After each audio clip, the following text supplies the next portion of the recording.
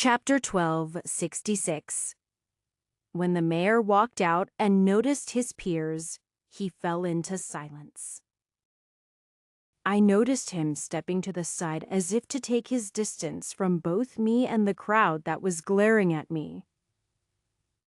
I could hear words of anger and derision, so there was no doubt what the crowd wanted. After a few moments of mutters and wordless shouts, a man stepped out who seemed to be leading them. "You need to leave, stranger." Directly behind him was a woman who was clinging to his arm. She nodded her head enthusiastically, almost like she was goading him on. The pair looked terrified, looking up at me who towered over them. But they were bolstered by the crowds behind them. "You don't need to worry. I plan to leave." I spoke up. "Cause the mumbling to quiet." I found what I wanted to know. I just never would have guessed the Foxkin were such. A wave of discontent swept through the crowd. The man huffed angrily. "You don't even know what you are talking about." I looked down at him with a frown. "I don't. Aren't you the ones who sold out your own families like cowards? I suppose I should have known better. After all, you were already selling them off to slavery, so you didn't have to deal with them. How could I expect such people to have any honor at all? I probably should have stayed quiet, but I was furious." Mickey had never once spoken ill of this village. She had always treated it as a mutual understanding. Her family did their best, but in the end, she didn't want to be a burden. She had always hidden the truth. They were just a bunch of cowards who sold off their families so that they didn't have to struggle with things. They're cursed people. Every day is a pain for them. They couldn't bear to be in that pain anymore. We did what we had to so that their final days could be peaceful," the man declared back defiantly. "They couldn't bear it, or you couldn't bear it," I asked, snorting. "Miki was better than you. She was better than all of you." "She's a monster," the woman holding on to the man shouted. "She cursed us. She cursed me. She didn't hesitate to ruin all of our lives." Her words were echoed by several more people. "She's evil. She's destroyed us all. That child should never have been born. Curse?" I mumbled. And then my eyes widened as I began to realize what happened. They all seemed to flinch with just that word. I looked back into the building behind me, and then out across the Foxkin here. Within the inn, there had been too few to notice. But now, seeing more of the village, I could see various people who looked paler and sicker than others. I couldn't help but throw my head back and laugh. It was a harsh, unforgiving laugh. "Master," Alesia spoke quietly, "that's what is wrong with them. Their so-called curse."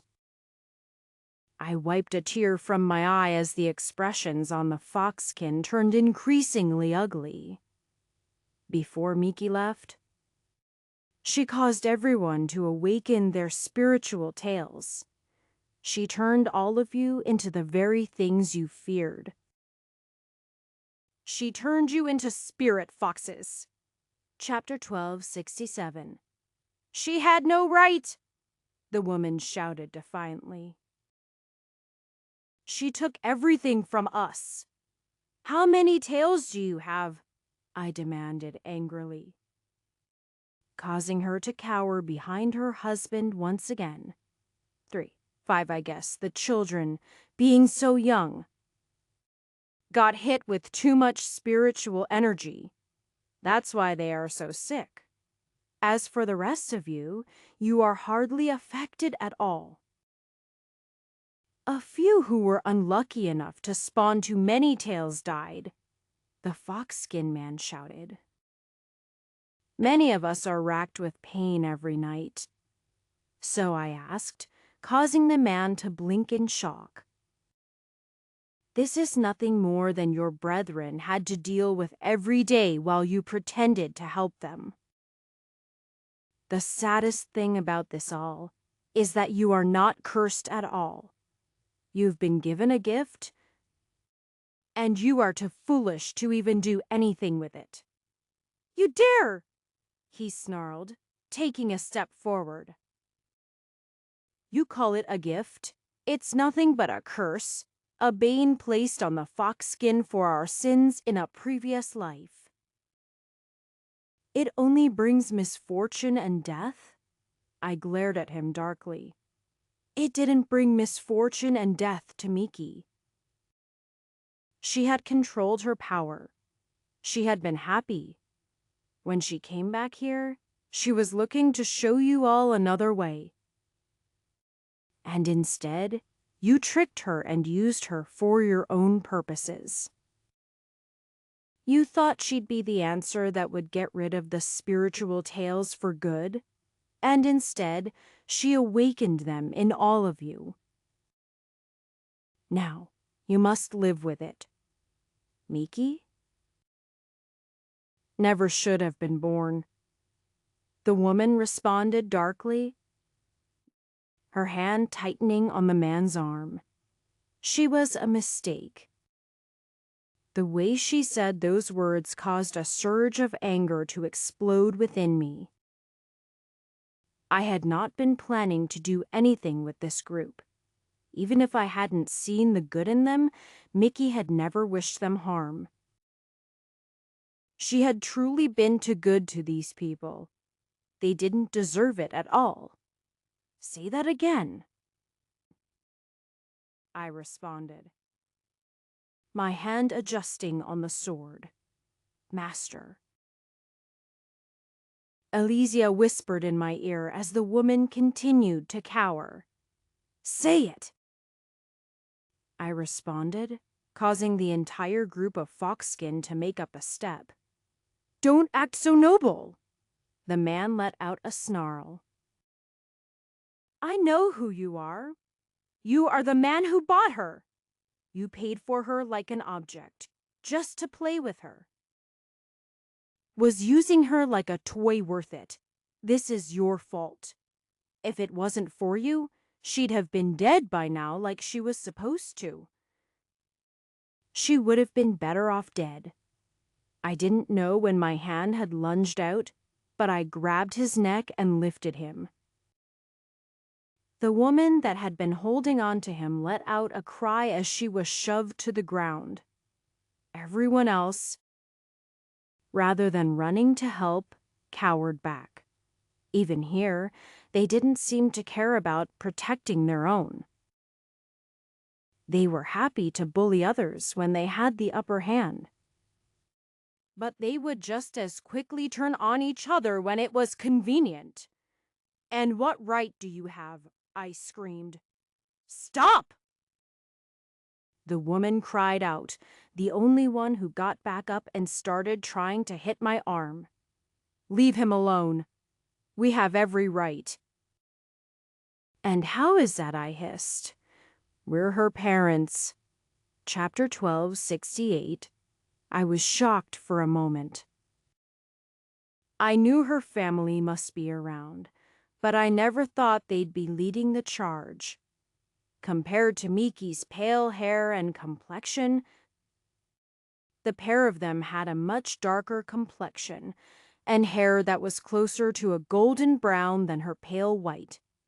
That's why, despite this girl's similarities to Miki, I hadn't realized it. Now that I truly looked at her. She looked a bit like Miki would have looked in a few years, Had she not lived her first years of life in constant pain and weakness? She was plumper, with a larger chest and darker skin. She was staring at me with a glare. I dropped the man. My brief moment of shock turning to disdain. He collapsed to the ground, and the woman kneeled, helping him as he gasped for breath. Her parents were standing before me. I would have rather them be dead than to see such a family. I had been hurt when I found my mom had moved on, but this was on a completely different level. It seems I've been mistaken. My voice was cold. Now that you understand? The woman that would be Miki's mother was focused on her husband, so she didn't grasp the tone of my voice. The mayor did. And he nervously took several more steps back. He looked more like a rabbitkin himself, ready to flee at a moment's notice. Miki had always spoken well of her people. Her biggest regret had always been that she couldn't be a healthy daughter for her mother and father. She had wanted more than anything to become strong and show you both that she had made something of herself. She had wanted to show you that your kindness to her wasn't in vain.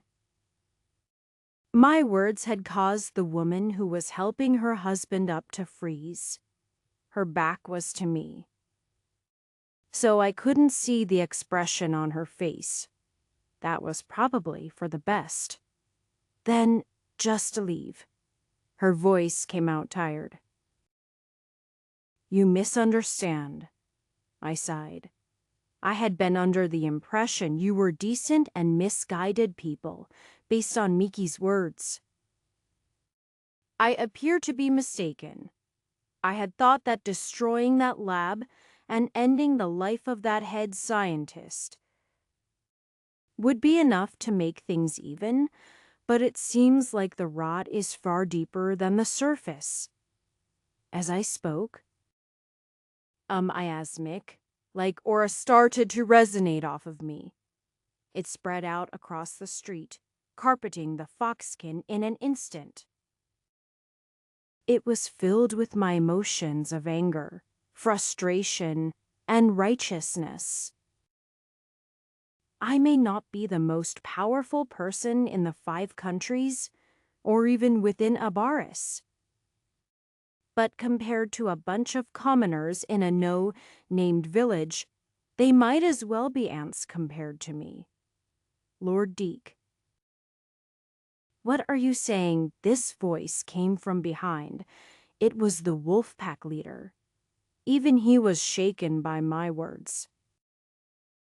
He had lifted his hand, but in the end, he was too afraid to touch my shoulder. This village will pay with its life. I lifted my blade. If you don't wish to be my enemy, then you'll stand aside. For the rest of you, you all must give sacrifice. Chapter 1269. A power exploded out from me. The foxkin wanted to run, but the pressure was too great. Many of them were already ill, so when they felt it, they couldn't help but collapse to their knees. Miki's parents were at the center of that. They curled up to each other like defenseless lambs ready to be slaughtered. At least, they wouldn't make this difficult for me. As for the Wolfkin pack, they had drawn their swords. But ultimately, they hesitated when they realized my true power. This was all just foreshow, though. The real attack was accessing the dungeon store, which caused all my blessings to glow across my body, giving me a dark and powerful appearance. I accessed Meteor, which I planned to use to wipe this town from existence. It was unlikely any of these people had health insurance, and even if they did, I didn't care at the moment. Master. A voice spoke up as I selected Meteor. Deke. Elysia used my name, causing me to hesitate for just a second. You are not going to try to stop me, are you? I asked. You have every right to kill them, Elysia spoke quietly. It's just... Lady Death.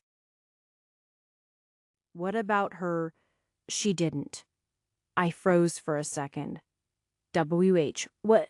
Miki is not herself. She has been changed by what happened to her.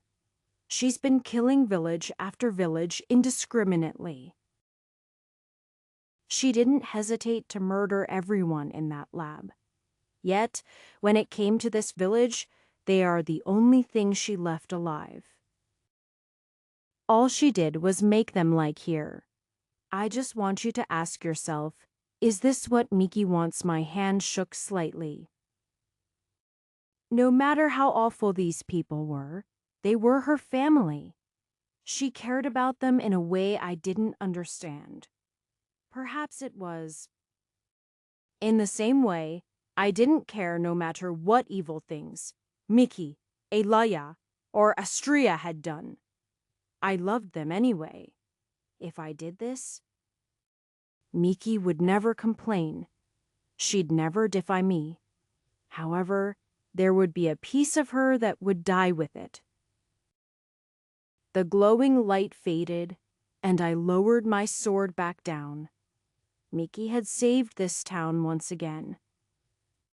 And they would never understand it.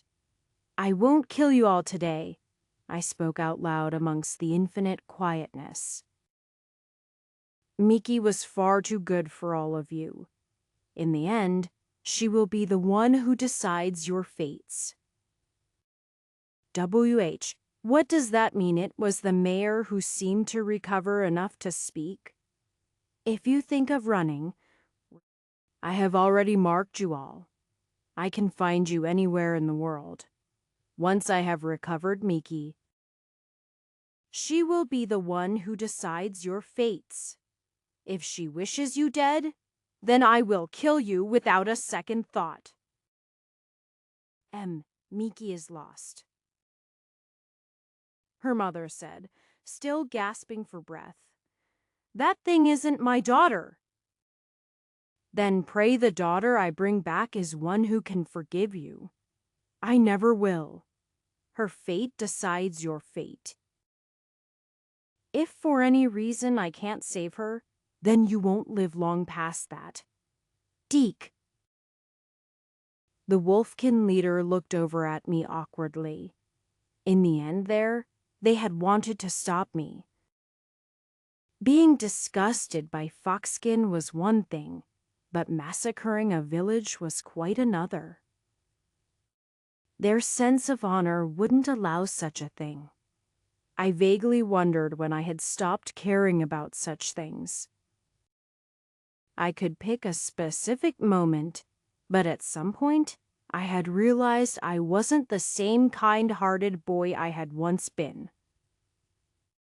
I'll be leaving, I announced, glancing at the Wolfkin pack. Sorry, but I'll be taking things into my own hands from this point on. Thank your Lord for his assistance. I will remember it. I lowered my knees and then jumped.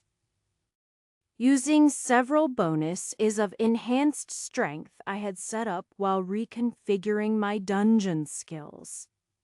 I exploded into the air, creating a small crater where I had been. I was about 50 feet into the air and above the trail line when I created a step and then shoved off it. This time at an angle heading in the direction of the Rabbitkin City and Miki. The air cracked as I exploded off into the distance at a ridiculous rate.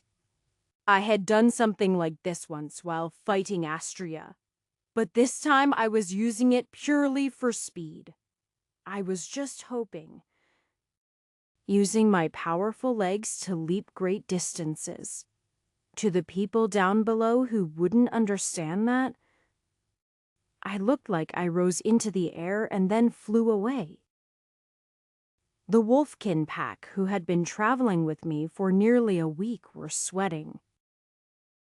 They were merely Rangha adventurers as a group, but had been acting mostly arrogantly. The kind and friendly cook that had traveled with them quietly had suddenly turned into a powerful demon king. At least, that was the appearance. Did you know he could do that?" one of the wolfkin muttered in disbelief. The leader could only shake his head with wide eyes, although he knew he'd never forget meeting this man. And when sharing stories with his grandchildren about his time as an adventurer, his best one might be about that time he had traveled alongside the legendary hero, Lord Deek Deekson. Chapter 1270, did I? Go too far, I asked as I flew through the air, occasionally landing to take a break. No. Master was very cool, Elysia declared. Well, at least my sword thought I was cool. I was still fuming after dealing with Miki's parents. I hadn't said another word to them as I left. I was afraid if any more words were exchanged, I might do something I'd regret later, if I was being technical. They were the first parents I had ever met for any of my lovers. I mean, where I didn't also have their mom as my slave and potential lover. That probably said something about me. But I didn't want to think about it. We moved at a rather alarming rate, but it was a method that took a toll on my body. For an explosive battle, it wasn't a problem, but for a long-term transportation method, it used a lot of energy. When I was in the air, I tried to cast out my mana sense as far as it would go. Then, when I landed, I'd use the new map to portal to the edge, and then do it again. It ate through a lot of dungeon points, but not my mana. Well, the way I had come to understand dungeon points, it technically still was my mana. Dungeon points came from the mana stored within blessings. So, when I used a dungeon point, I was essentially using up that mana until it had time to restore. For some skills, it was a continuous use. The mana regenerating at the same rate the skill was used. In other cases, the dungeon points had to be consumed. Executing the skill in a single use, since these dungeon points were allocated to specific skills and specific purposes, they could be used more efficiently than normal mana. It was like having a house connected to electricity, but also having a generator specifically connected to a high-powered device when that device needs energy. The generator can provide it without taking from your normal reserve. But in the case that you need a little extra energy, the generator could do that as well. At least, that was how I understood it. Reset naturally threw this dedicated mana reserve off, allowing me to use it for numerous different purposes. However, just like when I used a portal, once that mana was depleted, I wouldn't be able to reallocate it until the mana was restored. I had never tested it out, but if I ever completely depleted my surplus mana pool from dungeon points, it would probably render me unable to use Portal or any of my other abilities. This had some crazy implications. like that my additional jobs were supported by mana. I wasn't sure about that. It was only my running theory. I had time to think as I was gliding through the ground. I didn't want to think about all of the pain and loneliness Miki must be feeling at that moment. I didn't want to think about how I had let her down. Thus, I let my mind dwell on these unimportant things. That only lasted a short time, though. I was covered in sweat and exhausted from the constant use of my abilities. But only 2 hours later, I came upon a clearing in front of a large city. Situated there was an army, and standing before them was a girl I recognized too well. It was too late. The army was already charging at Miki. Chapter 12:71. Miki was standing in the middle of a field. Her body was covered in dark robes. I couldn't see her face at all. The reason I knew it was her was because of the distinct tail sticking out the back of her robes, so much paler and more fragile than the other foxkin. An army of animalkin made up of catkin and rabbitkin was racing toward her. This was probably part of King Roth's plans. The rabbitkin wouldn't hesitate to fight to defend their kingdom. Fighting alongside your common foe was a great way to breed unity. It had essentially been how I united the West in a single swift moment.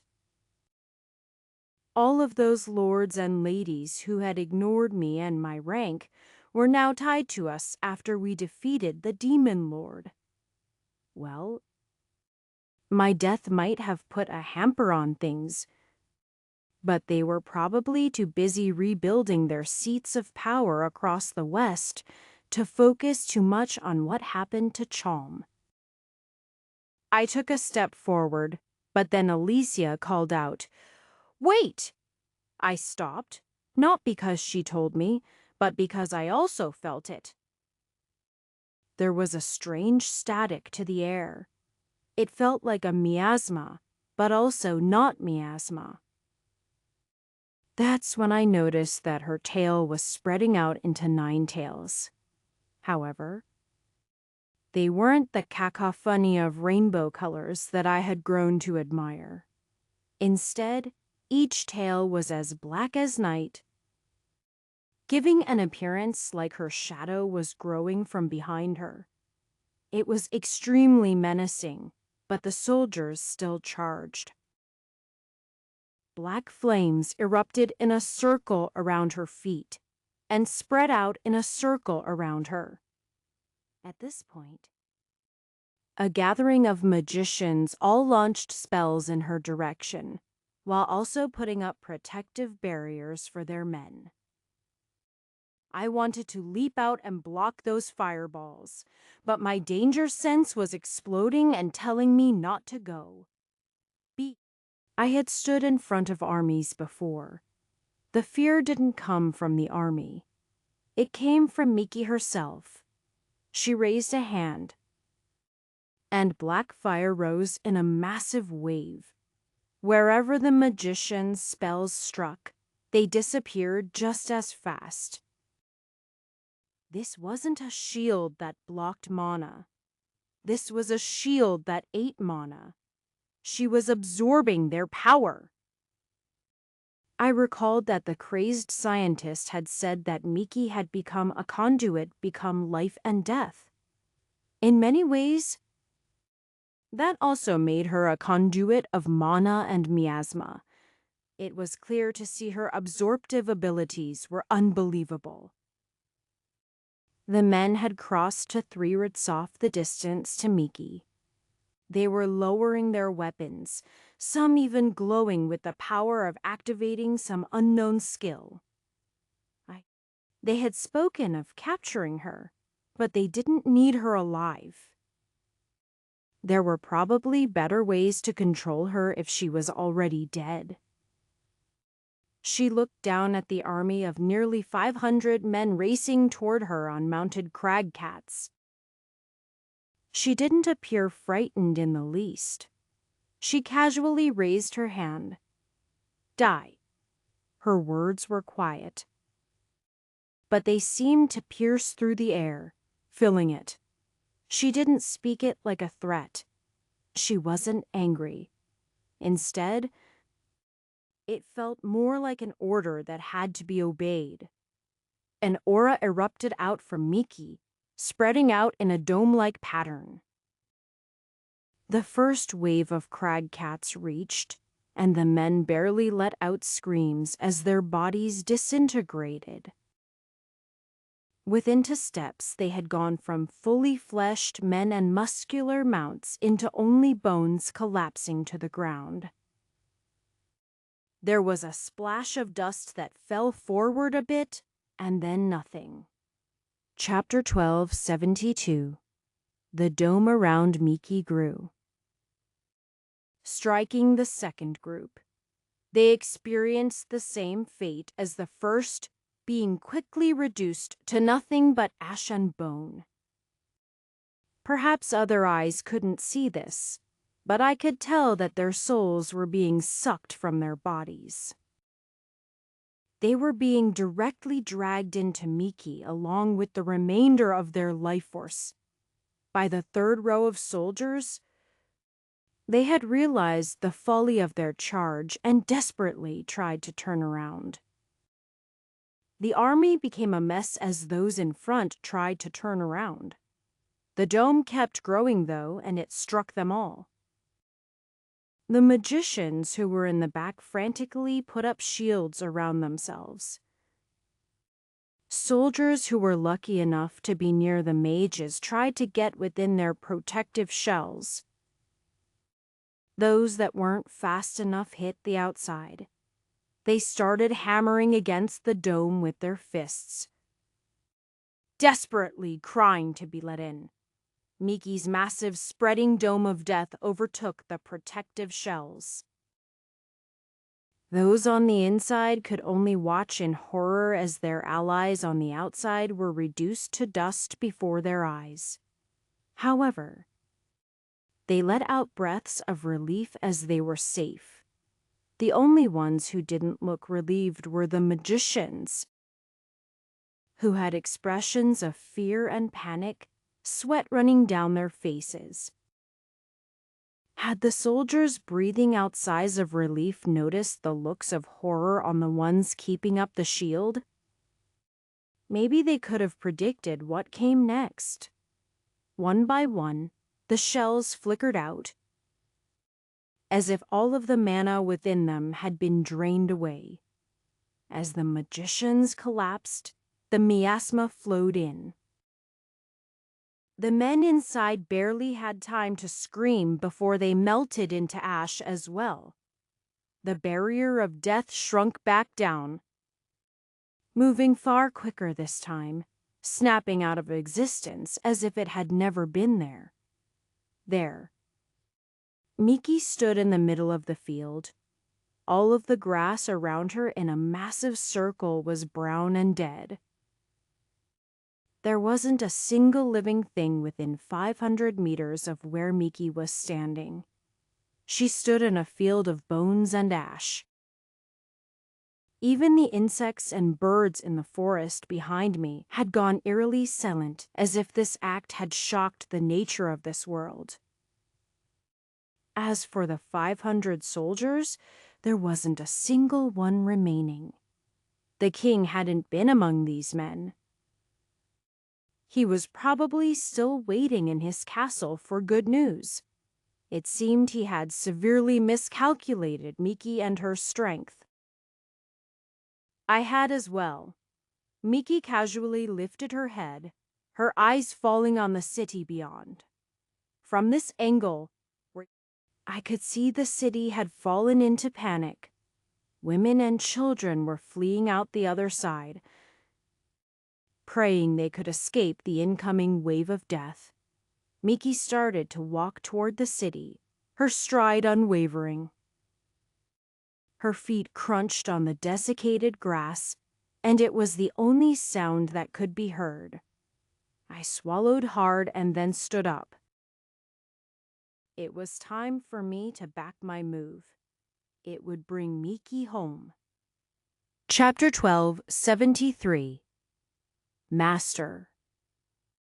Are you sure she'll be peaceful toward you? Elysia asked nervously. I shook my head. I don't know how she'll react to seeing me. She might attack. That attack. Just in case. Can you detach her from the dungeon? I blinked. What? She isn't connected to the dungeon. She absorbed the dungeon. In a way, she is the dungeon.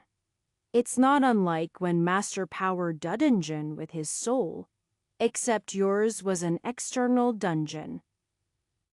And hers is internal. What are you saying? The dungeon is inside her?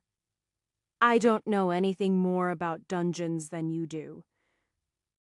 In fact, I know a bit less. I can just tell you what I feel. I don't see a bond that can be cut. Can you knock her unconscious? She hesitated a minute before her voice was transmitted. I can't. Seriously, I responded in disbelief. I knock someone out essentially by striking their spiritual energy. She's a spiritualist. Such an attack on her would be useless. I frowned, finding that if things did come to blows, this would be troublesome. Of course, there was always the possibility that the second Miki saw me, she would break into tears, run into my arms, and cry. There was a chance that this would all end the second I called her name. There was a time I might have just run out and called to her. But I had experienced too many unexpected circumstances and was more cautious these days. I wanted a plan before I approached her. Regrettably, I didn't have a lot of time. Every second, she was getting closer to the city. Can you cut the bond between the soul and the body? I asked. This? Is that no good? No, I can do it, but... Her voice drifted off. I should be able to do it? Tell me. I didn't allow her to hide such a thing. She sighed. You felt it when she used her power. That's a king feeling. Just being near her, even when she's not doing anything. Threatens to suck your soul out of your body and into her inner dungeon. I believe Master won't be sucked in, at least not easily. Your soul and body are too powerful to be easily ripped apart. However, my soul and blade are one. You are a god blade, though. It's true, but the pull is incredible. She might be able to rip our bond apart and suck me in. We have to try. Trying isn't what I am worried about. She explained hesitantly. The thing that leaves me worried is whether I can cut her body and soul while she's pulling on me. I might miss and strike her soul instead. What are you saying? I am saying? I could kill her. We have to give it a try, I responded, bringing her blade form out. Let's leave it plan B, though. Why, yes. With no time to spare, the two of us leave the safety of the forest and walk out onto the dead plain, following behind Miki. I move quickly, but stop about 200 meters away from her. This was far enough. If she did do some kind of attack, I wanted to be ready for it. Holding my hands up to my mouth, I shouted, Miki! Her body froze at my call. It's me, Deke. Your master, I am still alive. Ah! Actually, I did die. But you know it is me, right? Miki slowly turned around. Slowly. Her hands reached up and she grabbed the edges of her hood, pulling it back. Seeing her pale, sad face immediately tugged on my heartstrings. I instinctively took a step forward. Master, Elysia warned. You don't need to do this anymore, I explained. We can go home now. Okay, a light smile formed on Miki's face. Tears began to run down her cheeks. Master! She spoke quietly. Miki! She did recognize me. I let out a breath of relief. She gently raised her hand. Die! A wall of miasma shot toward me. It looked like it would be Plan B. Chapter 1274. When the wave hit me. The feeling like something pulling intensified many times. I didn't just feel it. I could see my life force being drained. If I had been a normal man, I might have been ripped apart in an instant. However, I had a god soul and immunity to miasma. It functioned as a shield, preventing her miasmic attack from damaging my body so quickly. That didn't mean I was out of trouble. I was still being drained. It was just happening slower to me, and against a much larger reserve. I accessed my store, causing all of the blessings on my body to glow. I buffed my body and protected it in any manner I could find. Regan. Life reinforcement, mana absorption. I cast the spell regeneration as well, and used every other gradual healing spell I could. As I continued to buff myself, I took a step forward, and then another. My eyes were locked on Miki.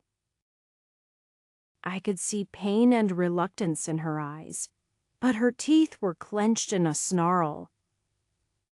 Her hand up and sending wave after wave of death towards me. I moved forward step by step, and with every step, I grew closer. So did the strength of her spells.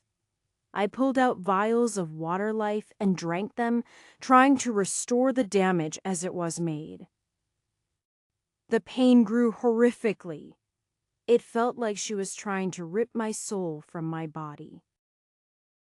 It felt that way because that was exactly what she was doing. Every step closer increased the strength of her suction.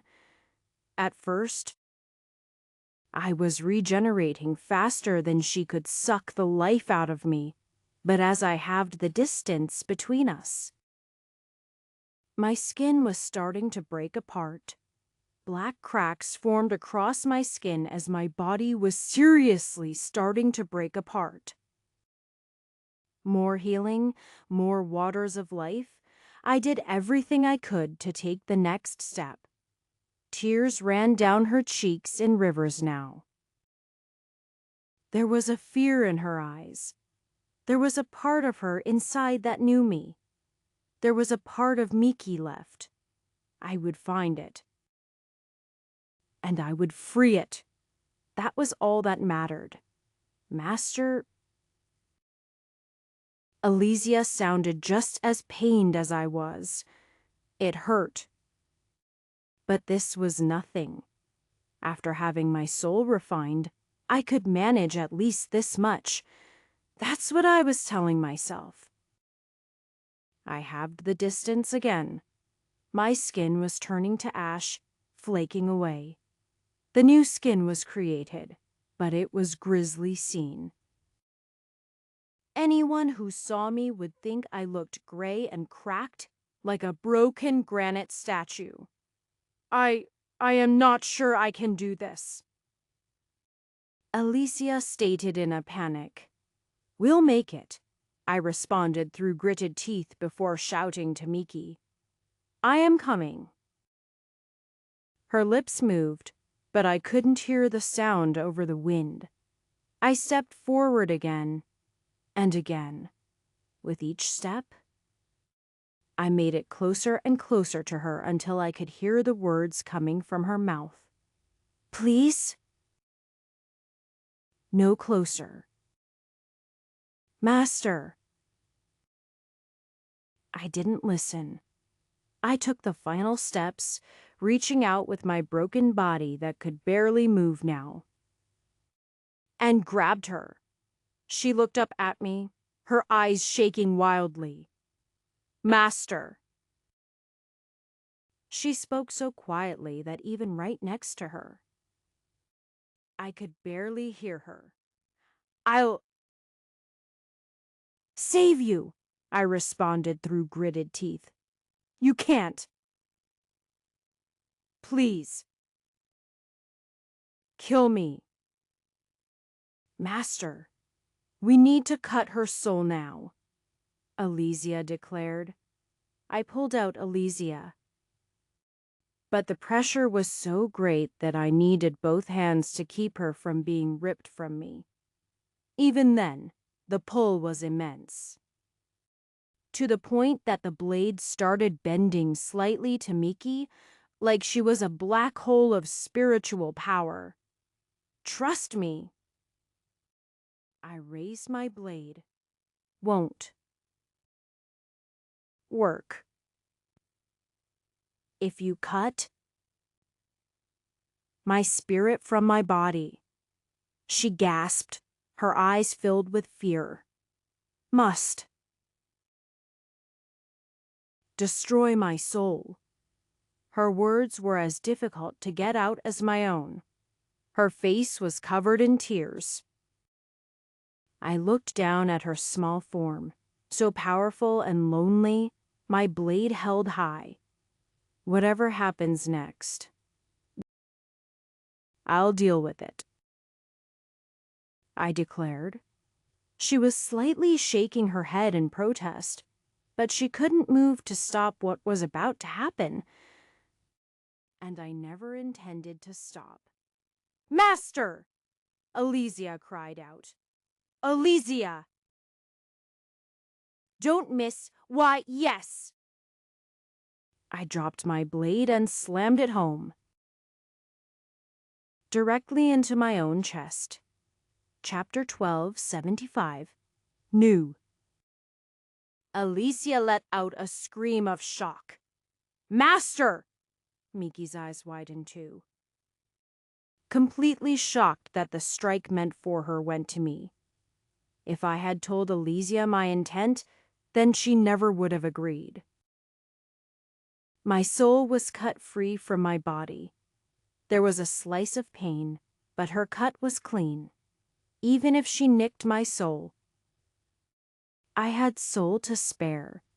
Even if Miki hadn't said something about the plan failing. Perhaps turning her into a real monster or even a dungeon. If she died, I had decided on this anyway. My soul slipped from my body. And as I slipped away, I snatched Alicia with me. Hold on!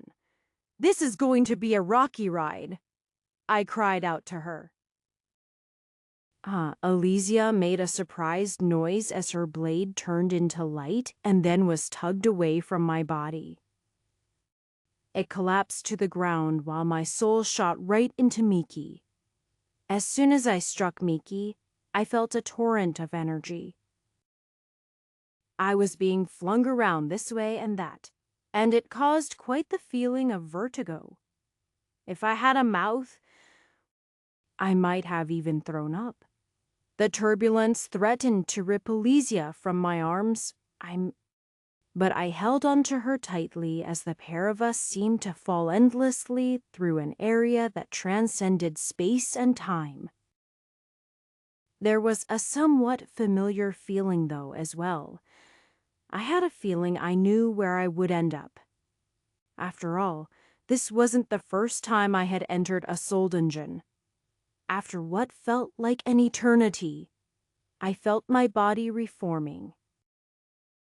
Rather, this was a body created from my soul.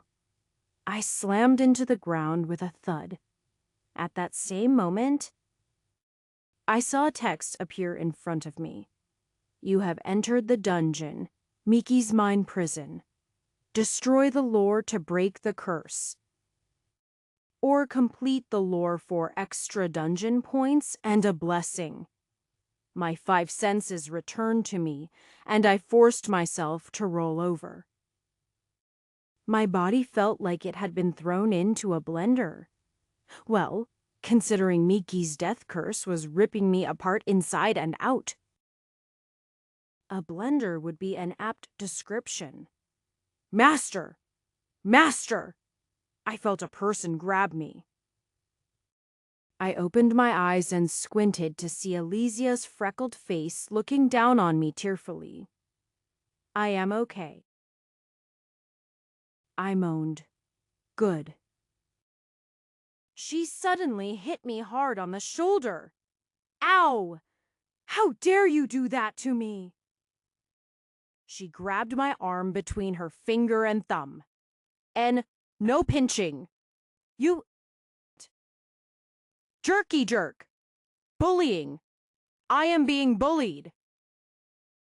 I cried out. Humph. She turned her back on me. You deserve it. I sat up, chuckling softly. Despite everything, I felt surprisingly good.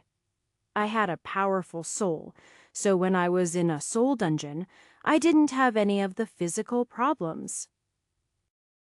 It was a relaxing state to be in.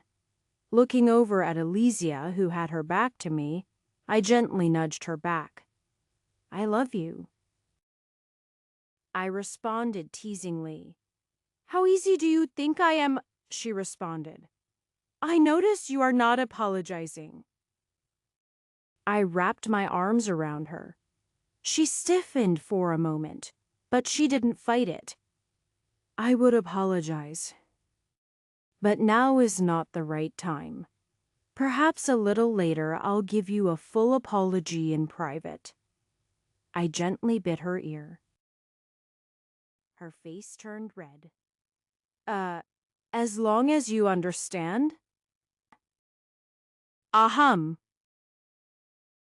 Where are we, Elysia was quite weak to flirtation. And rather than further face such embarrassment, she'd rather quickly forgive and move on. Suffice it to say, with our souls so close to each other, I was getting to know her far too well. Chapter 1276. This is Miki's inner dungeon. A soul dungeon, I guess, I explained. Soul dungeon. I thought she ate the dungeon, Elysia inquired as she stood up. I looked around the area we were currently in. This place resembled a world. It reminded me a bit of the Maid's Lament, but I had a feeling I was locked to invisible walls. We appeared to be in an open grassy meadow with a bright sun beating down on us. For a dungeon formed from Lady Death, this place was surprisingly filled with life. I could hear birds tweeting and bugs chirping. She used the energy, lore, and power of that dungeon to create her own curse inside her soul. It's kind of like what Maid's Lament did to my dungeon. And then I subsequently did back to Maid's Lament. Although, rule-wise, this place would be closer to the illusory sword dungeon. I realized by now that dungeons came in so many sizes and types that they did need classifications. There would need to be something much more thorough than labeling them by size or difficulty like some countries did. If there was ever a point in my life where I retired, maybe I'd write a book about dungeons that could serve to assist future generations. Better yet, maybe I could make a dungeon that held historical lore, like a living museum. Maybe something like that already existed. This inner world, do you think Miki created it to protect everyone Elysia offered? If everyone who gets sucked in ends up in this world, are they really dead? If they're alive, then Ruahar! While the pair of us were having an easy conversation, there was a monstrous roar behind us.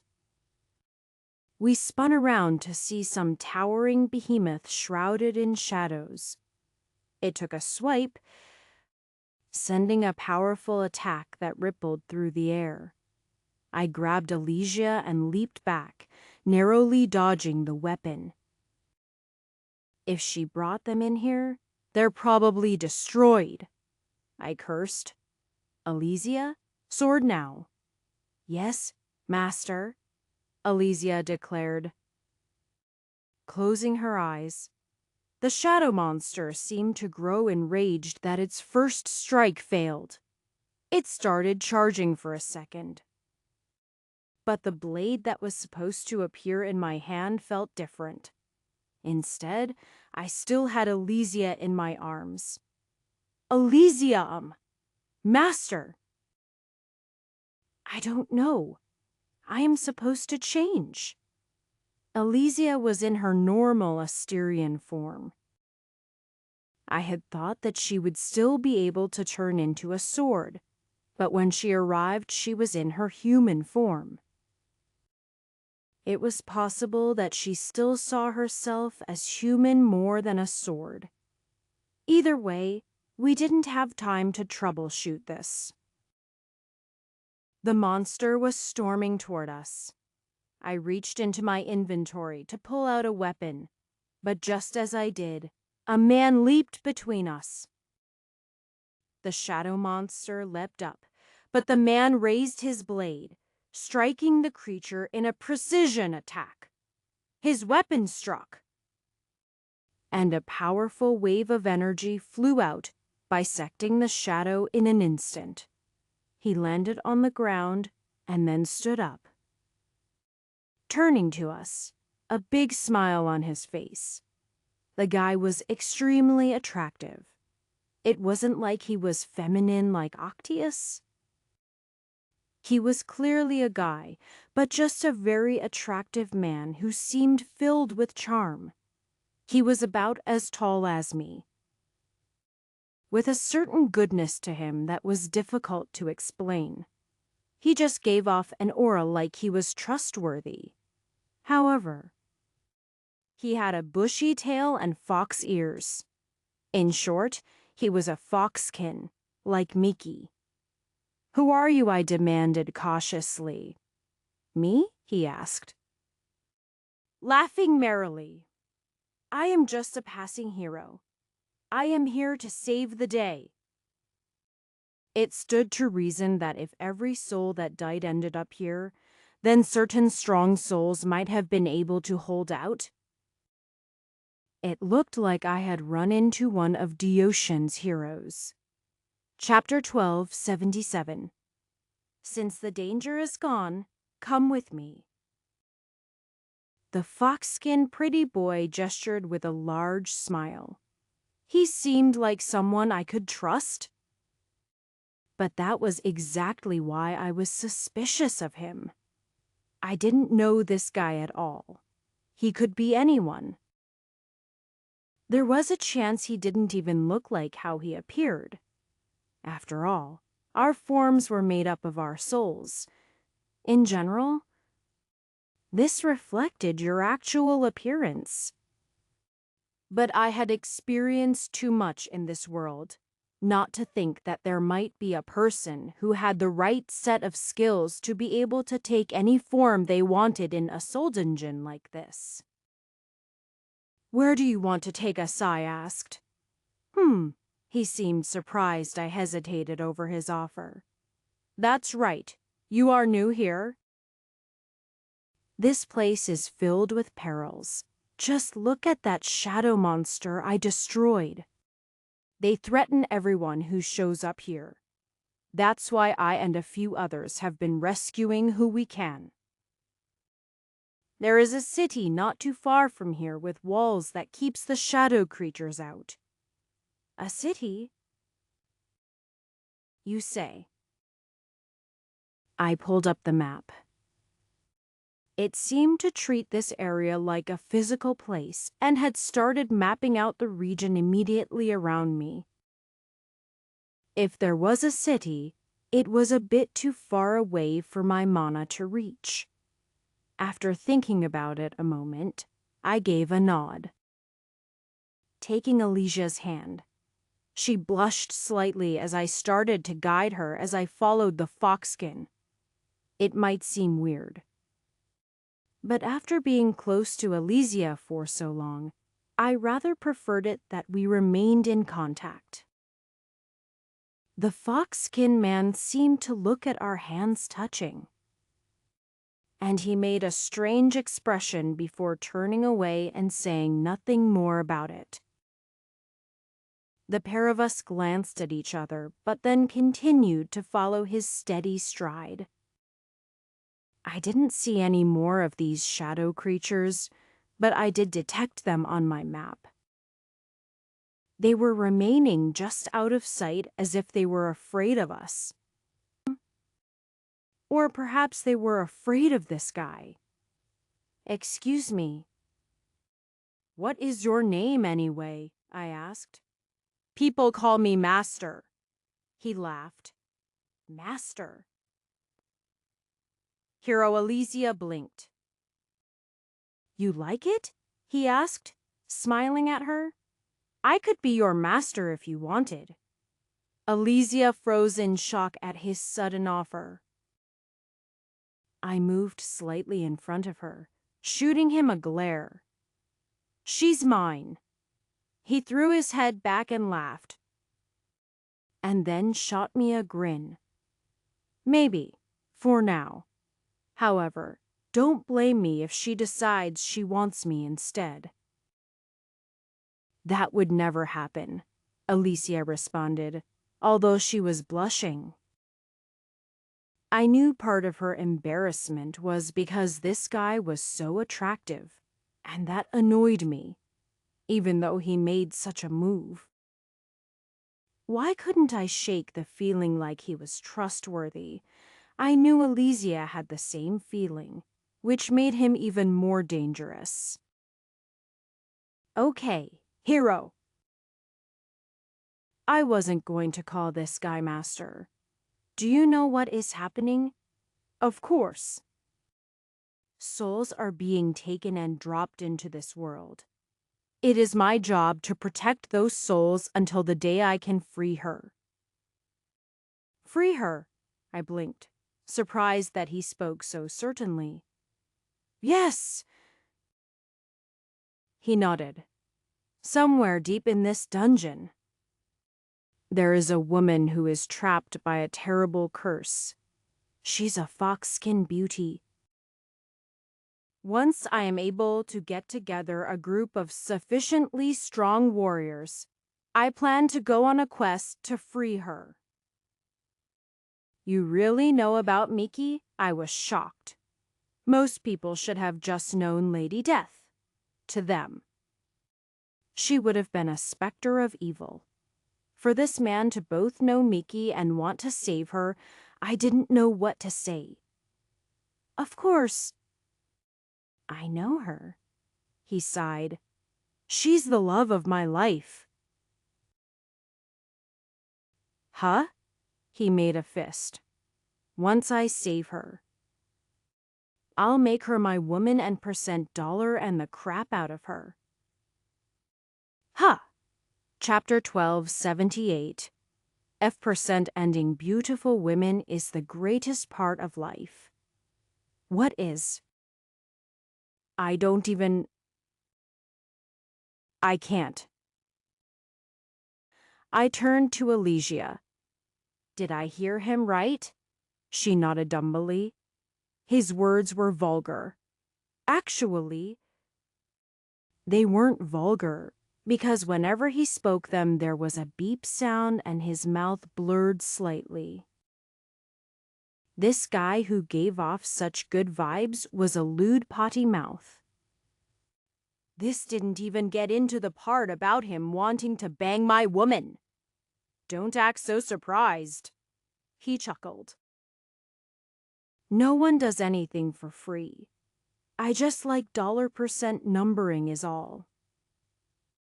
I can't wait to bend Miki over and stick my $% and into her waiting $dollar and pound her tight $% and percent until she %% s all over the place. Stop talking. Please. He shrugged. Well, what I need darkable people. I need a harem of sexy women to fight by my side. Sexy? Harem. Woman. I responded, feeling like this guy was too much. He eyed Alicia and then winked.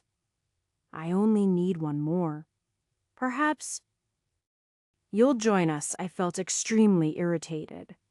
On the one hand, this guy was helping people and even wanting to protect Miki. I had expected, had I found anyone in here, killing or defeating Lady Death would be their only goal. Somehow, I would have preferred to run into someone who just wanted Miki dead and was unwilling to see her beauty. Somehow, this was just so much worse. Do you know which direction Miki is? I asked. I do. He nodded. Ah, but I won't tell anyone who isn't in my party. I want to go save her myself.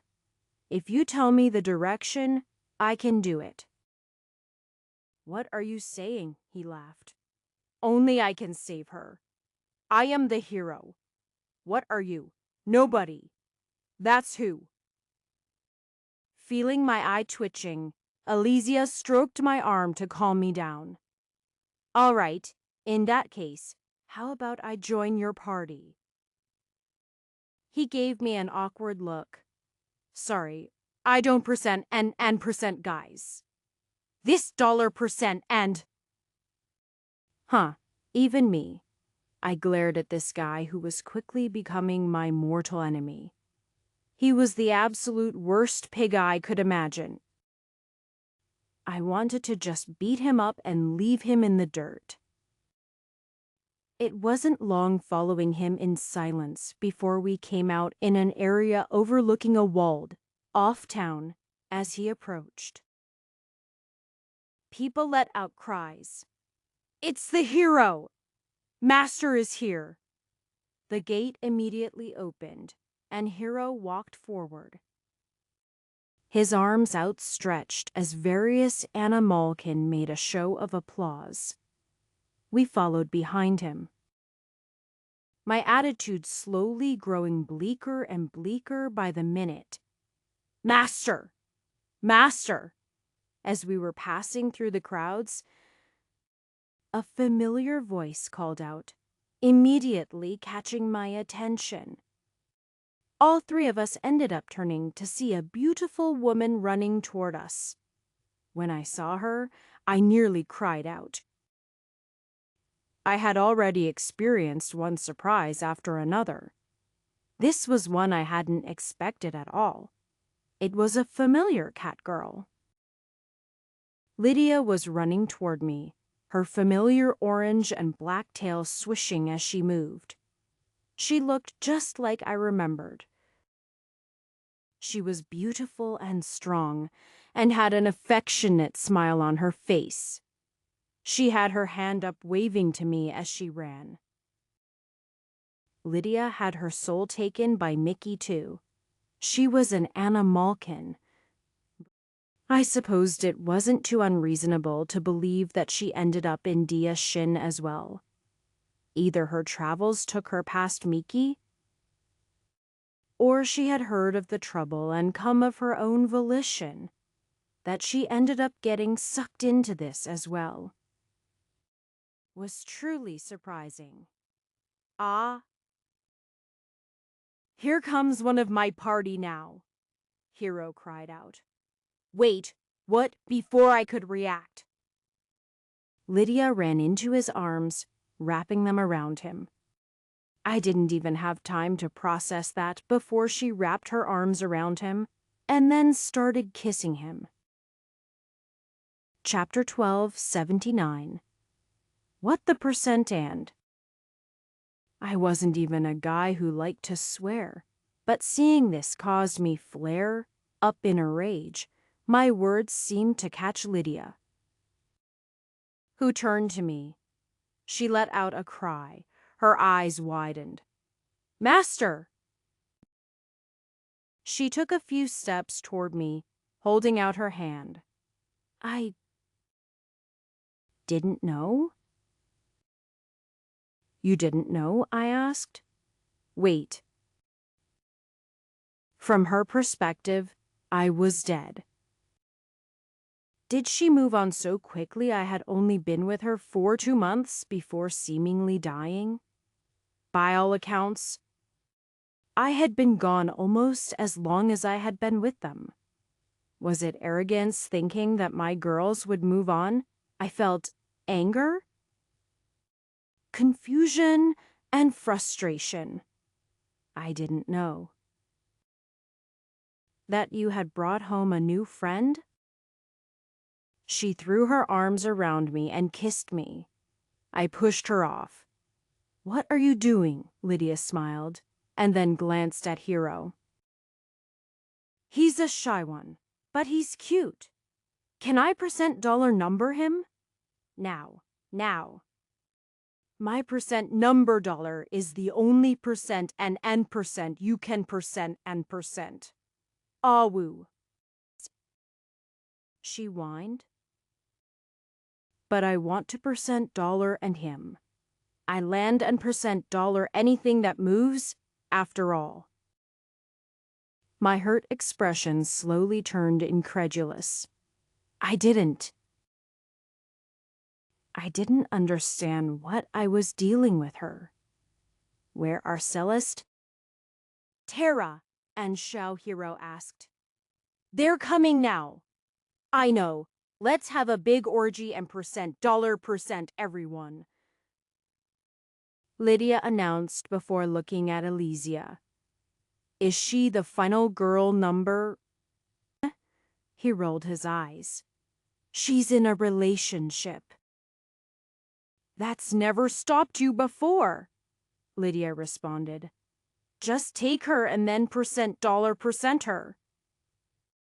And the other guy will just have to go away. I am the other guy, I snapped. Hold that. What the heck is going on? Celeste is in Nauberies, where she is safe. Xiao is in another world. There is no way any of them are here. Lydia and Hiro stared at me blankly and then turned back to each other. You are beautiful. I want to $7 you so bad. Stoop, she blushed. I want to and you're and right here in the street.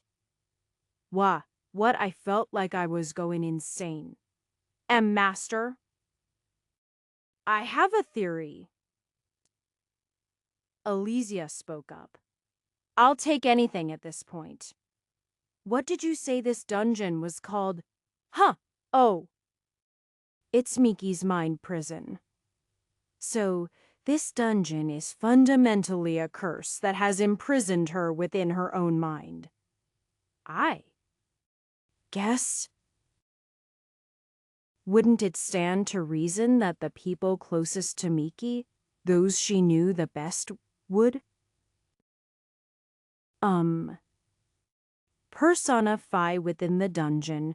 You don't necessarily need a piece of the soul to recreate someone. Just a strong enough imprint into someone else's soul, right? I looked at her and then turned to Lydia. Are you saying this is a duplicate of Lydia? Not exactly. More like, this is Lydia from Miki's point of view. As we were speaking, Lydia approached Alicia. Are you sure you don't want to join, Master? You can $% him? I really want to $dollar and you as well. As if to punctuate this. Her tail lifts up, and then she pushed her but against Alicia's arm. Alicia immediately pulled her arm away. Don't touch me, please. Sorry. I am just a horny kitty. I can't help it. She purred. Maybe you'll come to like it, Alicia stiffened. And no thank you. Lydia shrugged and then ran back to Hero, rubbing her body all over him. He casually reached out and squeezed her ass, eliciting a yelp. Then, he threw his head back and laughed loudly, not even acknowledging he was in the middle of a public street. What I don't understand. Who is the foxskin guy? I asked. Alicia turned and shot me a look of disbelief. Our eyes met silently for a few moments. I glanced away. Do I really need to explain? Alicia asked. Number. I looked down, feeling even more depressed. Number. Okay, then $3% is for everyone. The pretty boy shouted. Yay! Lydia threw her fist into the air. Everyone else nearby just ignored all of this like they were used to it from their savior.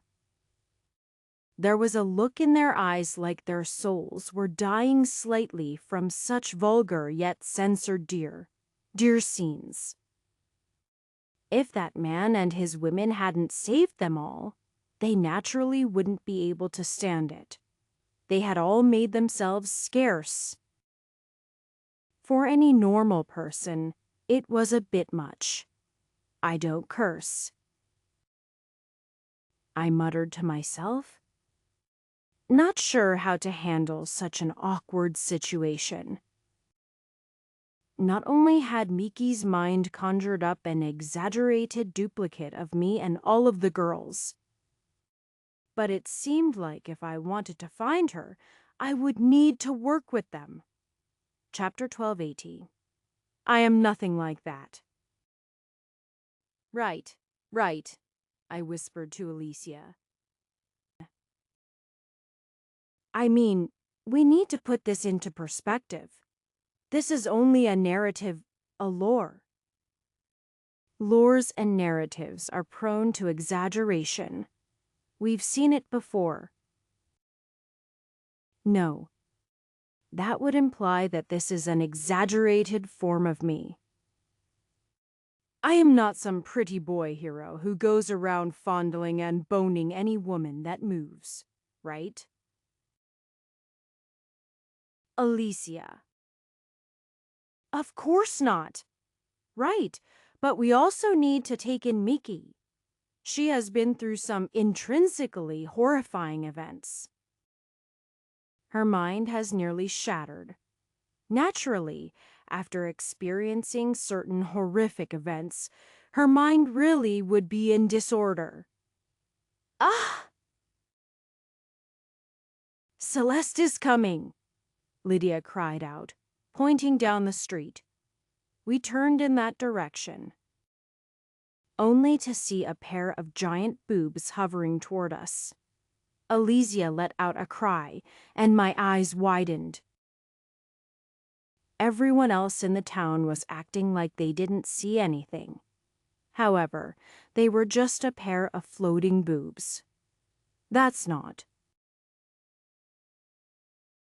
Celeste, the hero who was supposedly me that everyone called Master stepped forward, throwing us another smile. I should introduce you to all of my C% and sleeves. I don't smile like that, and I don't think that about my women. Ahem? I mean, strong, independent women who aren't owned by any man. Except me. Technically. M? Mesum? Giemums. A muffled voice came out from the breasts. Oh, sorry. Let me get those. Master reaches over and splits the cleavage, causing a little head of Mickey to appear. Hi, I am Celeste. Will you be the ones helping us? She spoke in a very high-pitched voice, much higher than the real Celeste. Almost like she had been sucking down helium. The girl is in a relationship with this guy. The hero rolled his eyes. Now! Now! Haven't I said before? You don't only need to use women. Some men could be strong and helpful too. We should take any help we can get. Plus, not every girl needs to be Master's woman. What are you saying? We should continue forth with another man beside us. He frowned. As the smartest person on the team? I have been calculating the frequency of souls appearing in this dungeon. Did she just say she's the smartest person on the team? I asked tearfully. The consumption rate is increasing exponentially. She continued in her high-pitched voice with a matter-of-fact tone. It will reach a point where we won't be able to keep people safe anymore. I fear the dungeon will hit a critical mass and begin to evolve. At that point, all of their souls will be digested into miasma, and will be in grave danger. At that point, the curse will become too difficult to take on. I implore Master to seriously consider starting this expedition immediately. I don't believe we can hold out for the hope that any more powerful warriors will appear. So you are saying that the ends justify the means? I must perform the evil act of partying with a man. Unless, perhaps, we could turn him into a woman? Nope! I cried out. No, not! We're not doing that again. I had a leftover potion of gender bender still in my inventory. I pulled it out and poured it on the ground in protest. Chapter 12, 81. Very well, since the wisest of us all said as much. Then I suppose you can come along, the hero responded pootily. I suppose it's fine as long as I have 5 powerful women. You can be the pack horse. You... Just as I was about to snap at him, I heard a thudding sound. I turned to see a giant muscular person walking toward us. Ah! Our next party member has arrived. Tara, my beautiful. Tara? Tara was as tall as me, and her shoulders were as wide as 3 me. She was a massive wall of muscles. And she didn't have a neck. She looked like a weightlifter, although one exaggerated to the extreme. As soon as she arrived, she flexed her biceps. Tara has come to fight. she declared while flexing in a loud, booming voice. Master walked up and hugged her, even though he was much smaller than her. My cute and sexy little Tara. You don't need to act that way with me. She barely reacted, but she yelled out, Tara appreciates Master's attention. You are into that, I cried out. Hero frowned at me. What are you saying? All women are beautiful, no matter their size. I mean, I said that once. But, Tara confused. Who is this scrawny man? She boomed. I had a headache. Rubbing my head, I wanted to know what was going through Miki's mind. Master, you needn't think about it too hard. It's not like Miki means you any offense. These are more personifications of the features she values the most from her friends. Lydia was her sexual guide, so why wouldn't she be Eros personified?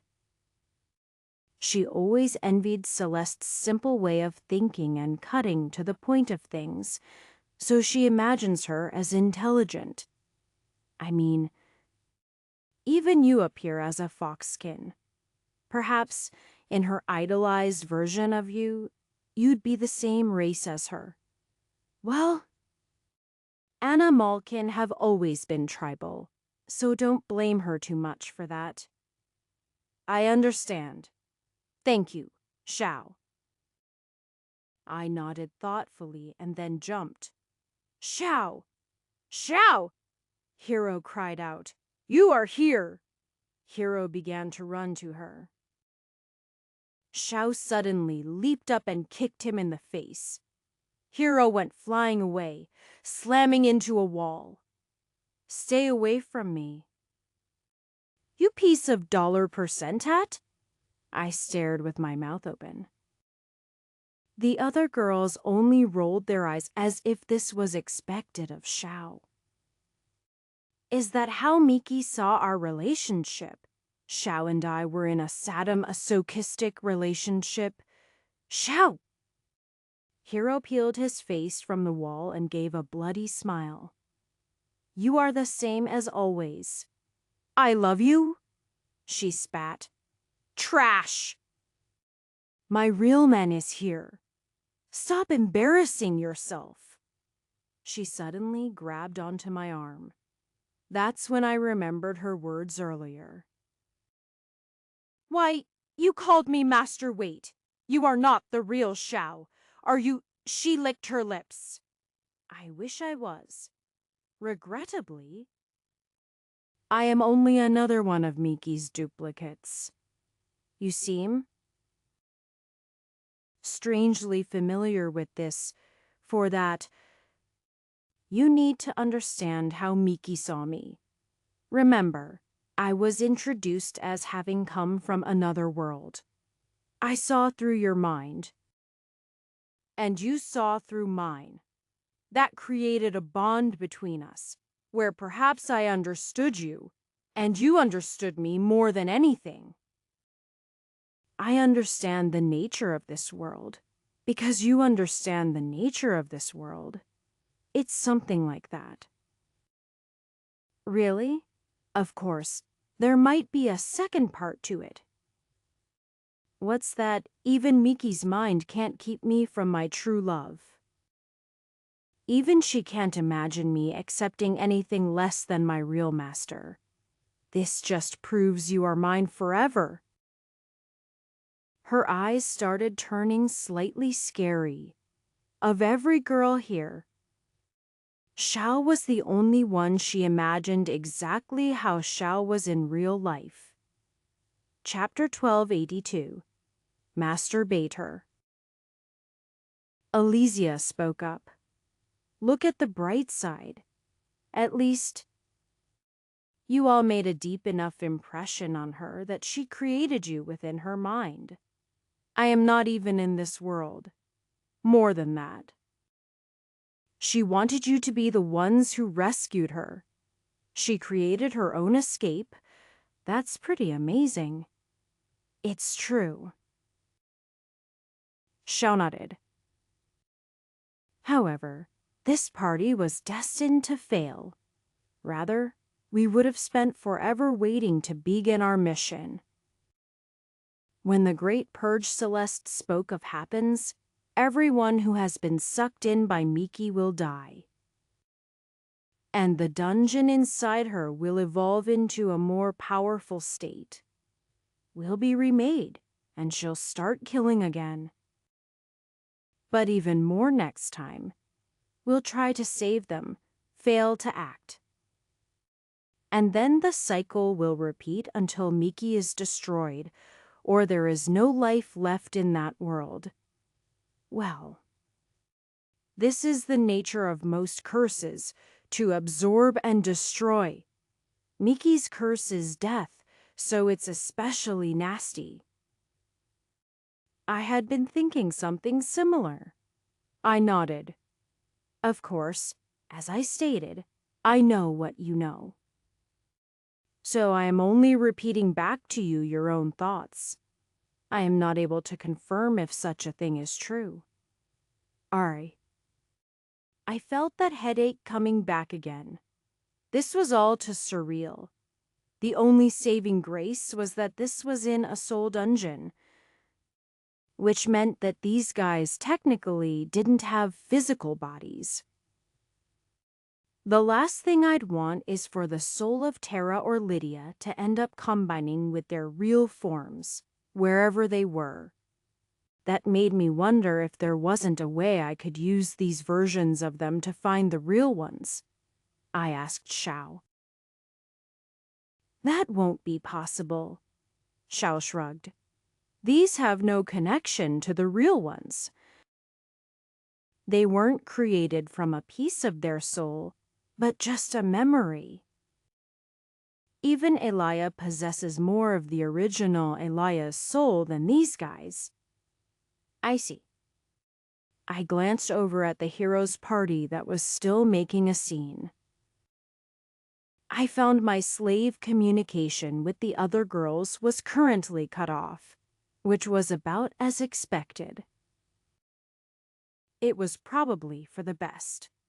Girls, after we save the day, we should all percent and percent. Hero cried out. Yeah! Let's $%, Lydia added. Tara would like this very much. I'm dumb. Celeste's chest was no longer being held open, so she was smothered by her cleavage. What's with the swearing? I demanded. I wonder. Xiao tapped her finger on her lips. Remember, this dungeon was created by Miki's mind. Everything created in it essentially comes from her mind. Elysia offered. Minds are a complicated thing. You might as well try to interpret dreams as guess why people think a certain way. Perhaps she just associates vulgarity with swearing. Or maybe she thinks it is alluring. So when you act sexual, she has you use it. Well, she censors it in her own mind, so she is clearly conflicted over it. Notice that Tara, Celeste, and Xiao, who she doesn't see in a lewd light, don't swear at all. Interesting. I felt like I was in a case study regarding Miki's mind. I had noticed that this village we were in closely resembled Chom. It didn't look like the city she grew up in. However, I also noticed that the doors were shorter. If I was to enter a building, I'd need to bend over to get through the doors. Miki was shorter and just didn't need that height. So the buildings created in her mind didn't have them. The outdoors seemed to carry a light scent of lavender. Was that perhaps her favorite smell, master? It might be best if you put the party in motion. All right. You said that once she reached a critical mass, she'd evolve. I already accepted. I won't be able to save the city of Rabbitkin. But surely once she's done with it, she'll be close to evolving. You misunderstand. She's already reached that state. She's sitting outside of the city now.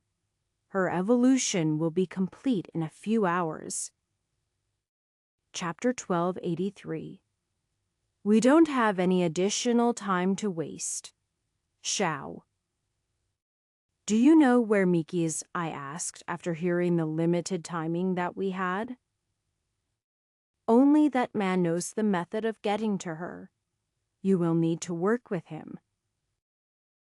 Shao gave a displeased look in the direction of Hero. I could destroy him and take away his karmic debt. Are you sure you can? Elysia asked. I frowned. What are you implying? She raised her hands. I don't mean any offense. It's just if he is how Miki thinks of you. What if she saw you as undefeatable then? Would you be able to defeat him? He might even be more powerful than a dungeon's final boss, depending on Miki's image of you. As much as the cheap imitation irritates me, Shao added, I must admit that she is right. You'll waste precious time and energy battling him. And even if you do take over his karma so the dungeon sees you like him, you'd be weakening the overall team. Rather than replace it, it might be better if you just make use of him. I nodded after considering their argument. It would be convenient if I just took his role. After all, Miki secretly wanted me to fulfill his role and complete this lore created within her mind. However, I'd only be satisfying my wounded pride. It seemed like a smarter decision would be to work alongside this guy. Even if it irritated me.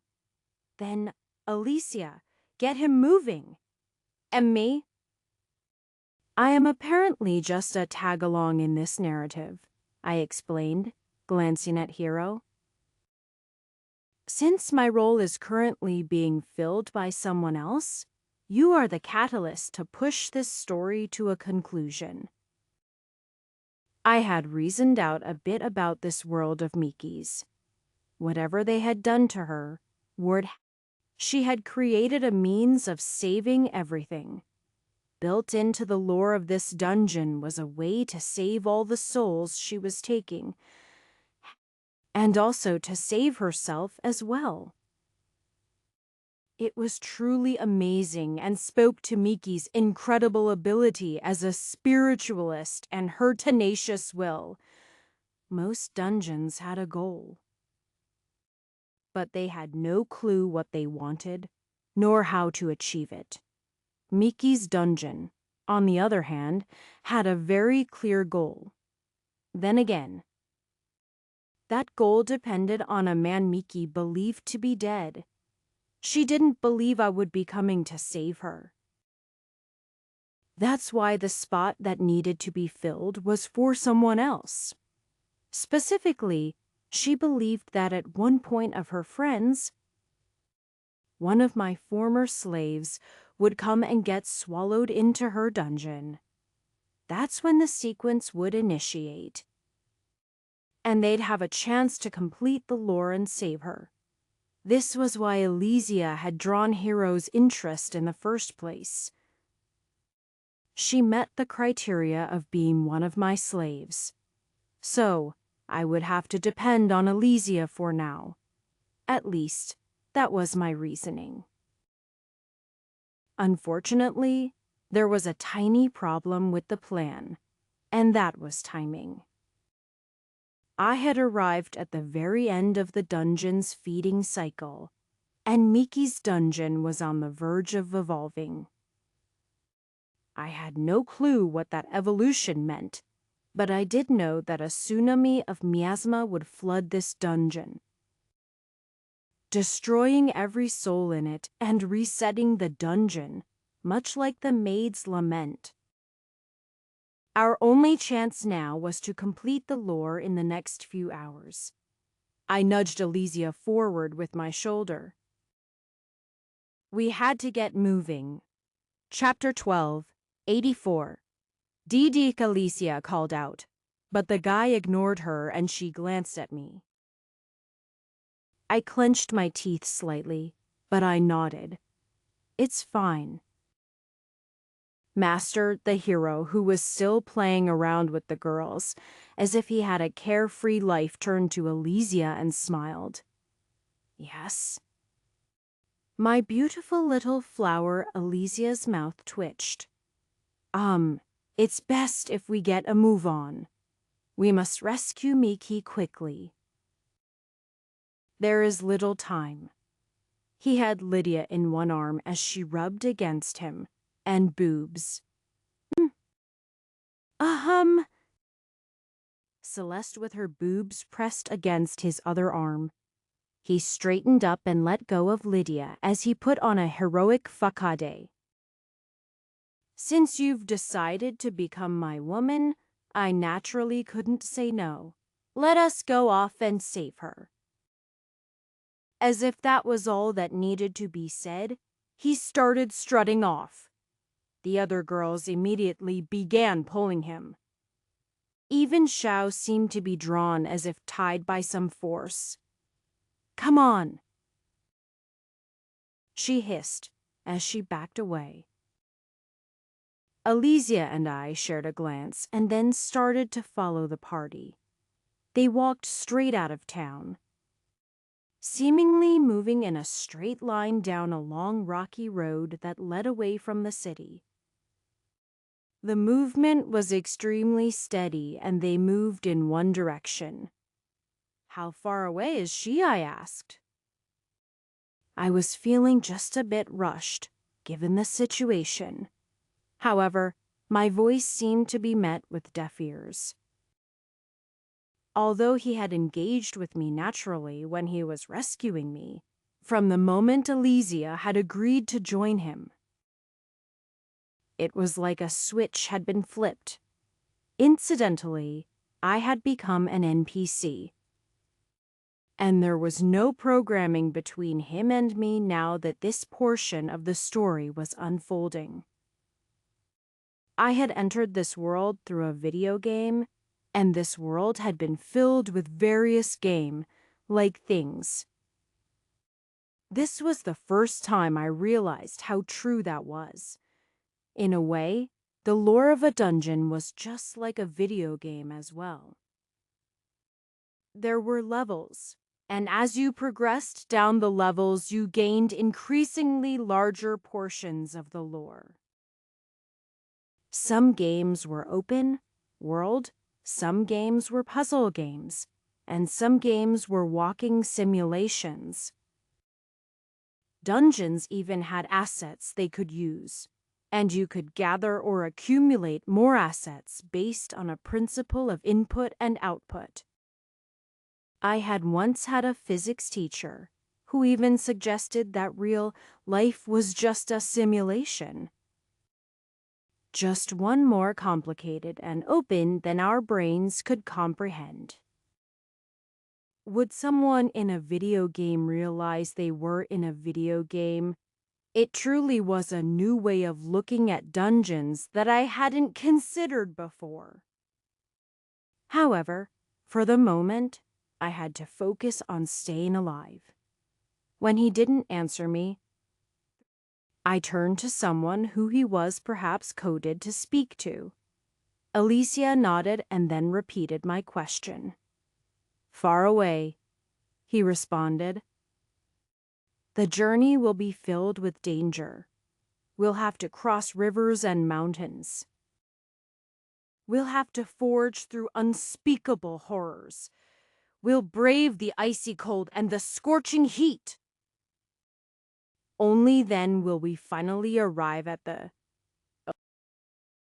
We've arrived. Alesia blinked.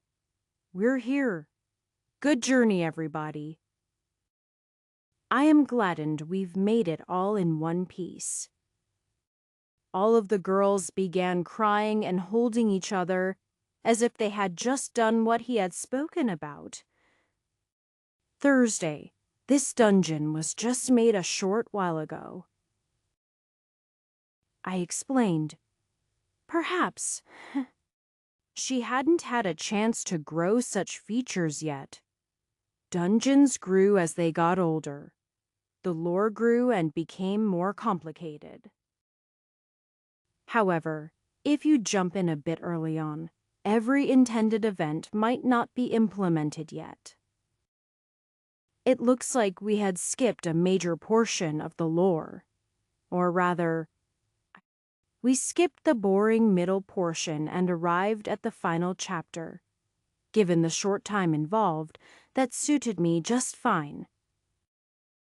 Chapter 12, 85. The final dungeon was a cave. It was a dungeon inside a dungeon. That wasn't quite right. If you saw this dungeon as a series of acts, then the first act was appearing and being saved outside the city. How? The second act was joining his team in the city. The third act was the grand journey that was severely shortened. And then we'd be on the final act, the one where we finally saved Miki. Some dungeons existed as a progression of levels.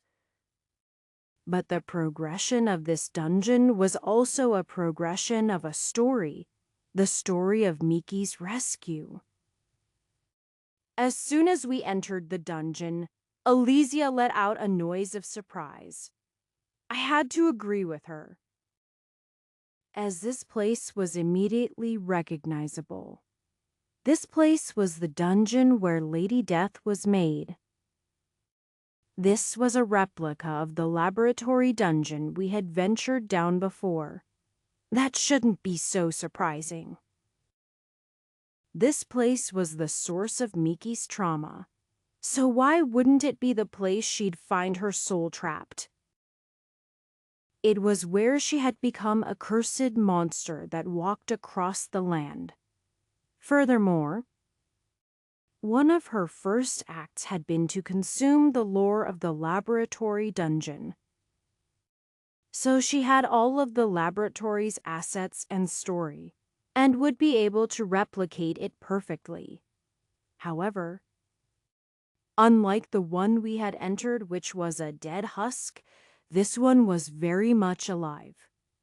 As soon as we walked in, a catkin guard stepped forward. "You can't be here! Turn away!" he demanded. Hero pulled his sword arrogantly. "We are here for the girl. Release her immediately." Die? The catkin raced forward, and nearly a dozen more seemed to emerge from the ceilings and walls to join him in his fight. The girls began to battle the catkin. Alesia and I fought as well. Without Alesia as my blade, my damage output was reduced. But that didn't mean I wasn't still capable of fighting. The 6 of us took care of the 12 enemies and then moved down to the next floor. On the next floor, we didn't just encounter crazed scientists and guards, but also experimented on foxkin, which acted more like monsters than humans. We fought our way down another stairway where we started encountering mutated beasts and ghosts. The party was able to make good speed, but it still took nearly an hour for the first 3 floors. That's when we passed an area I was vaguely familiar with. Wait. This is where I encountered the head scientist. Oh yeah. Alesia nodded. We're running out of time. This evolution could start in an hour, or maybe even sooner. I spoke, feeling the wall. Maybe it's still here. Click. I found the button the man had used. And a secret passage opened up. I let out a breath of relief.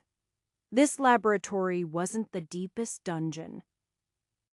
But I didn't want to risk taking too long. Hey, guys! When none of them looked back, I glanced at Elysia.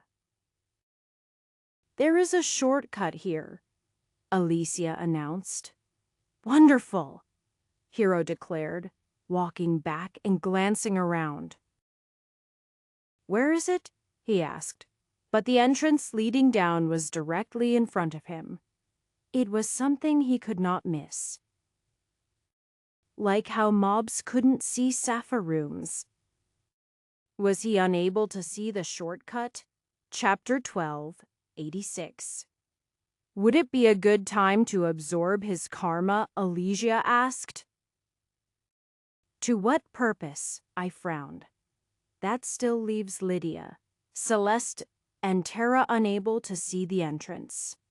I am not sure about Xiao.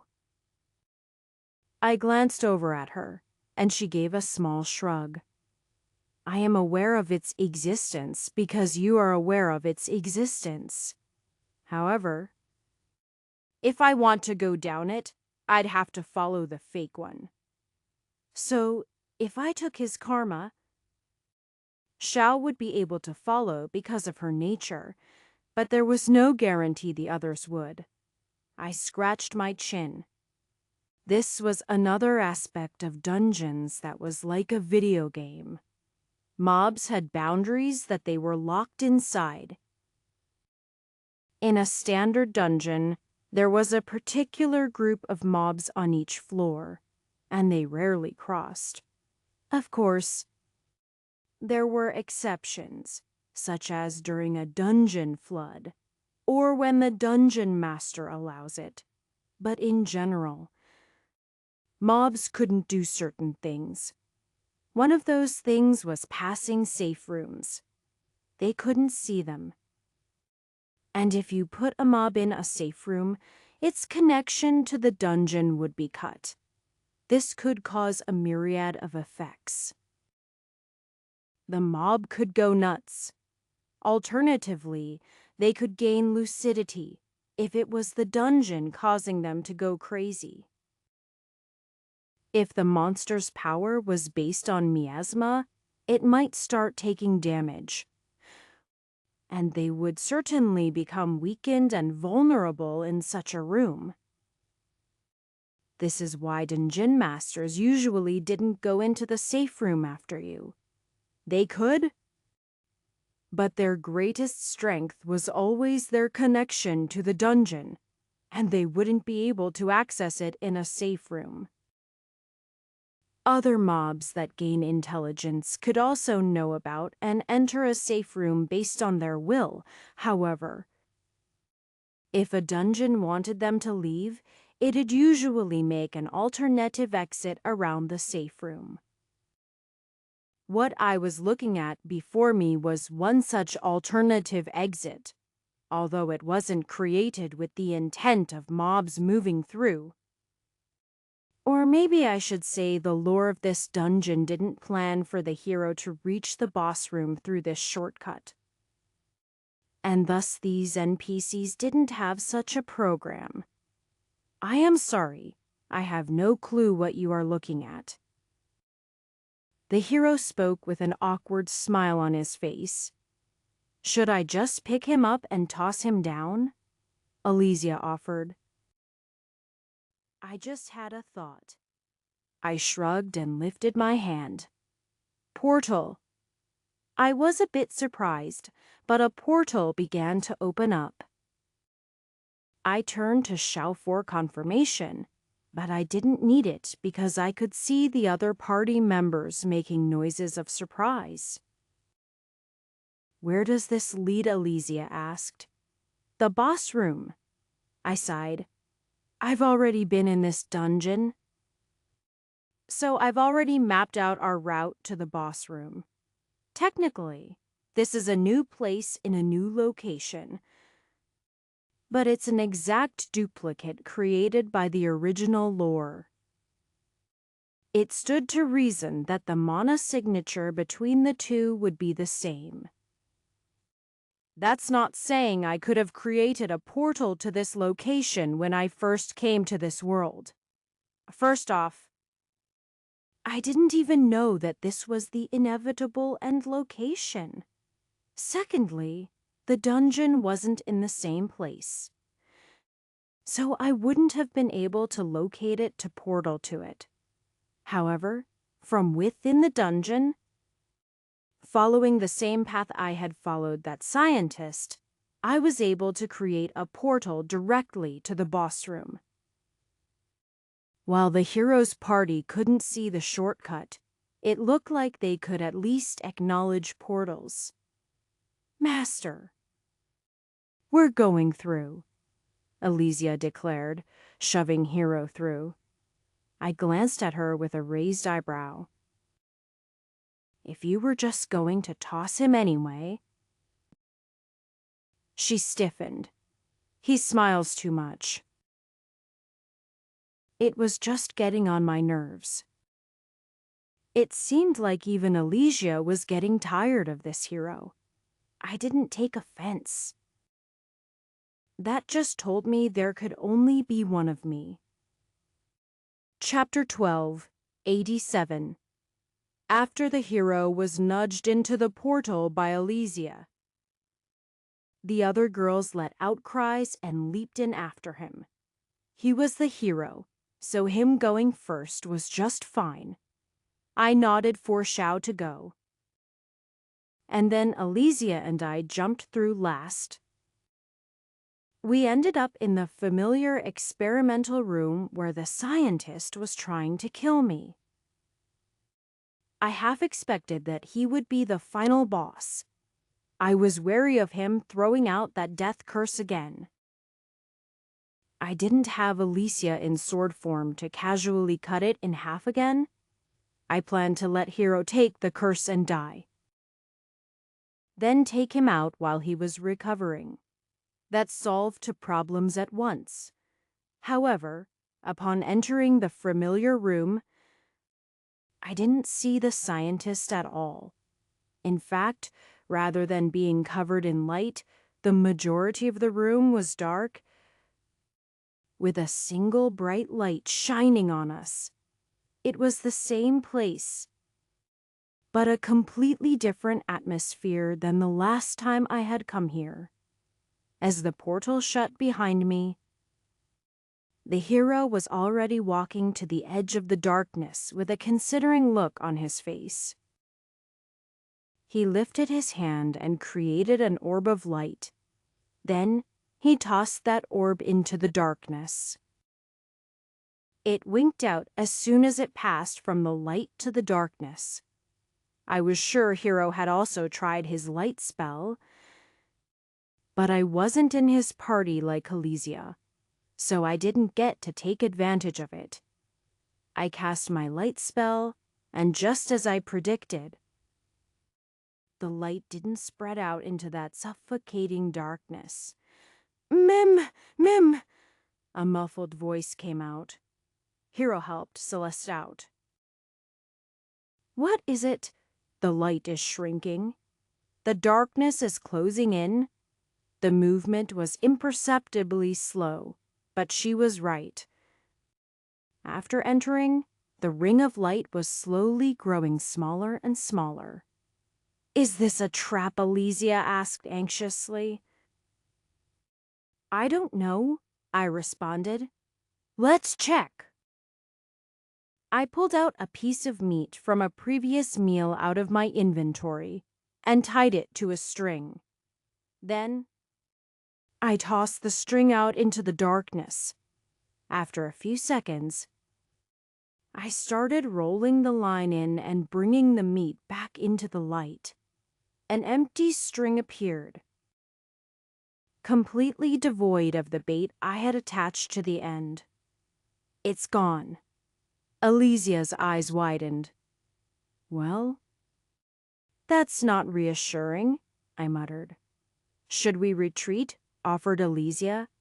That was one option. I could make a portal and return to the hallway. As I was considering my next choice, the hero spoke up. This is a test. My love will guide me. He took a step directly into the darkness. The girls all let out cries of surprise. But none of them followed him.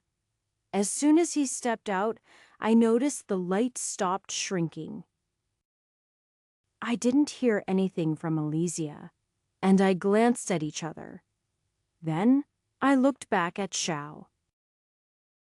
Should we go? The party can't follow? She explained. This part you are meant to do on your own? I let out a sigh. Seriously. We didn't need the party after all, she chuckled, putting her hand over her mouth. Whoever said Miki was a skilled storyteller, this is the final part. The part where the hero will prove his love and free her. The question is, will it be him or you who frees her? I shot her a small smile, reached out and grabbed Alesia's hand. And then stepped into the darkness. Chapter 12, 88. In the end, it's only miasma. I spoke quietly. After being plunged into darkness, I felt something attempting to attack, but it was a miasma attack. If I didn't have a god soul with miasma affinity, this might have been a challenge. But neither I nor Alesia would be affected by it. When I spoke, I noticed my words didn't come out. I repeated them with slave communication. This darkness seems to be blocking all of my senses. Do you know where we are going? Alesia asked in response. I am sure this is some kind of test. Stumbling through the dark. Having to find Miki, even though you can't see or hear her. How are you supposed to find her then? Alesia asked. I don't know. With your heart, I joked. Heart. Alesia repeated thoughtfully and then perked up. Do you think there might be something left of the bond between you and Miki? That bond was destroyed by the illusory sword realm? I explained. I can't track her with my skills anymore. I know that. I meant, is there a chance you still can feel something Miki wouldn't have designed this to be unbeatable? If you were right and she expected one of the other girls to be in my place, then she had to believe they'd have some way of reaching her. Furthermore, only a former slave of yours should be able to find her. It's a means of keeping anyone else from completing this dungeon. Can you feel anything? I asked. Number. But I wasn't your slave when Miki was still connected to you. You have to consider she's a spiritualist. Her sensitivity towards such bonds would be many times greater than others. It was possible she didn't realize just how hard this bond would be for them to follow. I closed my mouth. She might be onto something. Just considering what Miki's intentions were, she might have expected it to come to this. I slowed to a stop and then closed my eyes, rather than plunge forward aimlessly. I started feeling my way. I was trying to pay attention to anything. An inclination, the tiniest tug. I didn't know how long I stood there in the dark, but Alesia didn't say anything nor move an inch. She was used to silently being by my side as my sword. If anything, This dark environment where all she could feel was me was natural to her. All she can feel is me. I spoke into the nothingness. I felt something. I didn't know if it was imagined or not. It felt like the most imperceptible tug. It felt like someone I cared about was reaching for me. It was a tug not at my body, but against my soul. Compared to the kind of pulling at my soul that brought me to this place, it was nothing. But I believed I felt it. I took a step, and then another.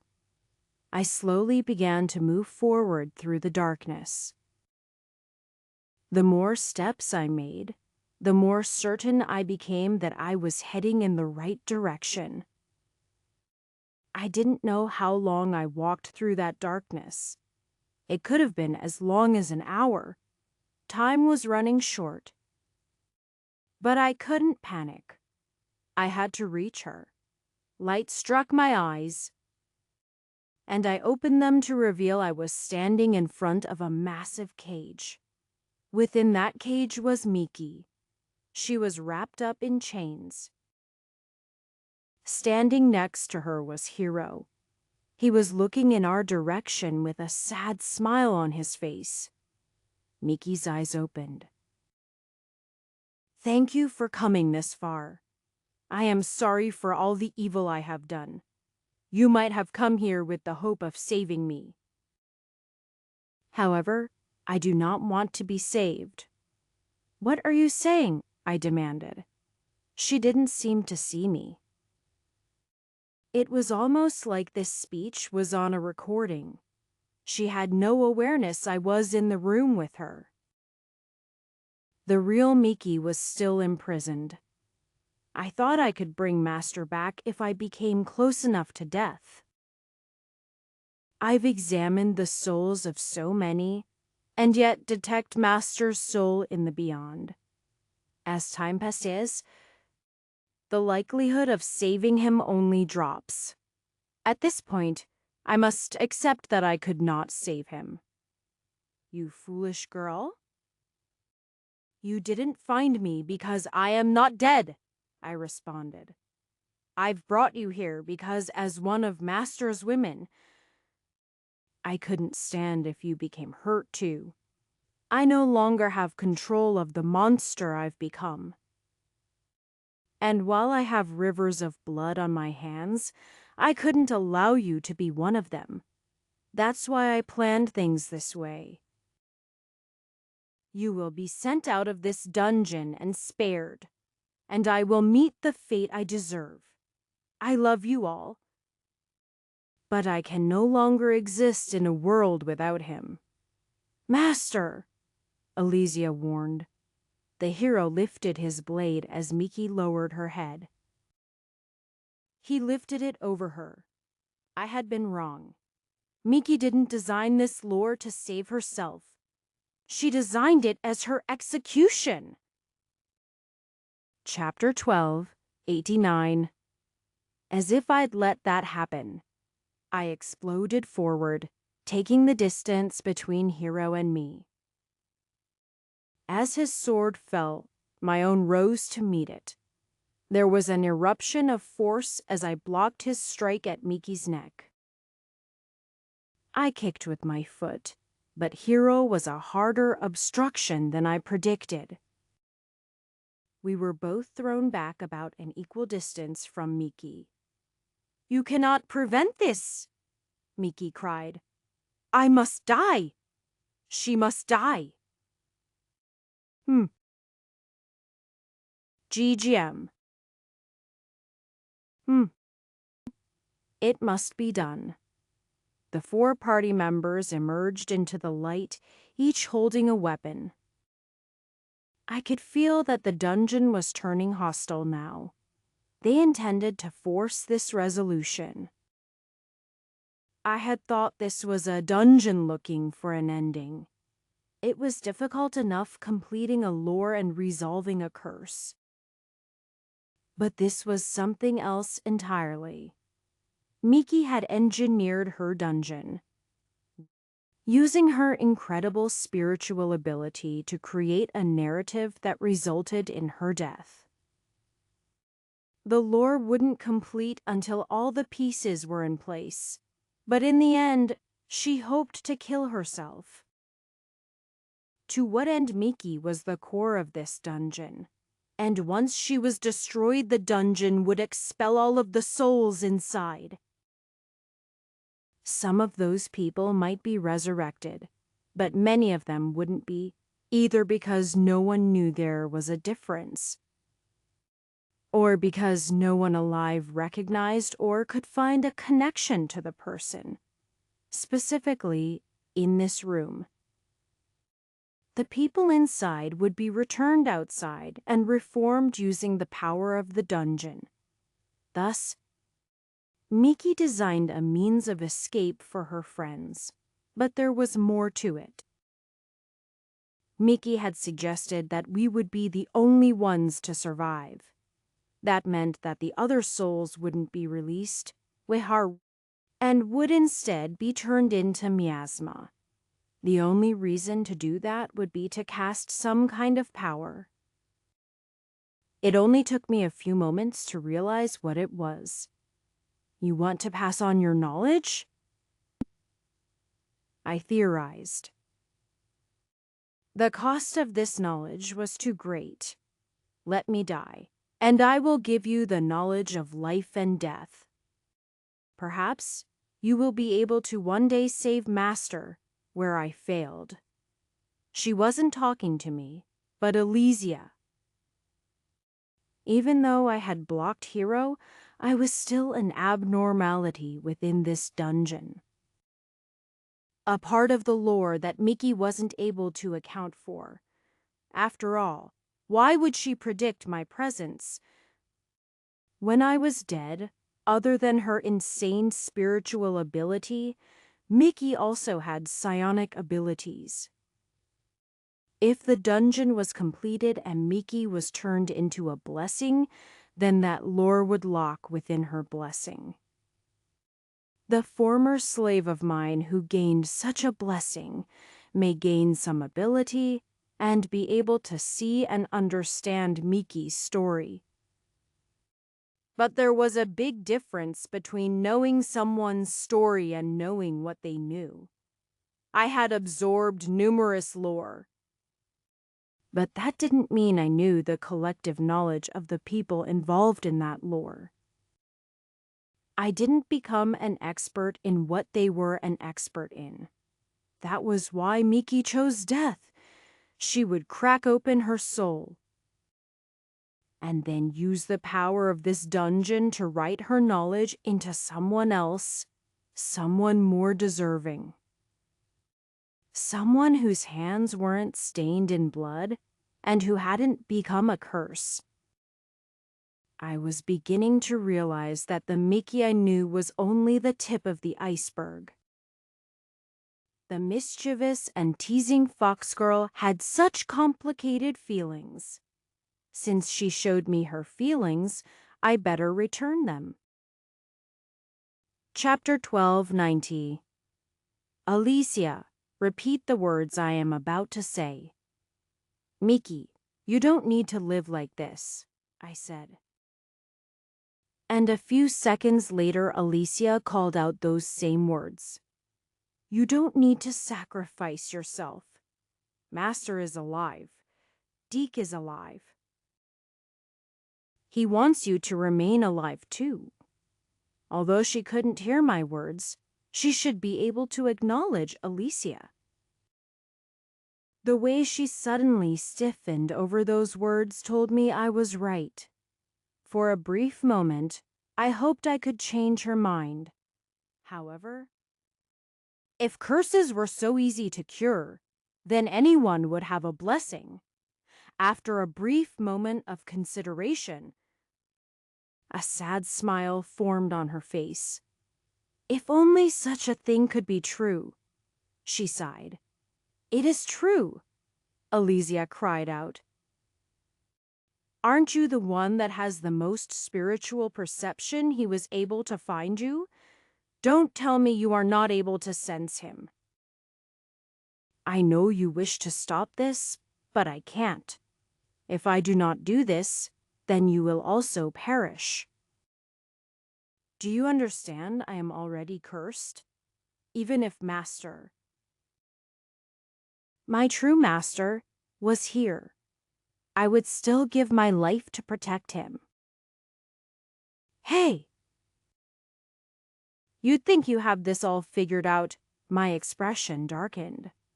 Alicia looked at me and flinched slightly. Masturbator. You think I would let you give your life for me so needlessly? I demanded. I know you can hear me. Are you pretending I am not here? If I was here, then everything you've done would be for nothing. If I was alive, then you would have to face the countless people you slaughtered. Is that it? My voice had risen to nearly a shout. But Miki still didn't face me.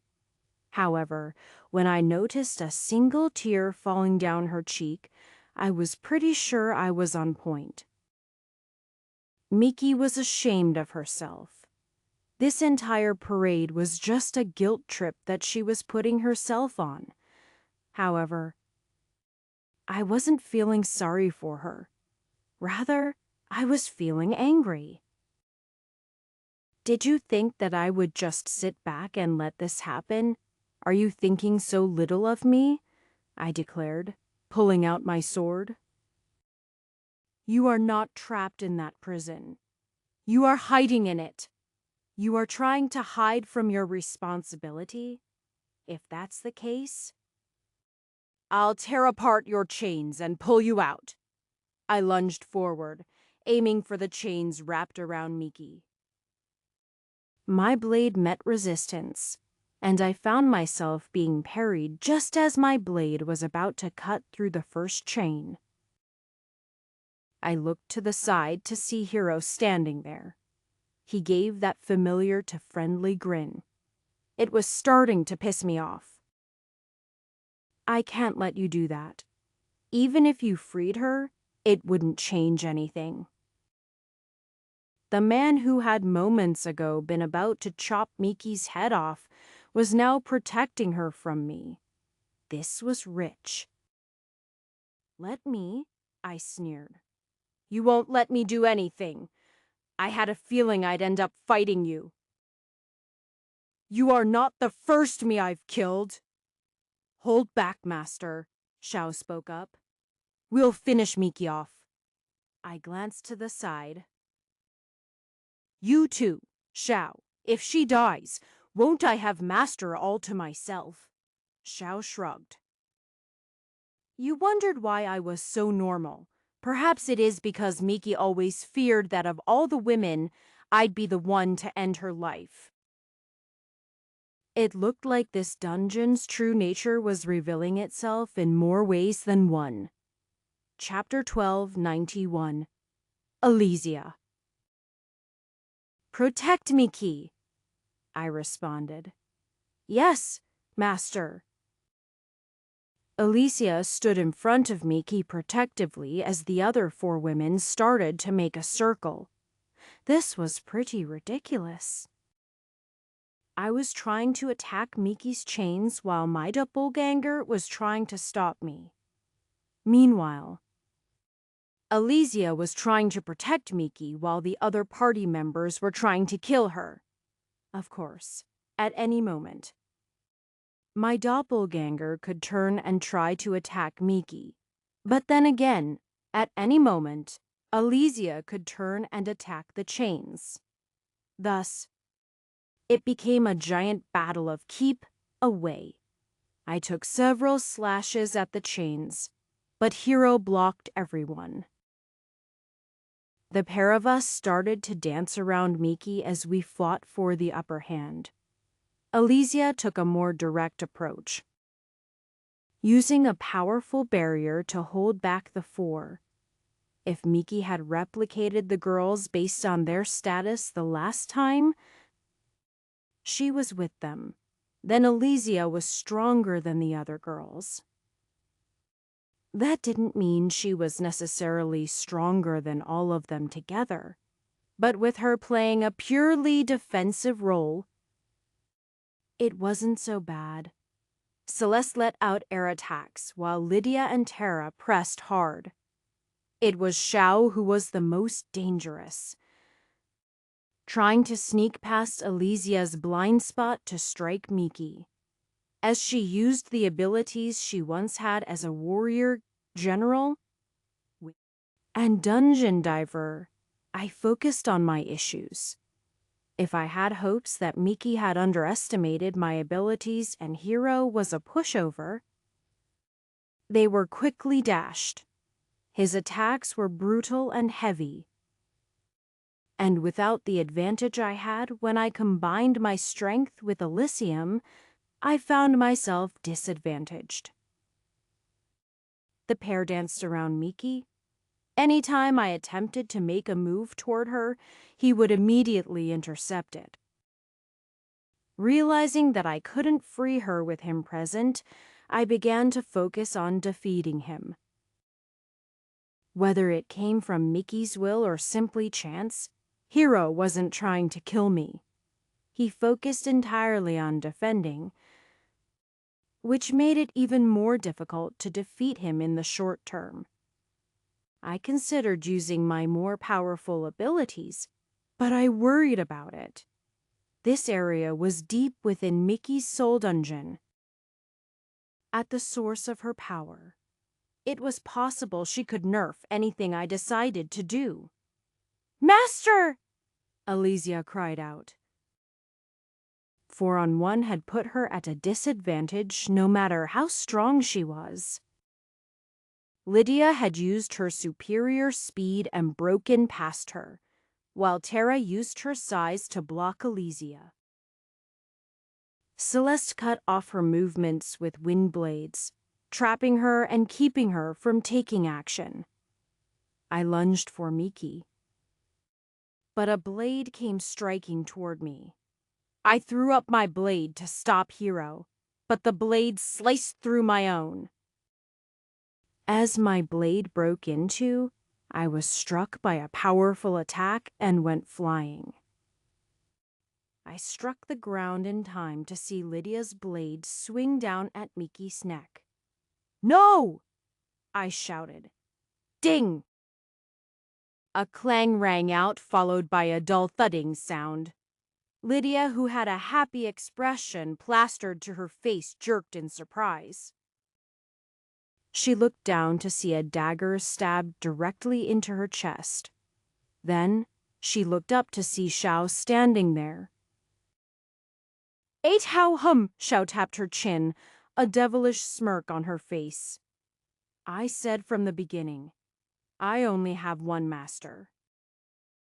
If someone hurts a woman he cares about, he'll definitely be mad at me. That's why, whether I am real or not, every part of me belongs to Master. Then you are no longer needed." While I was watching the scene unfold, I hadn't noticed Hero move, appearing behind Xiao. She didn't move to block him as he attacked her. Perhaps that single moment of defiance was all she was allowed. As the blade struck her back, she went flying away, slamming into the floor in a heap. Chapter 1292. Xiao's body landed somewhere near where I was getting to my feet.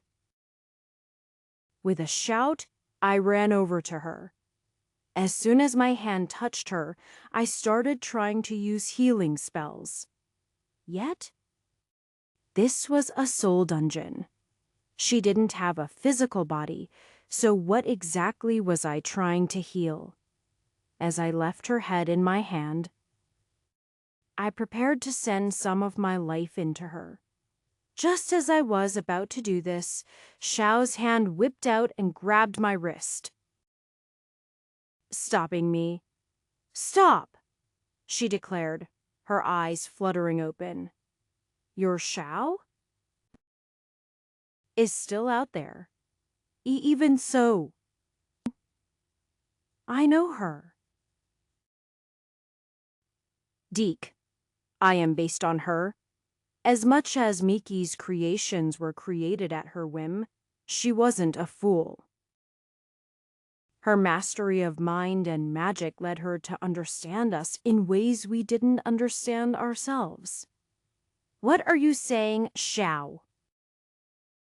Is in trouble. What? I responded.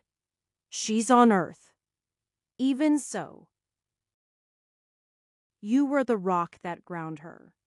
When you died, the world would have fallen out from under her. I know her, and I know you. So, save her next. Please. I will. In fact, Aish, we can both save her together. She slightly shook her head. My purpose is over. It's time for me to leave. As long as you don't forget, I'll always be inside. Her hand gently touched my chest. Then her head fell back, and her eyes began to film over.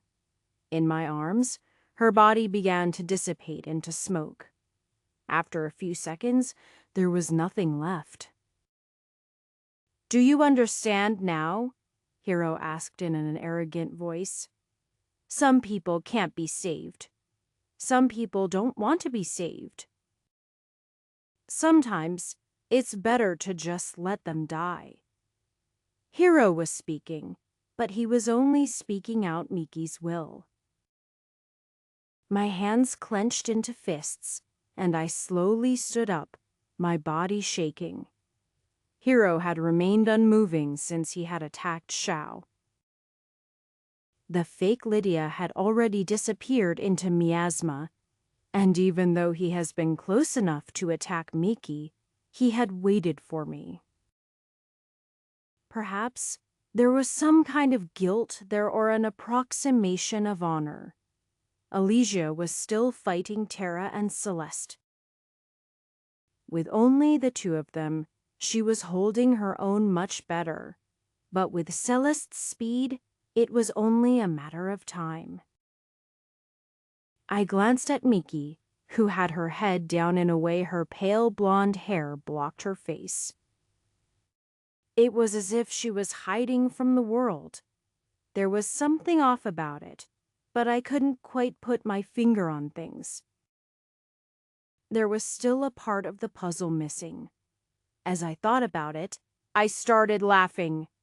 I threw my head back and laughed. The hero frowned, not understanding what the joke was. I understand now, I responded, lowering my eyes back on him. I understand everything. Then I will end her life now. You were created based on me? At least the me that Miki felt that she needed. I cut him off.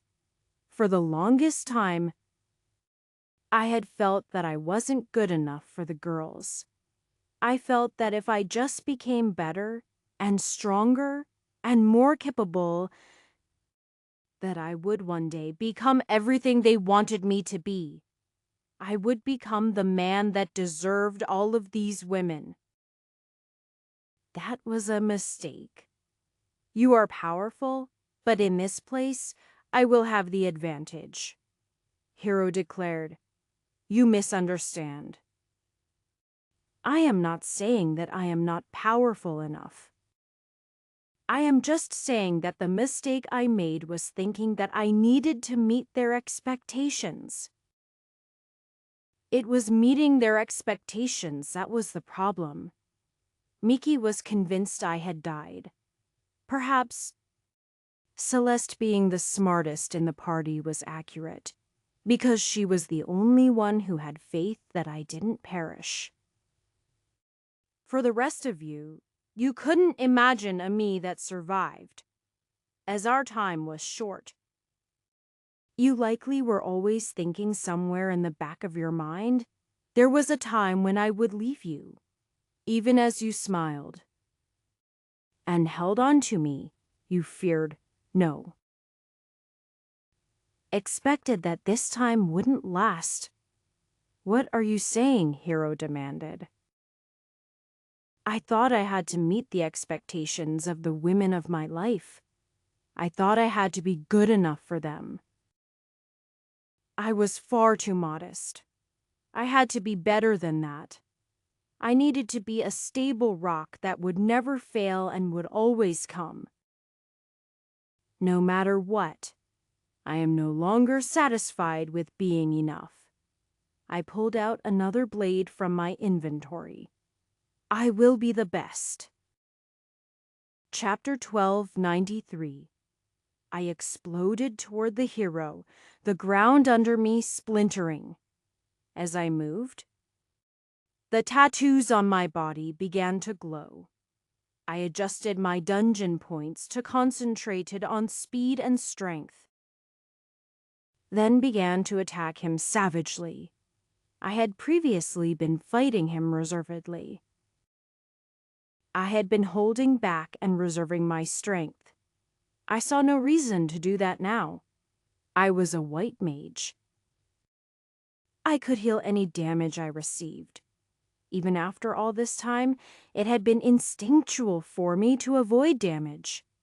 This hero? Who it was anyone's guess if he even felt pain, would naturally fight to the death for Miki. As for me, I had been avoiding taking damage, because even if I could ignore pain, it wasn't like I'd just sit back and allow myself to get hit. I changed my strategy. Allowing myself to be hit, if I could inflict damage on him as well. When I needed to, I backed away and healed, and then went at him again. My attacks were more aggressive now, and the hero's mocking smile had slowly turned into concentration. It was hard to think which one of us took more hits, but I healed after each of mine, while his wounds started to accumulate. "We're running out of time," he declared. "You are wasting time? Then die already," I snapped. His body glowed, and he used a powerful attack. This was similar to the attack he had used when my blade had broken. Knowing this, I went to receive the attack. But at the last minute, I brought the third sword from my inventory and attacked with that. Finding my body phase-shifting through his attack, he lost balance, and a moment later, he lost an arm. We split, and his arm fell to the ground. I wasn't able to do that without taking a bit of a hit. I ended up spitting out some blood. However, I was already healing myself and preparing for the next attack. The once gentle and flirtatious smile on Hero's face had become sinister and angry. "You think you've won?" he snorted. "You seem to be misunderstanding something. You believe that Miki is somehow in control here. If Miki had things her way, do you think she'd allow you to be hurt?" "I figured it wasn't all Miki," I responded. "After all, there is always a bit of a disconnect between the dungeon and the dungeon master. Since Miki's soul is taking the place of this dungeon core, then naturally, who was the one protecting it?" Hero grinned. "So, you realized? The one thing I didn't understand was why you would go about destroying Miki. The dungeon boss exists to protect the dungeon. While dungeon bosses have been known to concede their dungeon, they would rarely act so self-destructive. Of course, if you never intended to destroy the dungeon in the first place." "Ha ha ha!" He laughed, his voice changing slightly. and it sounded strangely familiar to me. Miasma rose around him, and all of the damage on his body was healed in an instant. For just a moment, I could feel something about him that was off, and combined with his voice, I put together the part I had been missing. The head scientist. I took a step back. I should have known you'd be here. You were the dungeon master when she absorbed it. The lore had to have an imprint of you on it. Also, we have met, I should have guessed, when you took my secret tunnel down here. If it's any consolation, you were supposed to be the dungeon master, but I managed to infect her creation. I've been given this new, powerful body, and soon I will have complete control of this dungeon too. Chapter 1294. My original plan was simple. I was going to cut off just a piece of the core, Miki's head. Or rather, her mind and will. I had even convinced her it was her idea. Using the power of the souls we had absorbed, I'd expel all of you and lobotomize her. Except Miki's dungeon wouldn't be destroyed. She'd be reformed into my puppet. Then I would be able to use her as I wanted. The scientist explained before his expression turned slightly ugly. I would have succeeded if you didn't suddenly try to be a hero. You don't want the dungeon to evolve either, I hypothesized. If the dungeon is stronger, you won't be able to control it as cleanly. Leave it to another dungeon master to understand my woes. He shrugged in the insolent way I remembered. Once I have Miki under my control, then I will take over Daishin using her body as my puppet. Consuming a few million more of those wretched animalkin and evolving together, I'll become unstoppable. That was the final piece of the story, the part that didn't make sense to me.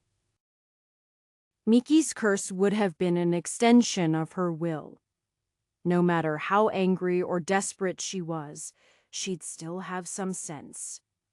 Yet, her suicidal plan, while altruistic, wasn't exactly clever. The answer was simple. Miki didn't have complete control of herself. This is why she didn't kill the foxskin when she left the dungeon. At the time, she was still forming her dungeon. At the time, she was still in control. Even once the dungeon was formed, that didn't mean she'd go crazy.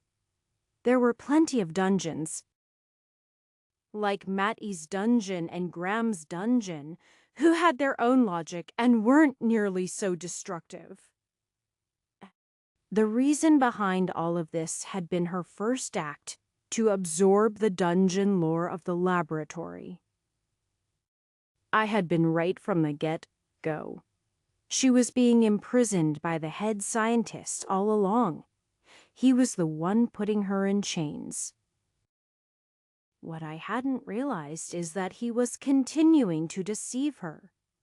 From the moment she walked into that laboratory until now, she had been tricked into thinking she was doing the right thing. A copy of the scientist I had killed had been created, took over my clone, and immediately started leading her down a dark path where she couldn't see the light. Perhaps this was why my alleged clone was an animalkin and didn't even really look like me. I glanced at Miki, and hurdle eyes that seemed to see nothing made more sense. Her mental psyche was shaken when it was suggested I was still alive. But rather than her being able to use that to break from her emotional turmoil, this guy had used it to cement his power. Now, we were the only thing standing in his way. So, you understand now. He grinned. I am master! Master! I raised an eyebrow, feeling a strange sensation deep inside me. You are Miki's master. I am... He responded, lifting his sword. Now, leave this dungeon. Miki only has one master, and it's me. I shook my head, clarity forming in my mind. I am Miki's master. I have always been her master. I will always be her master. Her body and her soul are mine. If Miki is a dungeon, then the solution is clear. I am her dungeon master. I slammed my sword down into the ground with a force of power that erupted outward. A portal ripped open behind me. WH, what's happening? Alea's voice cried out from beyond the portal. I am going to war, I announced. Again? She cried out. How about a warning next time assemble the troops? That won't be necessary, I grinned, lifting my hand. Don't worry. I'll take care of things this time. Alesia let out a cry as she turned into light and then flew toward me. My dungeon was connected to theirs now. I was no longer bound by their rules. You are a rival dungeon master. You have declared war on this dungeon. Defeat the dungeon master to claim the dungeon as your own. I plan to, I growled as I lunged forward. The power of my dungeon behind me. Chapter 1295. The person masquerading as master let out a cry of shock as I came slamming toward him. But he still managed to take my blade with his sword. The original head scientist didn't have such combat abilities. His only trick had been to use a death spell to try to instantly kill me. As soon as I had bypassed that, he had been extremely easy to destroy. This was only a soulless copy of him. Attempting to follow an approximation of what the original man wanted to do in an attempt to appear like a living being. His memories and personality were like an infection, with his understanding of life and death that exceeded anyone in Daishin. He was able to do something quite impressive. He was able to secretly infect and take over the dungeon master of a forming dungeon while it was in the progress of being created. Using his newfound power, he began to exploit and influence Miki. Her own will resisted, but he slowly gained power and bent her to his will, also that when the time came, he could live again as Miki. Taking over the body and mind of a dungeon master in progress had its perks. He was able to gain all of the skills and abilities of such a dungeon master. These were skills and abilities that Miki had given him, skills and abilities that I possessed. However, there was a disconnect there too. Miki only knew some of my power. She could only imagine what she had personally experienced. And I was growing all the time. The me at this moment was nothing like the me from before. Even if she had a high opinion of me, there was no saying that opinion would match reality. Thus, this clone wasn't an exact copy like the doppelganger from previous dungeons. This clone was more an approximation of Miki's belief in me. To defeat him, I merely had to be better than that. However, that was no longer good enough for me. I had to be more than better. I had to show Miki who her master truly was. With Elysia in my hand, every attack against the hero was harder and faster. He was constantly falling back. Just as I was going to pursue him as he retreated, I saw the giant pair of tits and the wrestler begin to race toward the trapped Miki. Given that they didn't want her dead, I figured their bluff was up, but it seemed like the hero had other plans. A form suddenly flew through the portal from my dungeon. "Master!" Celeste cried out. "Just in time. Deal with those two," I ordered. I had planned to handle it on my own, but I didn't mind a little backup when the other team was trying to cheat. "This fairy make good companion," the fake Terra declared as she saw the real Celeste. Being one of my slaves and possibly the very reason Terra had created her escape, Celeste was immediately recognized. "I don't care! Kill her!" the hero roared.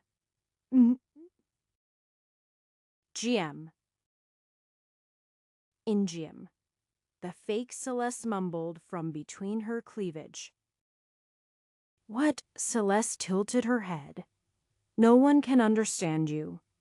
Your breasts are in the way." Celeste just went ahead and said it. The two looked at each other and then charged her. I wasn't the only one who had changed drastically since Miki had last seen me. Celeste was now a complete evolution beyond the woman she once was. Her body blurred and then appeared behind Terra. She waved her hand, and a blade sliced up.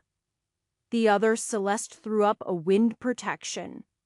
It took some of the blow, but the gash still flew through it and struck Terra, sending her massive form flying. "Did you just use wind against me?" Celeste asked, giggling. "MG," the other Celeste cried out. I said, "I don't understand what you are saying. I am just going to destroy you now, whoever you are." Celeste disappeared again. The other Celeste tried to flee in panic, but even with all the speed Miki could imagine, she was outclassed by the current Celeste. She grabbed her from behind, taking her 2 wings. And then she began to spin in a circle. Her body became a whirlwind as she spun wherever, sending the floating rack flying around at nauseating speeds. Terra stood up after recovering from her hit, and then began to charge, attempting to protect her friend. At that moment, Celeste let go, and the tits flew off like a bullet. They were aimed, though, directly at Terra. The back of the little Celeste slammed into Terra with a horrific force. Terra flew back, creating a crater as she struck the ground. Although boobs were thought to be soft when thrown at such a brutal speed, they were more brutal than a cannonball. Terra's sternum was destroyed, and her front was collapsed. Meanwhile, the little Celeste had been turned to mush. As her labored breaths became harder and harder to take, the stunned Terra looked down. For a moment, Celeste's enormous chest had been plastered to Terra's front, and it appeared as if Terra had a pair of large tits. If only for a second, she got to experience what it was like to have a big rack. "H heavy!" She croaked her final words. A single tear fell down her cheek. She collapsed back, taking her last breath, a slight smile on her face. Even in Miki's imagination, Tara had a boob complex. Chapter 1296. The false hero had stumbled back. Landing on his behind, he crawled away as I stepped forward with my blade. My body glowed with the light of the dungeon blessings, and there was a spark of fire in my eyes too. This man had tried to destroy and use Miki, not just once, but twice.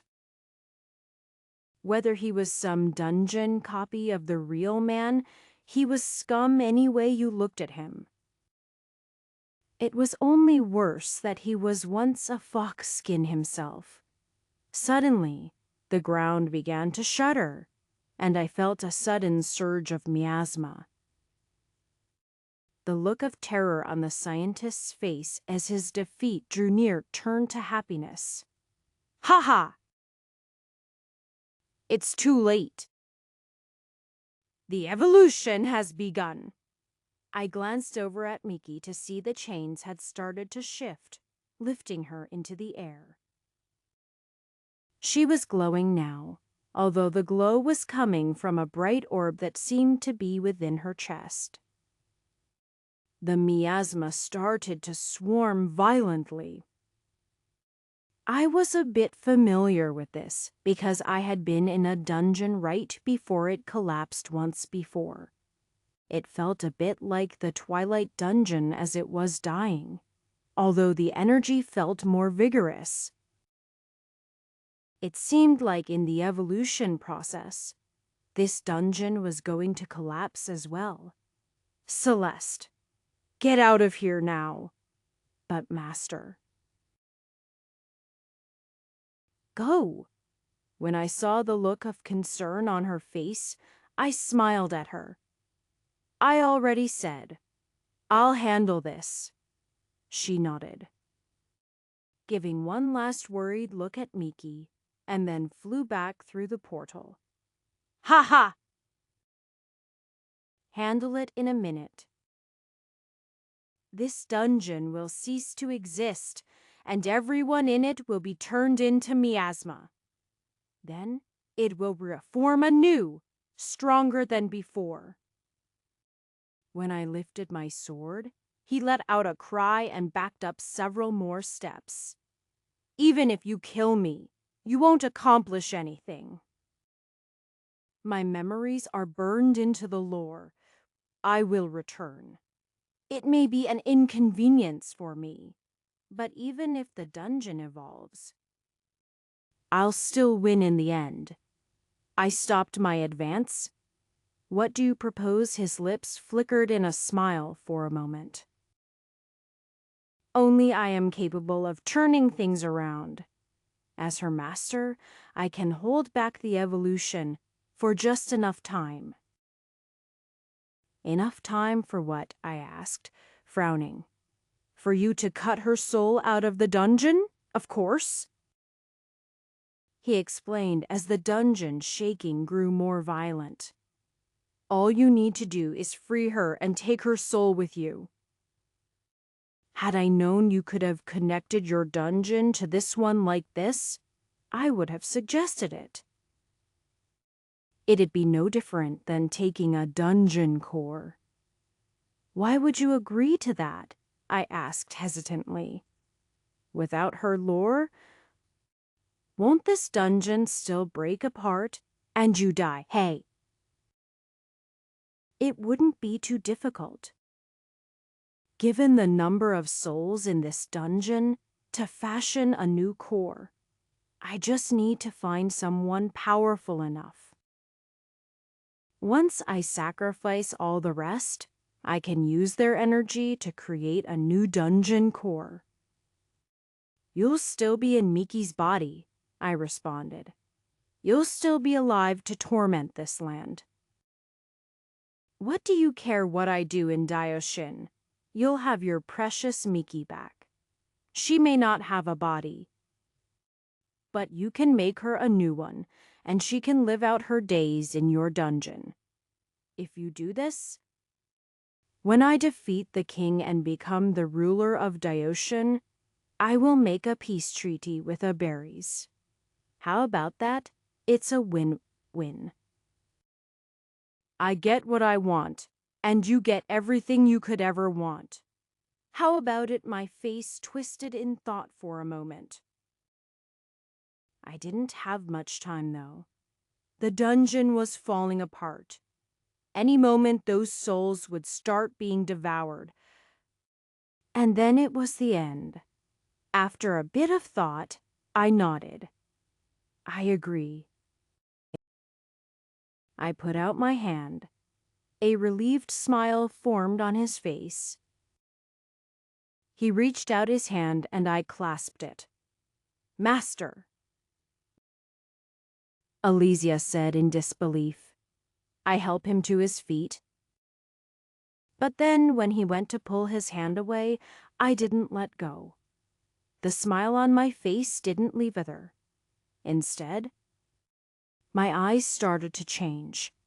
As he looked into them, his expression started to change from one of triumph to fear. What? Absorb, I responded simply. Chapter 1297. Our hands began to glow, and the hero, or rather the scientist, let out a scream as he started to collapse to his knees. He desperately tried to pull away, but he couldn't. As he reached for his sword with his free hand, I kicked it away. You fool! He screeched. What are you doing? You said something that interested me. You are just lore. You are nothing but the memories of a man. You said that only you know. You may be right. We'll find out in a moment, as I'll be absorbing all of your memories. This wasn't the first time I had harvested memories from another within a dungeon. It had only occurred to me as this guy was begging for his life. I knew that if I did what he wanted, it wouldn't turn out in my favor. He was going to betray me one way or another. Therefore, I decided to betray him first. His body started to break apart as he let out screams, but I held on tightly.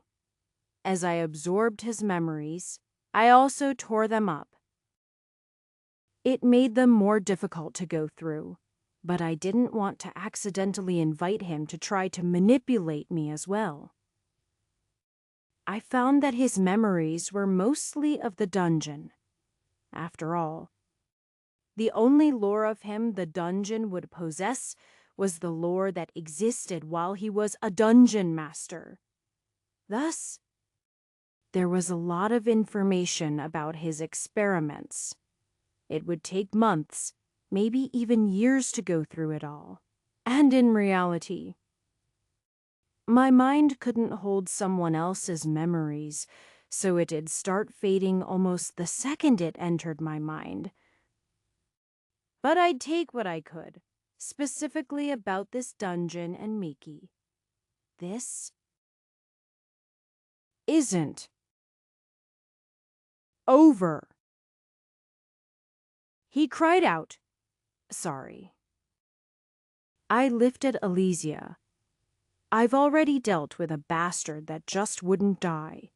This time, I am not going to leave behind any baggage. I sliced down, even as I held on to him. His body broke into two and then disappeared into dust. Did you get what you need? Alesia asked worriedly. I hadn't finished absorbing him but destroyed him with her blade in the middle. That was also to ensure his viral side didn't show its ugly head. I don't need his memories. I shrugged. I just absorbed him as a distraction. He couldn't protect his soul while I was sucking it in. It was the equivalent of grabbing someone's shield and pulling on it. While they were trying to hold back from losing their shield, they naturally couldn't use it to block an attack from the side.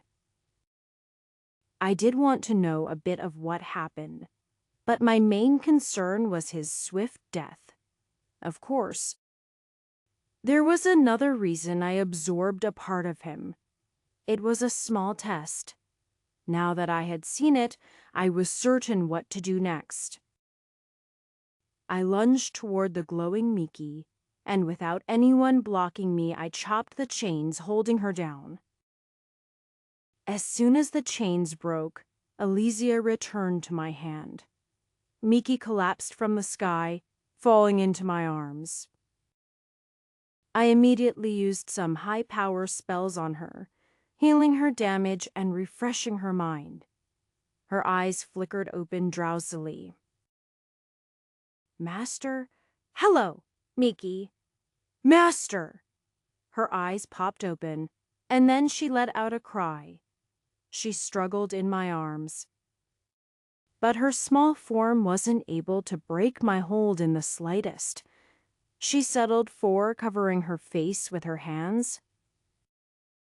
I reached down and grabbed her wrists, pulling her hands from her face one at a time. She had tears running down her cheeks. And she was bright red. There was a look of embarrassment and shame on her face. Miki? I repeated. You should look at your master when he's talking to you. Master! I am sorry, Miki responded weakly. This is all my fault. Everything is my fault. I reached out and stroked the tears from her cheeks, although she continued to make more. I don't believe that, and even if it was, I wouldn't care. I am your master. The fault is ultimately my own. I was responsible for all of you, and I failed you. That's not true, Miki tried to protest. I am the one who didn't believe in you. I am the one who let him trick me into those experiments. I am the one who allowed him to manipulate me.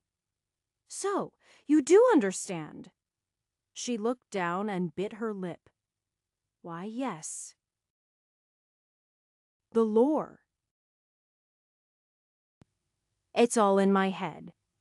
Then you understand that your mistake was not trusting in me. I understand. Wait. What? Master always figures it out. I flicked her forehead. Ah! Master! Since you understand, let me show you what your master truly is capable of. What do you mean? Miki asked, rubbing her forehead. What is it that you wish right now, more than anything? I wish. She looked away. I wish all of the people I killed. I wish I could set things right. I smiled. Then just watch. It's too late. The dungeon is breaking apart. Even this area was cracking apart. The walls were breaking down, and the floor was giving way to nothingness. We were standing in a dungeon that was falling apart at the seams, yet I was completely calm. I reached out and put my hand on Miki's chest where the glowing orb rested. Absorb. Chapter 1298. Dark Priest, Mimic, Dungeon Builder, White Mage. It was a truly strange set of jobs. But these were what I chose to begin a particular set of circumstances. I began to absorb the energy of the dungeon into me, and then expel it into my dungeon. In short, I was devouring this evolving dungeon. Since I couldn't free Miki of the dungeon, I would consume the dungeon until all that was left was Miki. Miki didn't let out a scream or show any amount of distress. Instead, she looked up at me with complete trust. Her eyes were red and tears still flowed down her cheeks. But she wouldn't dare turn her back on me. I had used the power of a dungeon to fuel spells before. But this was something on a far grander scale. This dungeon had consumed tens of thousands of souls across Aberries and had been reaching a state of evolution. It was literally breaking down and beginning the reforming process, and right when it was at its weakest. I grasped the core in my hand and began to consume it. The area we were in had been cracking apart. The very fabric of this world being pulled apart piece by piece and converted into miasma. However, the flow had suddenly changed, and the infinite abyss outside this room had become a bright and blinding light. Rather, it was like the darkness was being sucked out, and all that remained was light. I clenched my teeth as I felt a swelling within my soul. I would be lying if I said this didn't feel painful. Miki had become a conduit between life to death, channeling souls through her body and expelling miasma. I was doing the exact opposite. I had become a conduit toward life. That was why I had the white mage equipped. I held tightly on to Miki as a torrent of energy flew through me. Countless souls were sucked out of this dungeon and seemingly brought through me. The pressure and power of it all was incredible. And I felt like I might break at any moment. However, I knew I had to keep going. I had to take all of it. Miki seemed to be able to sense the distress I was in. She reached out and grabbed me as she did so. Her foxtails began to spread out. It split into 2, 3, 4, and eventually 9 tails. They wrapped around her body like a cocoon and then pushed into me. Miki was easing the burden of energy, widening the conduit and allowing the energy to flow faster. It helped for a bit, but the more energy we pulled, the more it grew. The mana was an explosive amount, enough to turn a small country to ash. We shared in their burden, clinging to each other. Connected by streams of rainbow, creating a channeling circle between us. We need more. I spoke through clenched teeth. The pressure was growing too fast. I felt like I was going to explode again. Miki slowly nodded her head as if she had come to some conclusion. She closed her eyes and then squeezed me tightly as she let out a single cry. Her 9 tails split once again, and then again. Her tails began to split endlessly. Each tail formed in a rainbow, and the entire dungeon became filled with a prism light that erupted around us. Miki's body began to disappear, becoming nothing but a glowing light in my hands. Her power flowed into my soul, writing itself into my lore. I felt an incredible feeling like I was floating through endless time and space. Miki and my body merged, and I could hear her thoughts. Her heart beat with mine. I could sense her feelings. Her love for me burned like a fire that fueled me, and power seemed to explode out once again. Master! The energy is too much! The dungeon is going to explode. Elea's voice reached my ears. Then, I suppose it's time to release it, I responded, pulling something out of my inventory. It was 4 regents: Spirit Fire, Fairy Dust, Miasma, and Gaia. By combining alternative forms of mana, you could sometimes create combination skills. They were unique skills that took on the properties of the mana sources you used. For whatever reason, any given person was able to only create 1 combination skill per regent. I had already used all 4 regents earlier to create the skill Death Strike. Even though I was split at the time, it was still an intrinsic creation of my lore. There probably existed a 5th mana source, but I hadn't discovered one yet. Alternatively, I could use only 3 or 2 mana sources, and as long as it was a unique combination, I could create a unique skill. I feared it wouldn't be enough, though. Do you want to save everyone? I whispered. Yes, Miki responded. I lifted the regents. Then you know what to do. The pair of us glanced at each other. We knew what to cast instinctively, and we knew what the result would be. Mass resurrection. The world became nothing but light. Chapter 12:99. For some time, Chom had fallen into a strange hell. The people were infected with a rage, which managed to keep them from falling under the complete control of the dungeon. This was done by Elia in a play to buy time and save the place. Suffice it to say that the city becoming a zombie-infested prison wasn't great for growth. Once I returned and freed the people from their bondage, though, they had been changed.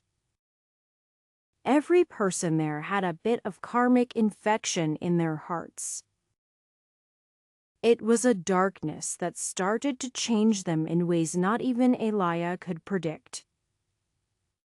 Those who hadn't been sucked into Chom's trap, like the ones in old Chom forced to live under Astraya's oppression, found the people of Chom to be strangely more intense. They seemed stronger. They worked harder. Those that had been riddled with past traumas seemed to no longer be affected by them. They didn't become afraid easily. And they were leveling at an alarming rate, despite their lifestyles not changing.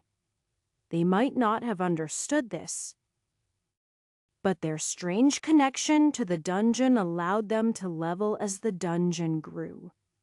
Productivity boomed, and the Austerians who had arrived and recently set up a camp outside of the city even had to admire them. A man from Chom was equal to any Austerian. That saying would start to spread. Considering how Austerians saw humans, this was an extreme compliment. At that moment, the city was still in a state of repair. There was much to do, and the people were hard at work doing it. Those in Chom were restoring the city, while the Austerians were reclaiming parts of the wilderness, using the wood in the construction of new buildings, which would one day become the Austerian district of Chom. At some point, everyone in the city who was working stopped and looked in a particular direction. Those that didn't have a karmic connection to the dungeon looked around in confusion at their peers. As they tried to figure out where they were looking, they came to realize the direction was the Lord's manor. The ground started to shake, and a light seemed to appear. Soon, everyone was looking in that direction. Because a pillar of light exploded out. It was evening time and the sun was setting. But it suddenly felt like noonday as this light silently erupted from the city. It emanated from a place just behind the Lord's manor. There were very few who knew what was there.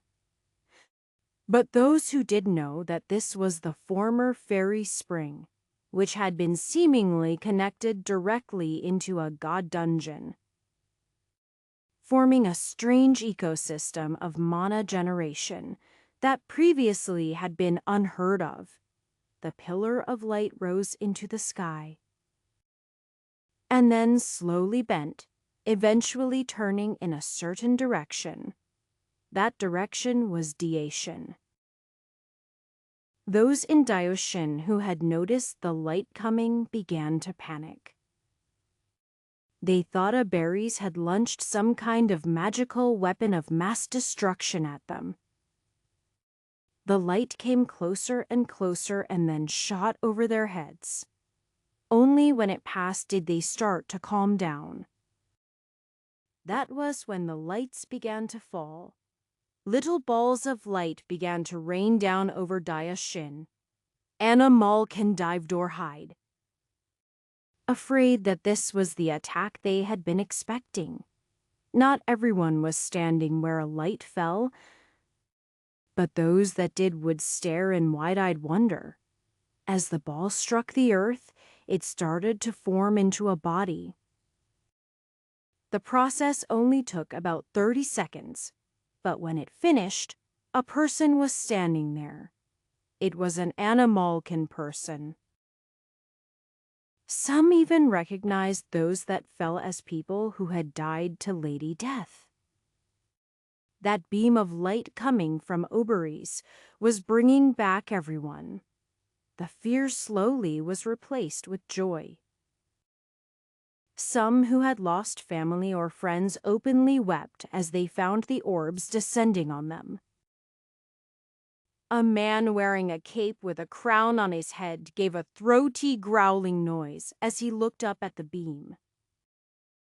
Some of the lights were falling in this valley, and soldiers who had died not too long ago were instantly brought back to life. He took his sword and then put it back in the sheath. A rock-like statue in the shape of Lady Death slowly broke away into ash, disappearing as if it was never there. This breaking apart had begun before the man had made it here. He had been too late by only minutes. At least, that's how he saw it. As Lady Death disappeared, there was another body. It was a large man, nearly as big as the king. He had clothing on, but it had been torn asunder. And he was practically naked and lying on the ground. His body began to degrade as well and slowly vaporized. My king? Everyone who perished is being brought back. A messenger approached, stating the obvious. The king barely acknowledged him. Leaning down as he noticed a couple of potion bottles on the ground, he lifted them and sniffed. Waters of life, his eyes brightened, and then he looked up at the beam. Sir, it looks like I have a destiny with this new lord. Carr forfeited his life to stop me. But his successor seems to have followed in his footsteps. My lord, what should we do? The man still looked confused. King Roth threw the empty bottles to the ground and then stepped on them. Let the people know, particularly the Rabbitkin, that I personally took care of Lady Death. This was a plot of Aberys. That is why the souls freed are coming from their direction.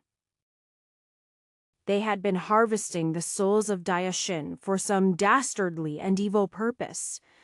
Thankfully, I was able to stop them in time. The messenger gasped, his eyes widening. They did such a thing. Would I lie? He growled.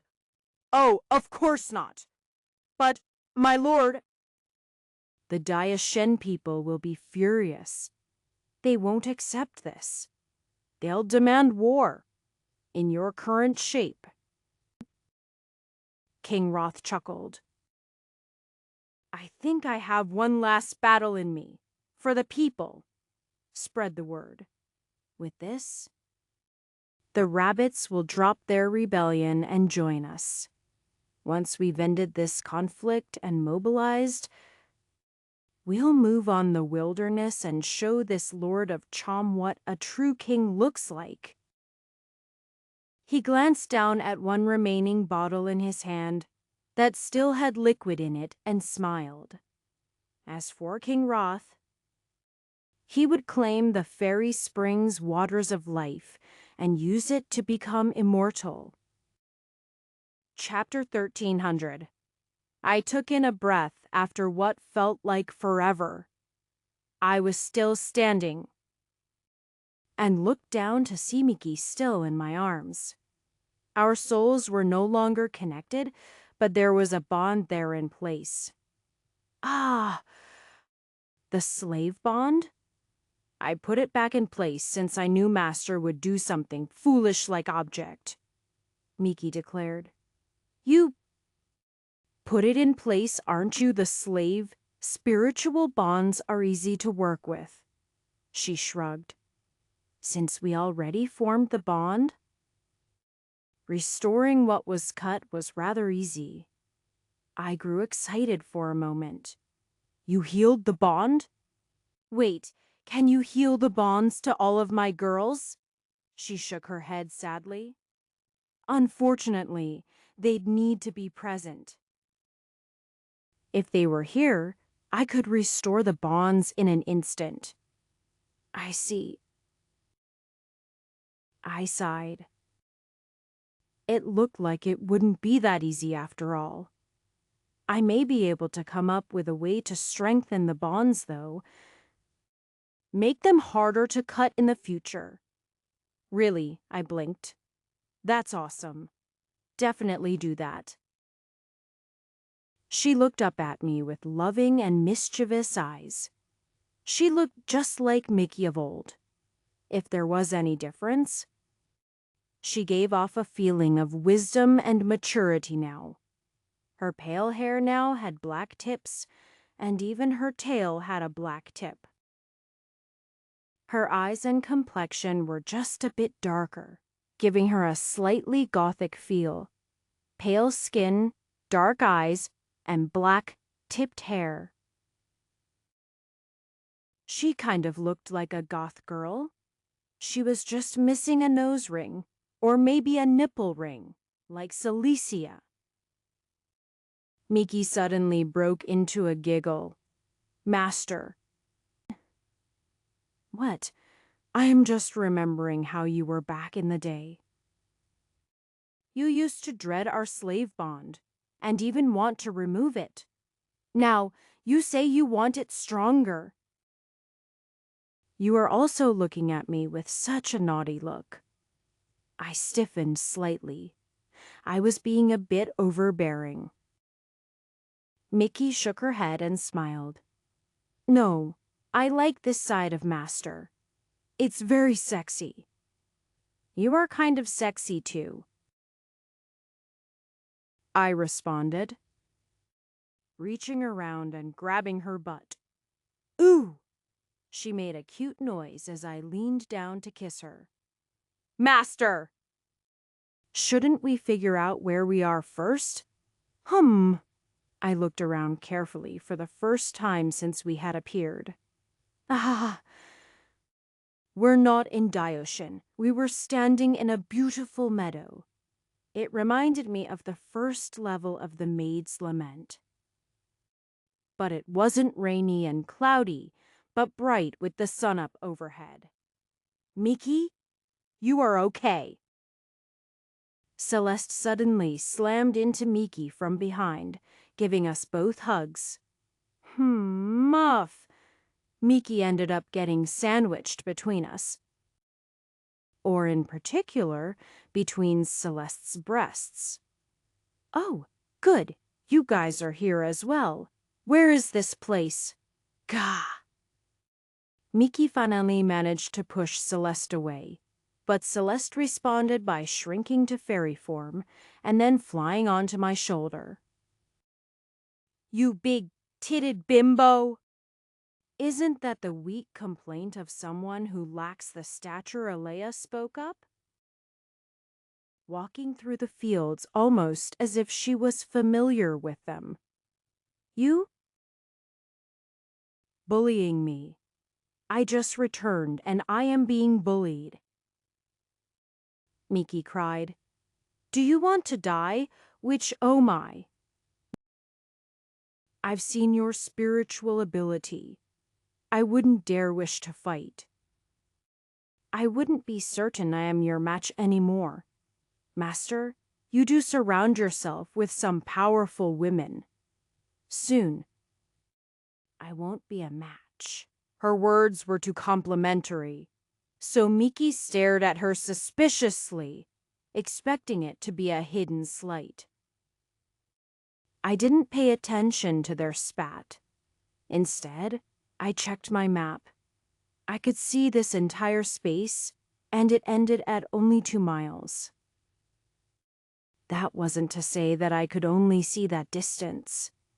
There was nothing to this world beyond that distance. That's when my eyes landed on something strange. It was a pile of items just sitting around. I quickly recognized the items. They were the items in my inventory. Elaya. Where are we? I asked again. Remember how your dungeon became a god dungeon? She asked instead of answering. Yeah. Remember how it evolved. And we weren't sure how it evolved, I guess. Well, it turns out that the evolution of your dungeon wasn't physical, but... Spiritual. I frowned. What are you saying? Your dungeon now exists on 2 planes of existence. There is the physical dungeon, but there is also a soul dungeon. As for that soul dungeon, the entrance to it, rather, its location, exists within a powerful god soul. My eyes widened. You don't mean... That's right, Master. We're inside your soul world. Chapter 13. 01. Soul world? I asked in wonder. Does that mean my soul is the dungeon core again? Not exactly, Alea responded. The dungeon core still exists within the dungeon, but it now is connected to a soul aspect, particularly your soul. There is an entrance to your soul world within the dungeon now, which is how we get here. Furthermore, your connection to the dungeon now means you can pull on energy from the dungeon, even from a great distance. That's what you did when you absorbed that dungeon just now. You opened the door to your soul world, and energy flowed through it. Normally, it might have taken years for your soul world to grow to any significant size. But because you absorbed so much energy so quickly, you were able to quickly expand it to this size. I rubbed my head, still trying to wrap my head around that idea that I was currently within my own soul world. Why is my inventory here? Well, as you know, inventory is a space created within your soul. In a way, you could call an inventory a primordial soul world. Those who have an inventory find it to be quite small, and naturally, They can only touch it, not enter it. Furthermore, other living beings can't exist within it. Now that you can access your soul world, you are entering a massive inventory. In a way, I frowned as something occurred to me. If living beings can enter my soul world and the entrances in my dungeon, does that mean people can just walk into my soul world? Alea made an awkward expression. Well, you see, your soul world entrance is the dungeon core. If someone gets a hold of your dungeon core, there are more troubles than just them entering your soul world. However, even if someone tries to enter your soul world, you can deny them entrance. You set the conditions of entry. We were only able to enter because we are your slaves. I slowly gave a nod. I supposed it did make sense. When it came to the illusory sword dungeon, no one was able to enter the dungeon unless they met specific conditions. Both dungeons and souls were essentially lore or a story of the past. Dungeons were cursed lore, built up of fragments of memories from the Beperted, but they were still essentially the same thing. It stood to reason that they could connect like this. You know, I am here to... Elysia. Isn't that the Osterian general? Miki asked. Ah? She's my sword now. But you are in my soul world too usually. When I am inside your blessing, I remain in a dark place devoid of feeling, Elysia explained. Isn't that really terrifying? Miki cried out. I've gotten used to it, she shrugged. However, once this world formed, I ended up here. I actually feel normal in here. I don't dislike this. Wait. You've been here all along. You mean when Master and I... Elysia glanced away. I am getting used to that too. I cleared my throat. Anyway, you were saying a soul world exists in the dungeon, Master, and the entrance is the core. Perhaps that was the relationship between dungeon masters and the dungeon. It was usually the case that you had to defeat the dungeon master to access the dungeon core.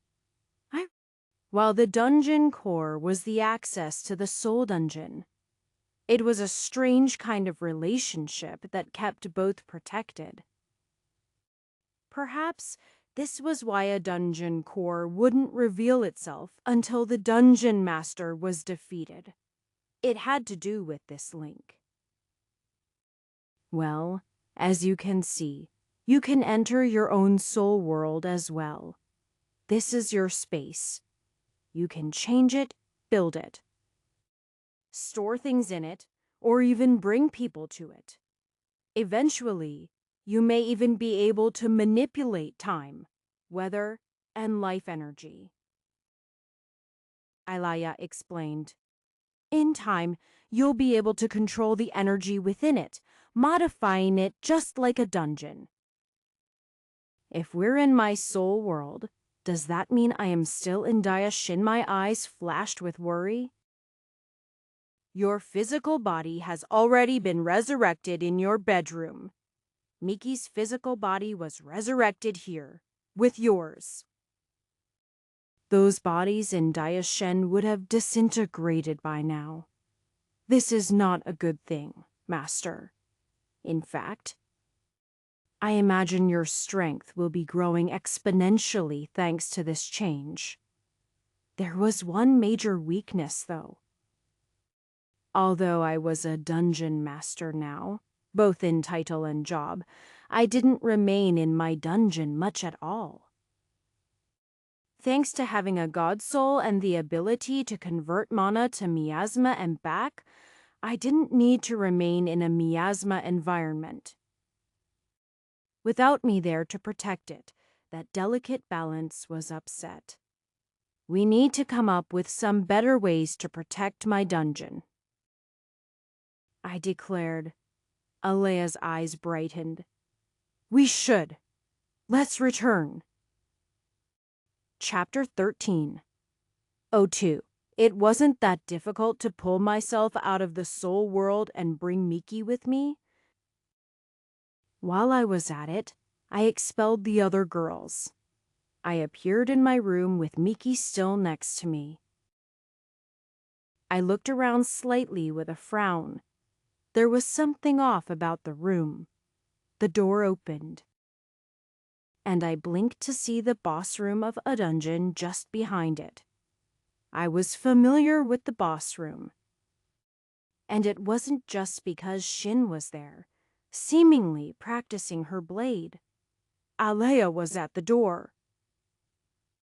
Celeste waved but didn't join her. Instead, she flew over to Shin and started talking to her. Alea came in the rest of the way and then smiled. They decided to relocate you to this room. Given your status, it seemed to suit that you remain here. This is closest to the yin-yang fountain. You also have a formation that will take you out of the dungeon.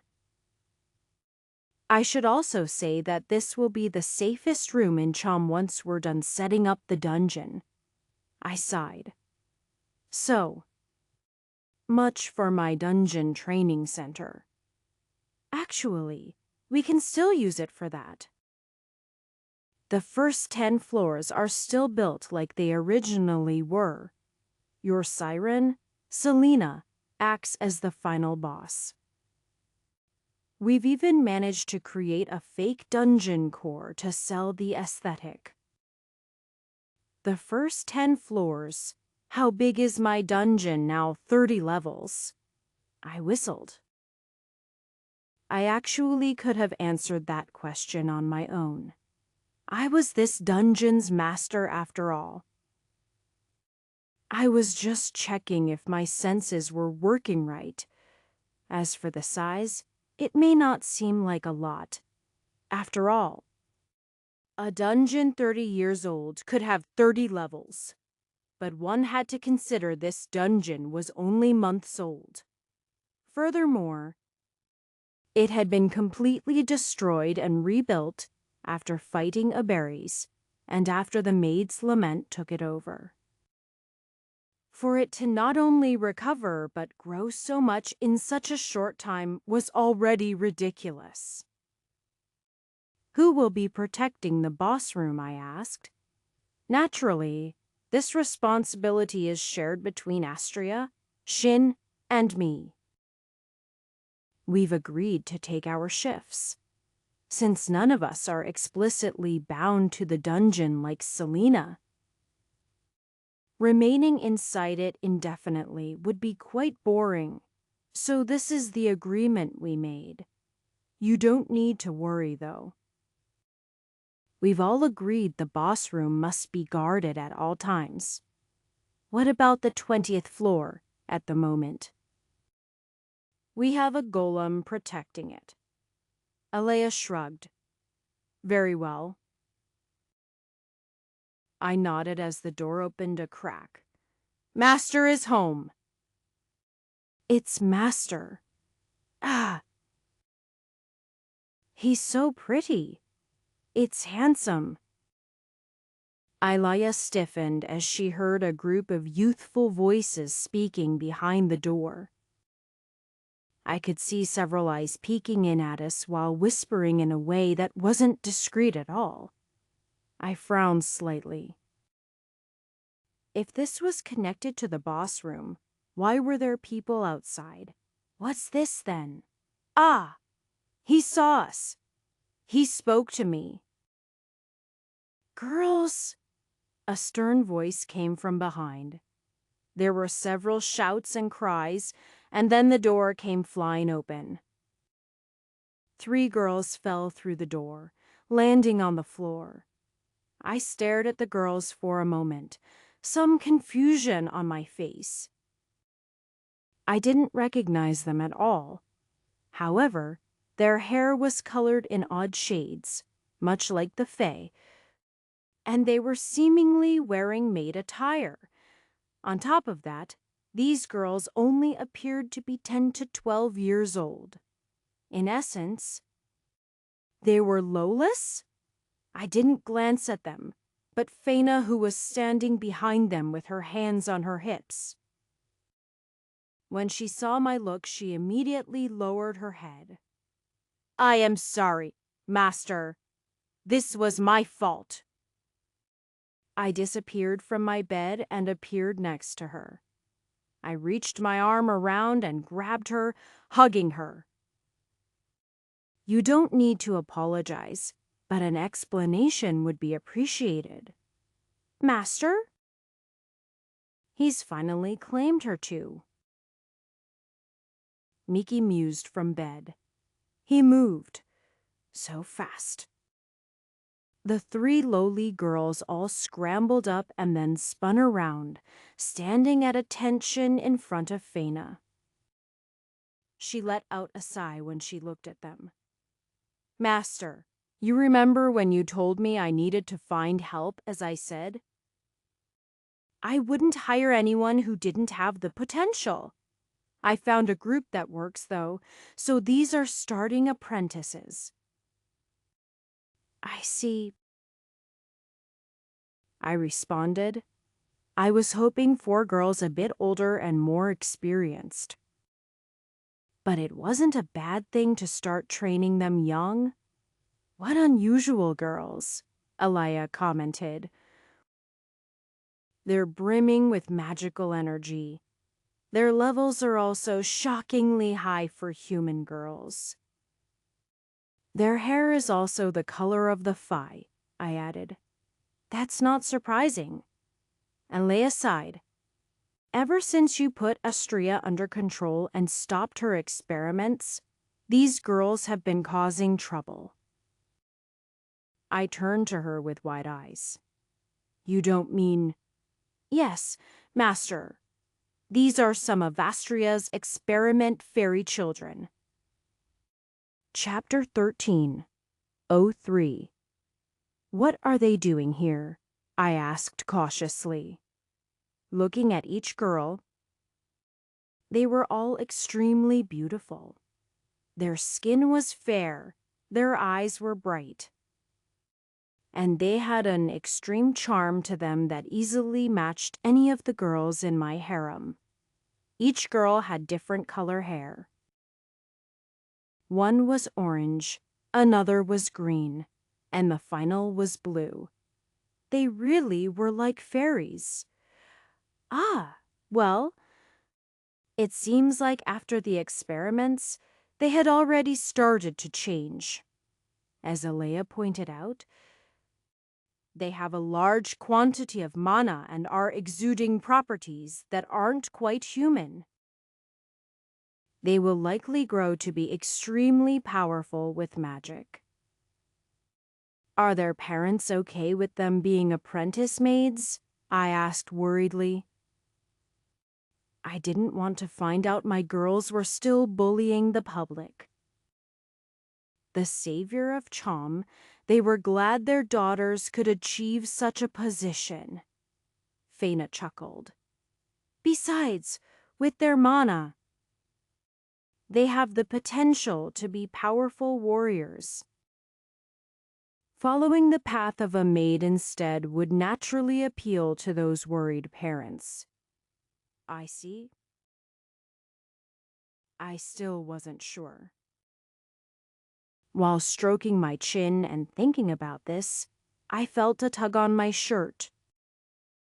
I looked down to see all 3 girls standing there looking up at me with tears in their eyes.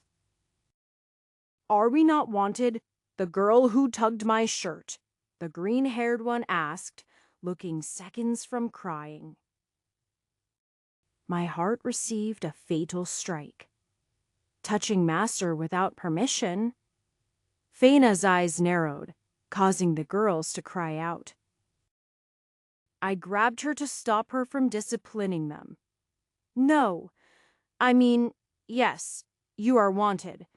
I very much want you to be my maids. Really? The orange-haired one confirmed, sniffling. Really? My voice came out extremely hoarse. Really? The blue-haired one asked. I gave a thumbs up, for some reason feeling tears in my eyes too. The three girls broke into giggles like they had never been upset in the first place, and then ran past Feina and disappeared as quickly as they came. The door fell closed as the first two girls passed through, and the third girl ran into the door. However, her body didn't stop, and she ran right through the door like it wasn't even there. Master, you shouldn't let them take advantage of you. Feina sighed. You must resist their charm? What do you mean? I responded stiffly, letting her go. You've been away, so you probably haven't heard. But the girls like those three have started to earn a name through charm. Alea spoke up. They call them Deek's fairies. What mine? It seems that they all talk about you. A lot. If asked, they all declare they are. Your future brides. Feina coughed. It's not too hard to understand. These girls had been experimented on using the mana from your mana spring. In short, your essence has imprinted on them. They see themselves as yours, Elia responded.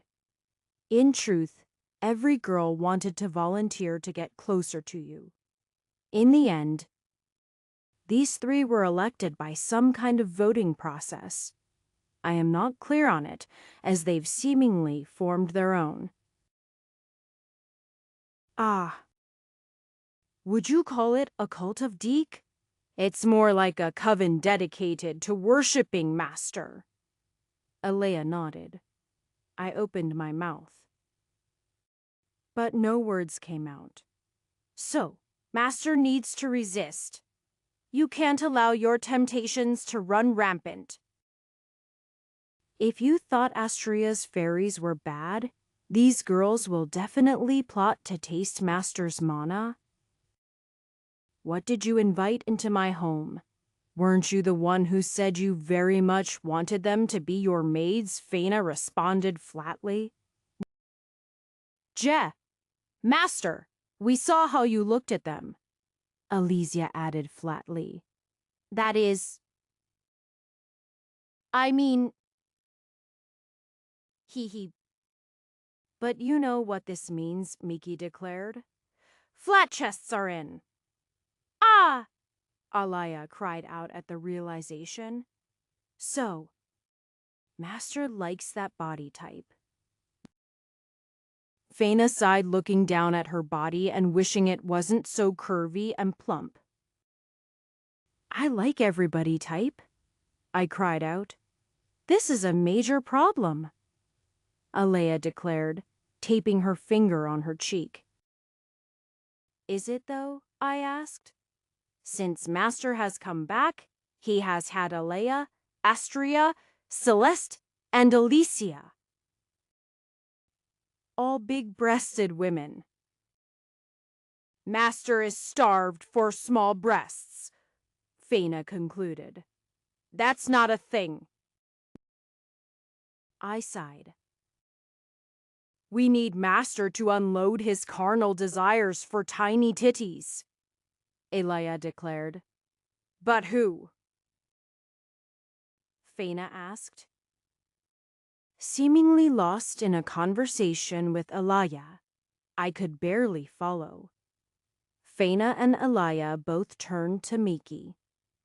Miki blinked. And then her cheeks went red and she covered her chest. I have boobs? Only beasts. I am small all around. So my boobs are big in comparison, Miki cried out. If you want a flat chest, there is Terra or Garnet. Both of them are gone for the moment. Alaya sighed. Miki, we need you. The harem needs you. It's no wonder Master saved you first. Your subpar chest will save us all. Are you insulting me or complimenting me? Please. Miki, you don't want Master to fall into a lowly abyss. Guys, this is a non-issue. I am not even excited right now. Okay. Fine.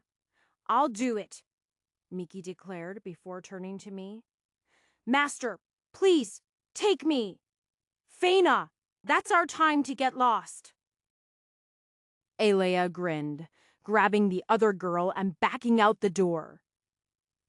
It. The two girls flee from the room and the door shuts behind them. I watch in disbelief. Did they think I was a bomb about to explode, Master? Huh? I turned back to see Miki had taken off her clothes and was now lying in my bed. Behind her, her fluffy foxkin tail was splayed out like a fur blanket. She slowly spread her legs, even as a blush filled her face. I want this too. I haven't had Master in forever. I was just inside you. Can't you be inside me now? Okay, now I was a little excited. Chapter 13. 04. When it came to a certain agreement that I wouldn't sleep around until all of my women returned. One had to consider the predominant rule. Everyone gets one. Miki may have been my slave once, but she had stopped being my slave. Didn't she? That meant that once the bond was restored, she was my slave again. And thus she got her one time to be with me without competing with anyone else. Either way, those rules weren't really established by me anyway. So after a hard day of going into Daishin and stopping mass destruction, why couldn't I take a bit of leisure time and show one of the women I loved so much needed appreciation besides? Miki had been suffering from her loss. It made me worry that other girls were suffering as well. I would have to remind them all just who I was, and not allow them to fall into despair. Although there were many ways I could show my love, I was quite busy. I still had to find the other girls. I needed to deal with Lord Rain. There was King Aboris' request. And I also needed to cash in on the agreement I had made with Lord Duran. Not to mention, there was the city to be run. I now had the Austerians to deal with. The citizens of Cham were still infected with karma, now that I had Miki. We could work on that, but after everything she had been through, she could use a rest. In short, I was doing what was best for my women. I made sure we had our privacy. Now that I was in the dungeon, I could seal the door to my bedroom with the wave of a hand. Short of a superpowered spell or unique sword like Elysium, no one would be able to break into my chamber. Actually, it was kind of nice being the dungeon master. Now that I thought about it, I took off my clothing as Miki watched nervously. We had slept together many times, but I was no longer the same Deke, and she was no longer the same Miki. There might have been a time where I wouldn't have taken my clothing off, embarrassed to show my body, or only just took off my pants but kept my shirt on. I didn't feel that was necessary anymore. So I stripped naked and then kneeled on the bed. Miki shivered slightly, her hands falling and spreading her lips open in a lewd way. Miki had changed as well. The first time we had slept together, she had barely been able to do a thing. She was skittish and frightened. Well, she was still nervous. But she took the initiative to display her body to me, something the old Miki could never do. Miki was a pale beauty. She didn't have the curves of many of the other girls. She was skinny and frail, with modest breasts and thin arms. However, she had her charms as well. Her skin was milky and her eyes were a bright yellow. The darkness seemed to have touched her, and it gave her paleness a sort of ghost-like appearance that made her beauty more intense. I also noticed that she had placed her arms on either side of her breasts, and while it looked like she was spreading herself open, she was also pushed her breasts together to make them appear larger. The other girls' careless words must have gotten to her a bit. "You are beautiful," I stated. It wasn't the first time I had told her that, but I felt at a time like this, I needed to say such a thing. She blushed slightly. Her pale cheeks turned a rich red. "Master, please don't make me wait any longer," she responded. "Ah, right." Rather than admiring Miki, I should just get to it. Moving on top of her, I gently kissed her lips. My body completely covered her smaller form. I made sure to support myself with my hands so that I didn't put all of my weight on her. Did that mean I was heavy again? I bet if I had a scale, I would probably be roughly the same weight I had been when I first came to this world. Of course, I had muscles and was a head taller, but now I was worried about putting too much weight on Miki. "It's okay," she panted as our lips parted. "I am not as frail as I look. I can take everything Master can give me." "Miki?" Miki put her hands on my chest and then slowly lowered them down. Her slightly cold hands slid down my warm body and found my cock. It felt like a raging fire compared to her hands. Her fingers instinctively squeezed around it as if she wanted to enjoy the warmth of it. After stroking the shaft a few times delicately, she began to pull my dick up against her. She did want it inside her. Some of my other girls would enjoy the tease or be far more aggressive with asking for it. However, when it came to Miki, this was the only way she could show me how much she wanted me. I let her pull my dick up to her pussy. With it clenched in her hands, she started to rub the head against her wet slit. She didn't shove it right in immediately.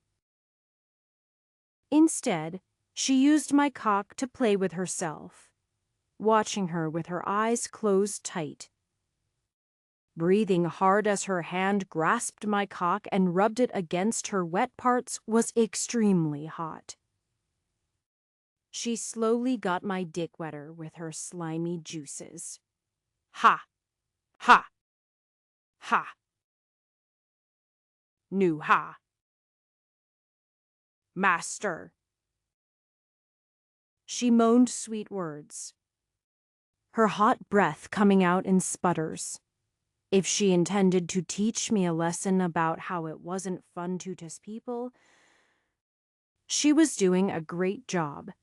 Feeling her moist warmth below-tizing the head of my cock, I wanted nothing more than to shove myself inside Miki and take her roughly. However, she took the initiative to grab my cock. If she was like Lydia, it'd be a constant fight to keep her under me. Lydia was a savage tiger who could eat you up if you weren't careful.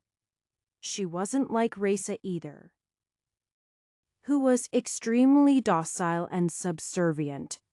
She desired to do what I wanted and please me. Miki was a different animal girl altogether. Skittish at times, curious at others. She didn't want to be teased but liked to tease others. This was Miki, my woman, my lover, my nine-tailed foxkin. Thankfully, her teasing didn't last an unbearable amount of time. At some point, she had reached her limit. Her pussy had already made my dick nice and wet, and so when she started to pull it forward into herself, it slid in with ease. "Agon?" she moaned. "Master!" Her back arched as it started to fill her. Her fingers slowly tugged on my cock, pushing it into her little by little. She didn't take it all at once, but savored it inch by inch. I could feel her insides twitching excitedly, as if they were welcoming the familiar feel of her master's cock returning. "Ha! Ha ha!" Miki panted. "Master, I am going to come." "Already?" I raised an eyebrow. My sweet little fox girl had teased herself a bit too much. She hadn't been deceitful when she was talking about how badly she wanted it. She had worked herself into such a state that even feeling it slide in a few inches was enough to drive her to the edge. "I can't help it, since it's master," Miki responded mischievously. I leaned close to her soft fox ear. "Shall I begin?" I bit the tip of her ear, causing her body to shake and her pussy to clamp down on my cock pleasingly. Of course, once I began, I wouldn't be able to stop myself. Miki knew such a thing by now. "See, can you pull out?" she asked, something unexpected. I want you to lie down." "On your back?" she responded, her breath still coming out in pants. "Okay." I didn't hesitate to pull out and lie back down. I put my hands behind my head, and my penis ended up sticking up vertically. Miki looked over at me with slightly wet eyes and then swung her leg over my body. My eyebrows rose slightly as Miki got on top of me. It wasn't like I had never had a girl on top. Alea liked such a position, and so did Lydia. However, Miki wasn't the type. Miki was the kind of girl who had a long, drawn-out orgasm. Once she started coming, she would become a twitching mess, unable to do anything but take it as she came for several minutes straight. In other words, it was a strange position for her to be in, especially given that she was at her limit. It was also a heavily taxing position that put most of the burden on her. And it put her body on full display for me to look at and touch. However, it seemed like my innocent little Miki wanted to be on top anyway. Maybe she had something to prove to me, or herself. after grabbing my slick cock once again, who had only tasted her tight insides for a moment. She wasted no time lining up and sliding it into her. She let her body and hips fall on my cock, allowing it to impale her body. She shuddered as the entire length filled her up, entering deep inside her womb. Miki? I reached up to touch her. She reached out and stopped my hands, grabbing my wrists and forcefully pushing them to my chest. Master? Let me take care of everything. Her voice was breathy, but it was filled with determination. Her eyes seemed to declare that she was confident in herself and wanted to please me completely. Oh, okay. She pushed herself up, raising her hips and sliding up the length of my cock, and then she let herself fall back down. The feeling of her tight insides massaging my cock was incredible.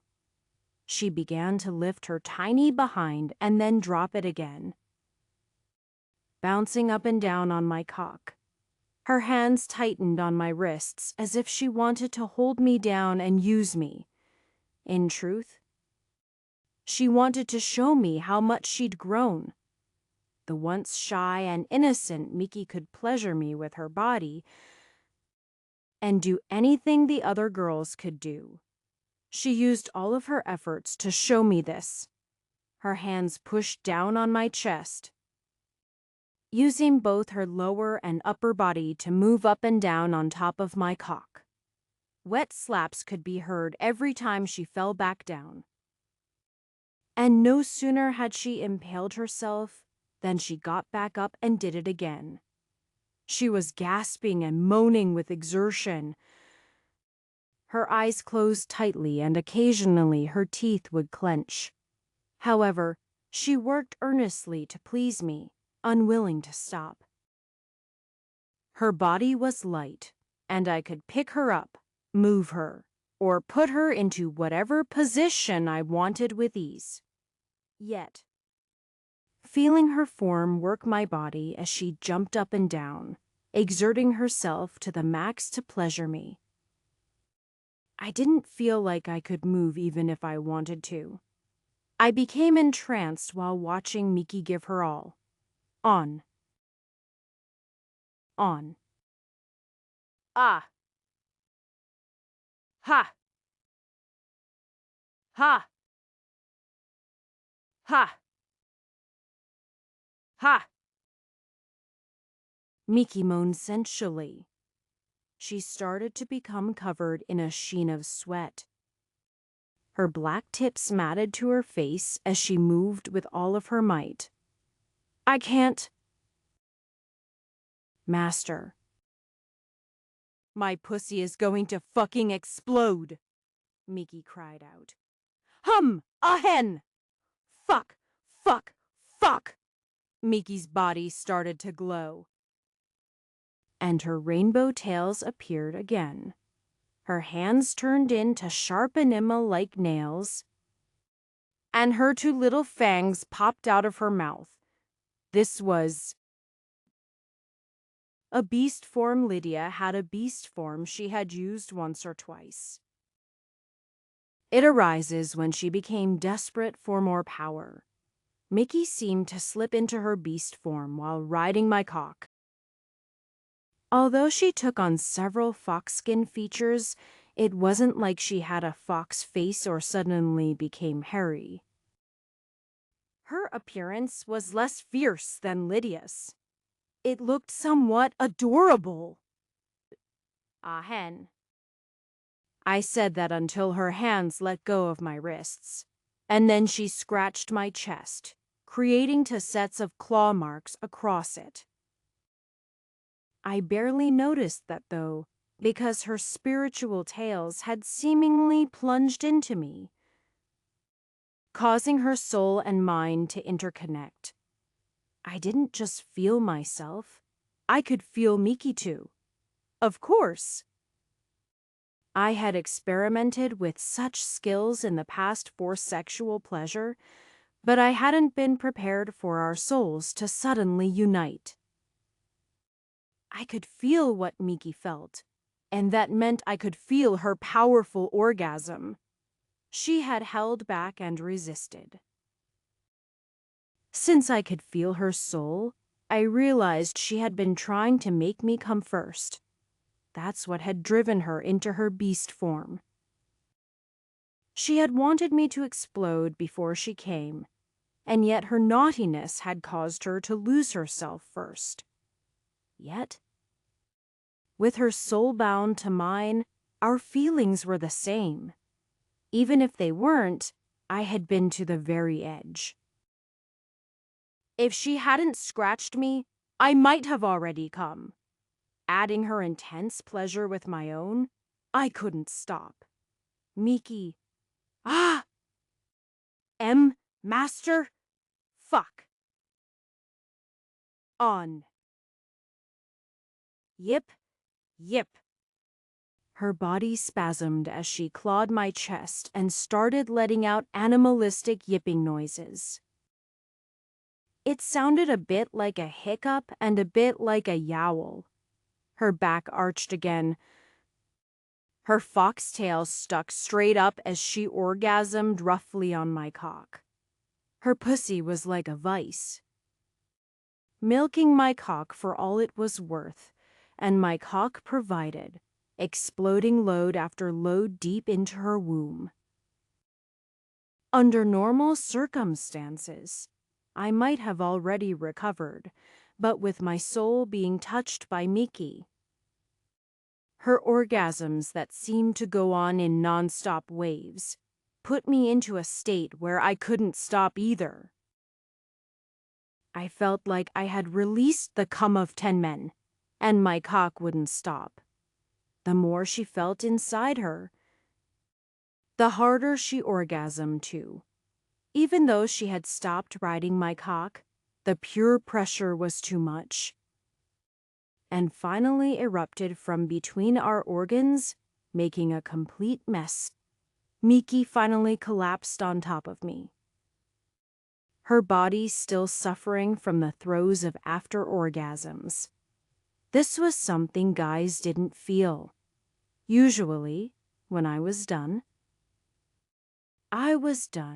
but because of Miki, my body was driven to new levels of arousal, preventing it from softening or dying. After 10 minutes, my cock was still hard and deep inside Miki's ruined pussy. Her features that had gone to beast form for a few minutes had already ended, and her tail finally dissipated.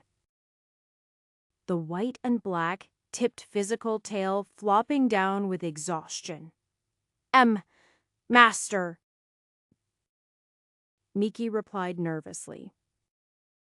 Was that okay? My Miki is secretly quite a vulgar animal in bed. She looked up. A look of embarrassed shock on her face. You had me using naughty words in your dungeon, too. Now that I heard how you really talk? And no, she cried, shaking her head. I am not like that, I chuckled darkly. Come on, why don't you say something naughty? I won't. That was a slip of the tongue. I don't consider bad words sexy at all. Well, if you won't. I am going to Effa leaned into her ear, and then whispered a few expletives.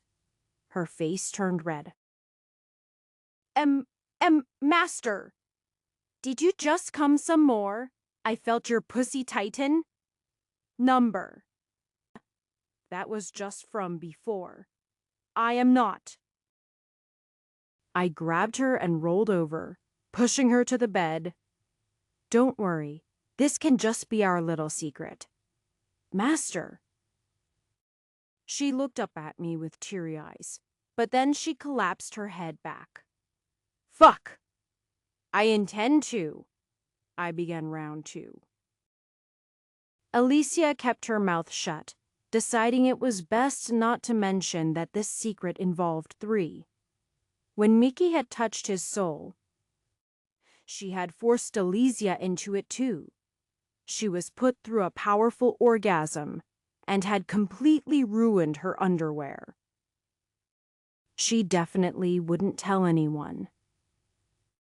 She continued to focus on the trees and the gentle environment of the soul world while trying to hum to keep out the perverted and now expletive sounds going on outside. It wasn't easy being a sword. Chapter 13, 05. What do you think? I asked. Miki frowned slightly before taking her hand off the guildmaster's head. I am not sure we should do anything. A few days had passed since I had spent a night with Miki. I was trying to get several things set up before I did the dimensional jump. Since I would be trapped on Earth for a week, I wanted to make sure nothing was being left behind that would cause any problems. The problem that wore on my mind the most was the karmic infection that had invaded all of the people. I had managed to make it so they could function normally by karmic manipulation, but that didn't mean it wasn't still there. Most of the citizens didn't know about such a karmic issue, so to keep things under wraps, I visited Ruby and the guildmaster. After spending a few minutes checking him with her spiritualist powers, Mickey ended up giving an answer that was just a bit disappointing. What do you mean by that? I asked. In my mind, it seemed like a rather simple thing to repair their contaminated souls. Well, not simple enough for me to manage on my own. But with Miki's help, I was thinking we'd have a chance. Miki raised her hands. It's not that I am saying it isn't possible. I am just suggesting it isn't necessary. The guildmaster frowned slightly. From what I understand, this karmic control is like some kind of mind washing. Right, someone could program me to act against my character. I don't want to turn into a mindless zombie again. This town has dealt with enough zombies. I had to nod in agreement. When I first arrived in Chalm, they were under attack from an overflow of zombies coming from an aggressive but new dungeon. That's what had ended up starting me on this strange path I was on. Then, only a few months later, upon freeing the city of ghosts and rebuilding, the equivalent of a rage virus broke out, turning the city once again into one filled with a zombie menace. I knew I wouldn't feel comfortable knowing there was a switch in my head that could turn me into a violent monster. However, Miki was shaking her head in disagreement. It's not like that. This karmic infection came from Deke, and only Deke can control it completely. Even Alea, for all of her knowledge, could only broadly influence your emotions.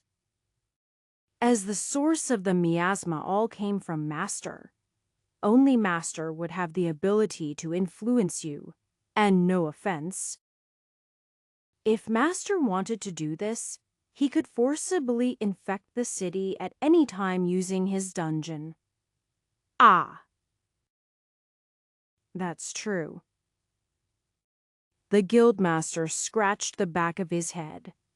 It's just a lot to ask. All we have to do is trust in Deke, Ruby spoke up, and then shot the guildmaster a hard glare. Don't you? The guildmaster stiffened and then laughed. Of course, I trust him.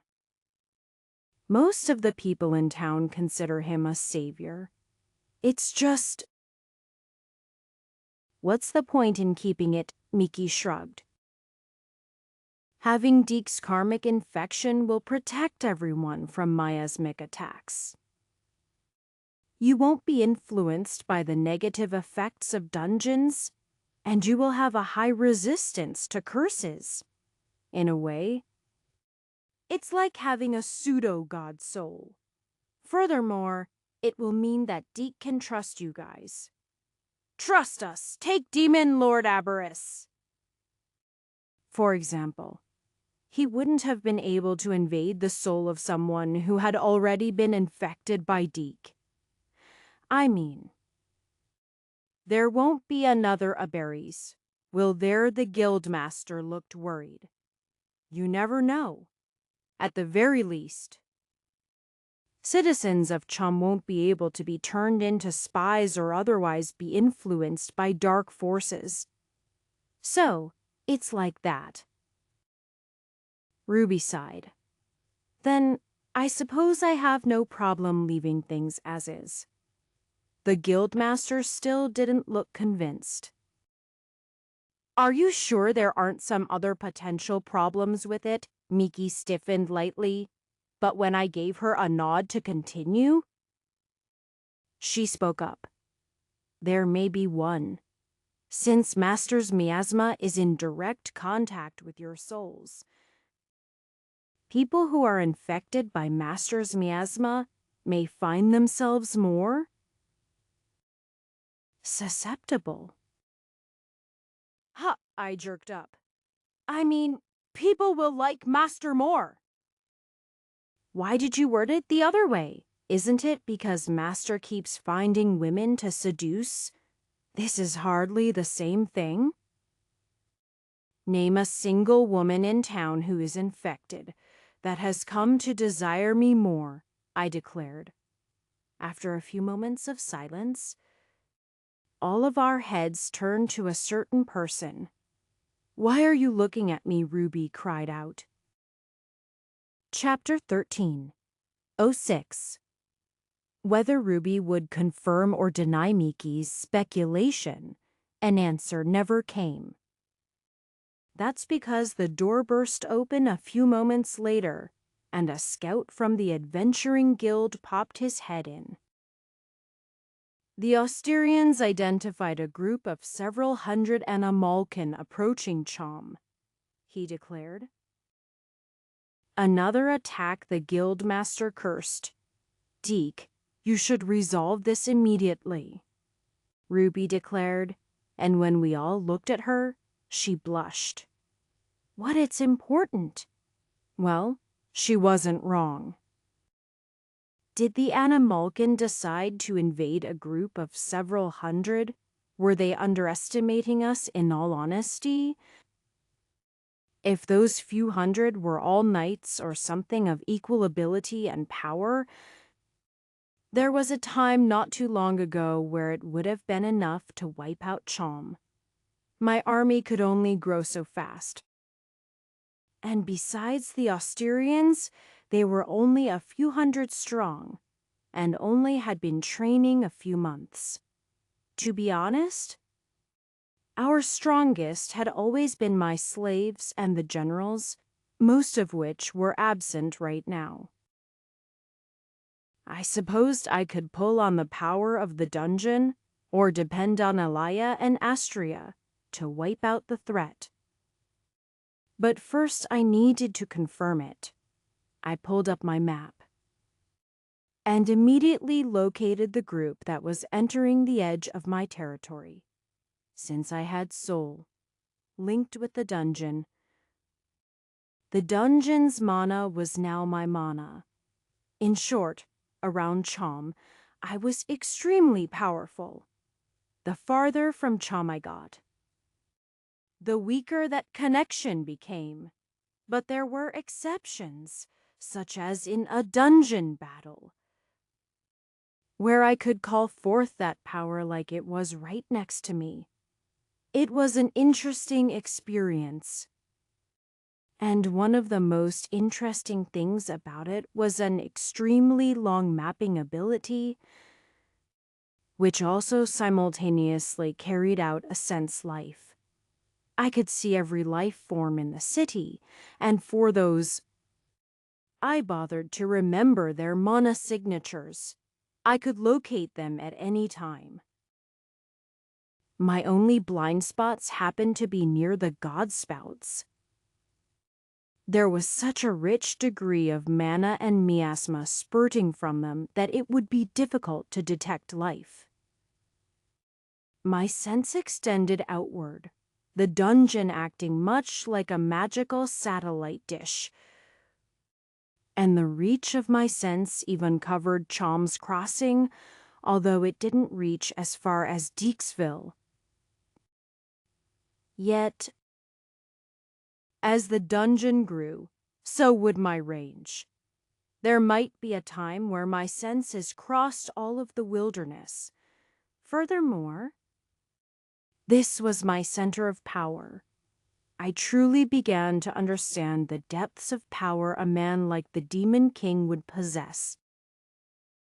I had already predicted that the dual dungeon that people often spoke about, the Demon Castle and Hell, were a god dungeon just like mine. Hell must be the soul dungeon that resided in the Demon King, while the Demon Castle was the physical manifestation. That was my prediction. Although I had no one to confirm if my theory was right. Since I could see these enemies, and I was at my seat of power, I might as well greet them head on. Miki grabbed my arm, and I raised an eyebrow. "You are coming, Emmam?" She nodded. I could see a look of worry in her eyes. She felt responsible for this group coming to us. If it didn't have anything to do with Lady Death, then I'd be completely surprised. I lifted my hand and opened a portal that was a few hundred yards in front of these enemies, and then with Miki on my arm, I stepped through. When I reached the other side, I did not see what I expected. The thing I saw was far worse than I would have predicted. It was a group of people I had hoped to never see again in my life. These were a ragtag group, dirty, sick, and dying. They looked like they had been on a pretty bad journey the last few days, and had crossed the wilderness on foot, braving many potential attacks. I didn't know why they had bothered, though. A man stepped forward, taking off his hat and pressing it to his chest, his fox ears lowered, his tail slouched. Lord Deek. I didn't say anything, but Miki took a step forward in front of me. "Hello, Father." Chapter 13, 07. "Why have you come?" I asked rudely. "What made you think you'd have a place here?" Miki glanced back at me. "Master." He cleared his throat as his wife gabbed his coat from behind. "We don't have anywhere else to go. After you left, we realized that the Catkin would likely send someone to wipe us out to keep their secrets. Our people are sick and dying. We were barely able to make this journey." I looked at Miki's mother, who was holding her father's shirt in a way that wasn't much different than how Miki clung to me. However, just because they were her parents didn't mean they were her family. My expression stiffened. "How is it my problem?" I demanded, causing him to flinch. Are the children all right?" Miki asked. I didn't mind her cutting in, but her voice that was still filled with concern only caused my heart to ache. These people weren't deserving of any of her kindness or sympathy. Do they still live?" He responded after a moment when he was sure I was allowing her to speak. "The rest of us carried them." but many died on the way. We resurrected those we still could. But we've reached a point where the able-bodied were fewer than the immobile. If we turn back, I am afraid no one will reach Daishin alive. I crossed my arms. Oh, I am sure some of you will survive. You'll just abandon the weak so those better off survive. It's what you do. He bit his lip. And the others were either too tired or knew their place too well to muster any rebuttal. Every eye was looking down at the floor. They had lost what little part of their home they had left. Without knowing what they would find, they braved the wilderness and came to their enemy in the hopes of mercy. It was a bit like the time that Chom was upset by ghosts and fled to Daishin for shelter. Then again, when that happened, Daishin had closed their doors on them, denying the Animalkin a home. I saw no reason to offer one either. We won't abandon others anymore. We've lived our entire lives suppressed by Daishin, treated as outcasts because of the fear of souls and spirits. We won't make the same mistake again. Good for you. I sneered. Now, go away. He shook but didn't respond. I will leave. Miki reached out her hand, but I grabbed her arm, stopping her from stepping toward them, and then spun her so she faced away from him. She looked up at me. Her eyes filled with unshed tears, her body shaking. It was filled with fear, confusion, and regret. Her father hadn't turned away yet, opening his mouth once again as he glanced at Miki's back. I know I no longer have the right to call you my daughter. That's one thing we can both agree on, I responded. Looking at Miki, not him, I can only ask, no.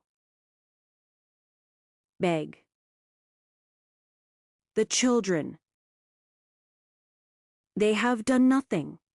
Can you please take the children? Can you cure? No. Can you raise them to be strong like you we were? All too weak.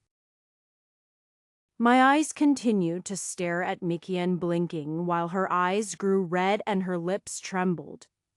After a few moments of silence, I sighed, still not looking in their direction. If you must? I heard a small exhale of breath, and the foxkin slowly moved forward. They only walked halfway to us, dragging behind small, bundled forms on makeshift carts. For a village of a couple hundred, there were only about 20 children in all remaining. They were left in front of us. The mothers and fathers who had to abandon their children let out wails and cries. The children weren't even conscious at this point. After a few moments to say their farewells, they slowly got back up and started heading into the forest. Throughout this time, my eyes were still on Miki. She didn't tell them to stop. Even with the tears running down her cheeks, she smiled at me and nodded. She was telling me this was the right thing to do. It's too bad I knew Miki better than that. I had been inside Miki's mind. I had seen the real person. She had worn a mask of acceptance her entire life. She always accepted what came to her. She masked some of it behind a mischievous and teasing demeanor. But at the end of it all, Miki was infinitely kind and generous. She wouldn't say anything, because this was too hard for her to decide. She wanted me to make the decision, and she'd stand beside that decision. However, I knew my Miki. I knew that deep down, she would be in pain. I knew she would suffer every day in silence and regret. She would never resent me, but she would blame herself forever. I reached out and scratched the back of my neck. Ah! God, what a bother! Her eyes widened at my words. And the people who had just reached the forest slowed slightly. I don't want to have to deal with a bunch of stinking children. I guess I'll just sell them into slavery. That'll make some gold, I bet. My words were loud, and they were heard by the fox-skin. The father spun around, just a bit of heat in his eyes. Slavery. And now see here. These are our children. We didn't leave them to you to sell as slaves, eh? I picked my ear. Are you still here? Aren't you the guys just telling me you wouldn't leave your kind behind?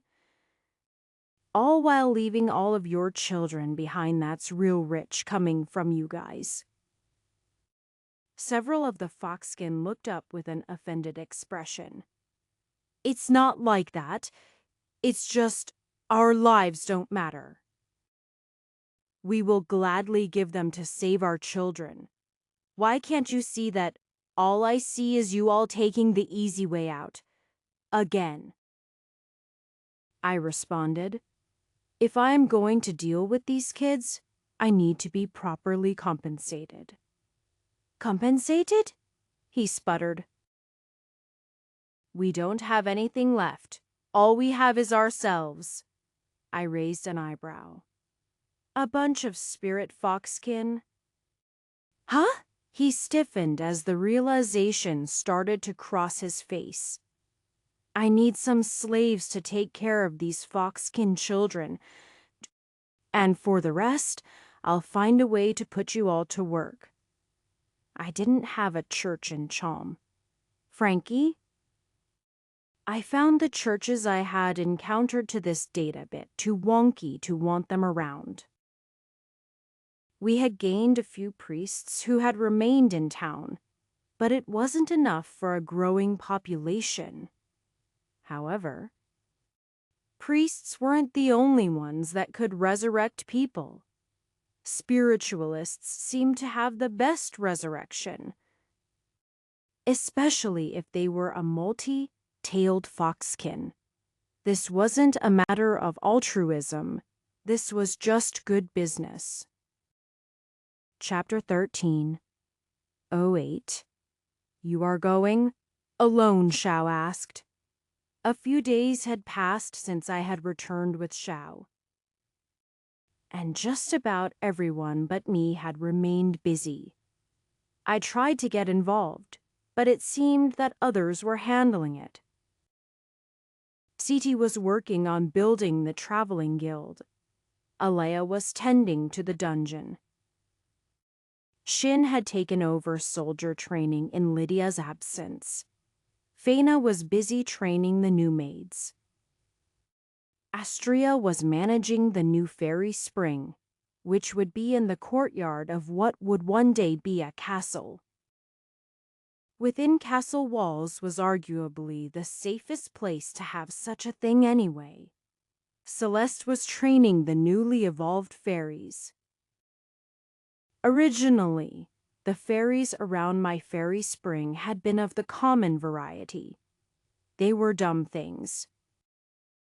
As long as a queen or superior was present, they worked on autopilot, sort of like bee drones. When pulled out of a fairy colony, they gained enough free will to be house pets, but they were rarely much better than a commodity.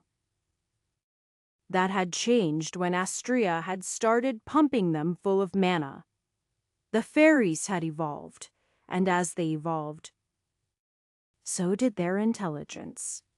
Each day, They were growing more obstinate and less willing to listen to anything Astria told them. Like Celeste, they were freeing themselves from the hive. That could lead to a lot of trouble, especially since they lived around humans.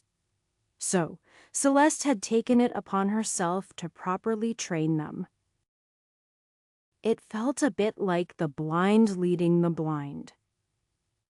But Astria was more interested in protecting the fairy spring than worrying about a bunch of rogue fairies.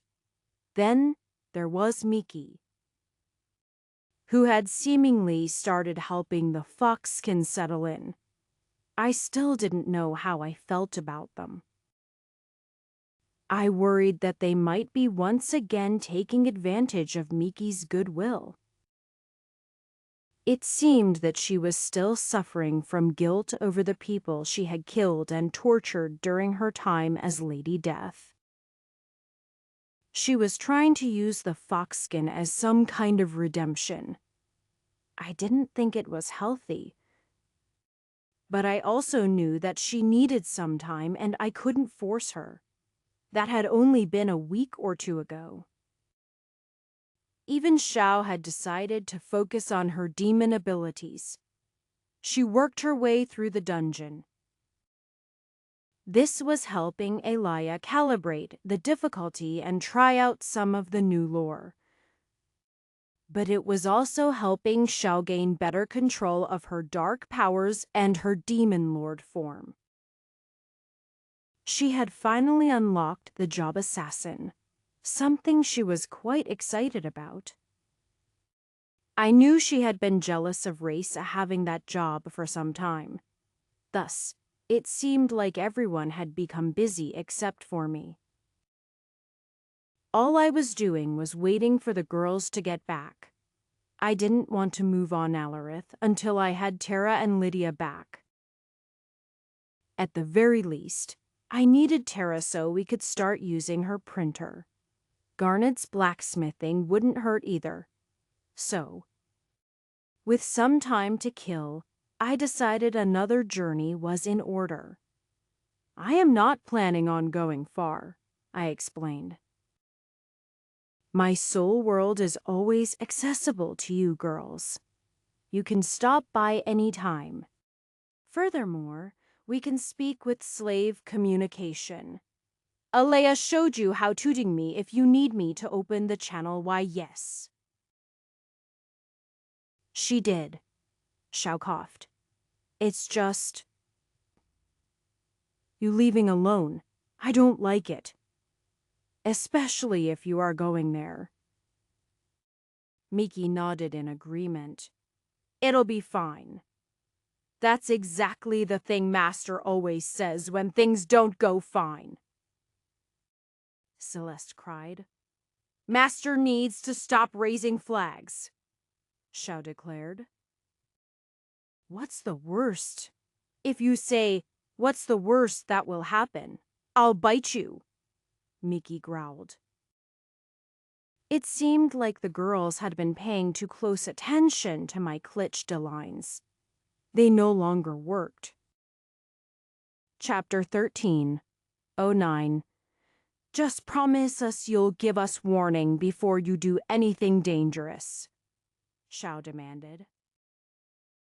Don't take any risks, Miki agreed. And no more women, Xiao added. What honestly? Number. She's got a good point. Miki shot an accusing look. It was Lydia's fault. She kept going on about how the more women Master had. The more we should be happy, but it got out of hand, Xiao declared.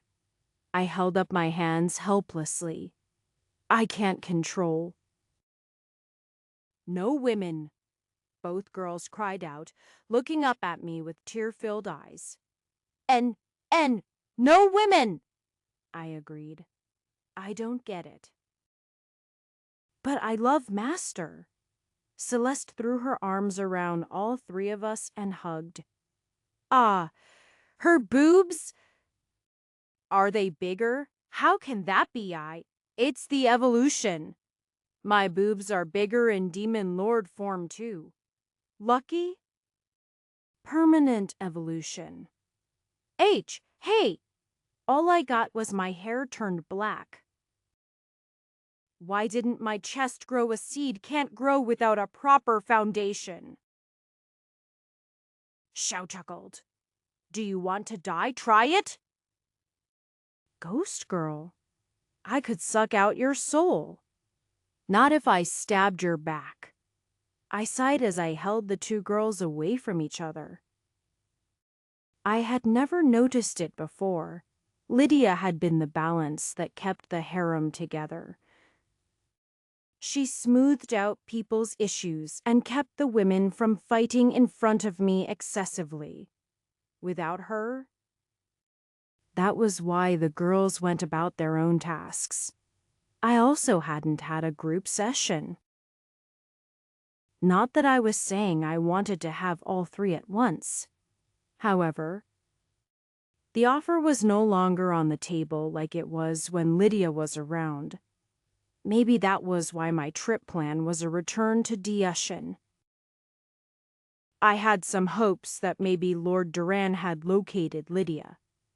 I reckoned that she had most likely gone to Daishin. That wasn't the only reason I was traveling there. The other reason was to cash in on the agreement I made with Lord Duran. Lord Duran had agreed to take me to the border of Daishin and Jespain. Once I was there, I could skip Daishin altogether and visit Jespain. I had never been to Jespain, but I had been told that it was industrialized compared to the lands in the east. They worked on magical tools, and their levels of magic enchantment were many times farther than anyone to the east. One could say that the Demon Lord Abaris' attack on the subsequent conquering of Osteria had caused our countries to fall behind a few hundred years. Jespain had been spared these wars thanks to the impassable jungles of Daishin. Although my original intent on going there had been to learn the secrets of inventory rings and create our own, I had also expanded my plans considerably. They also might be able to help us advance our building of golems.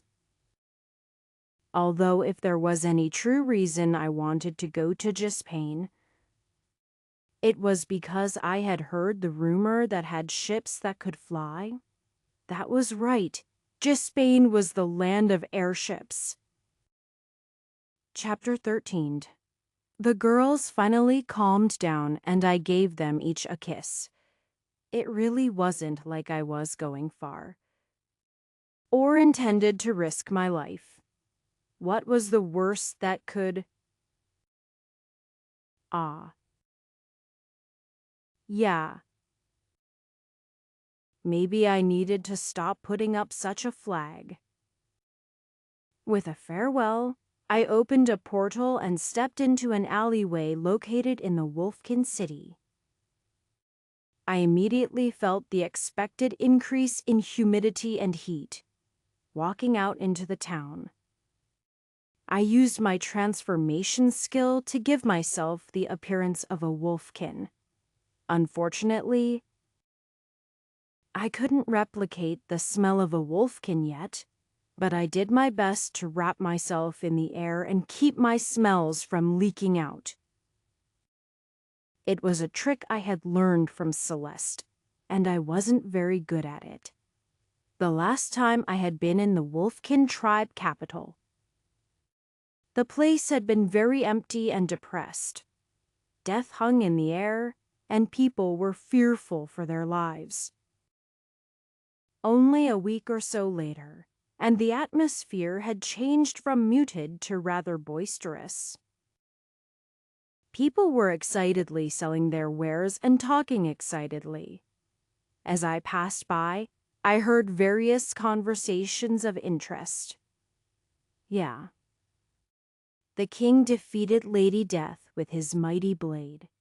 He freed all the souls of the dead. You know? I was in the army that hunted down Lady Death.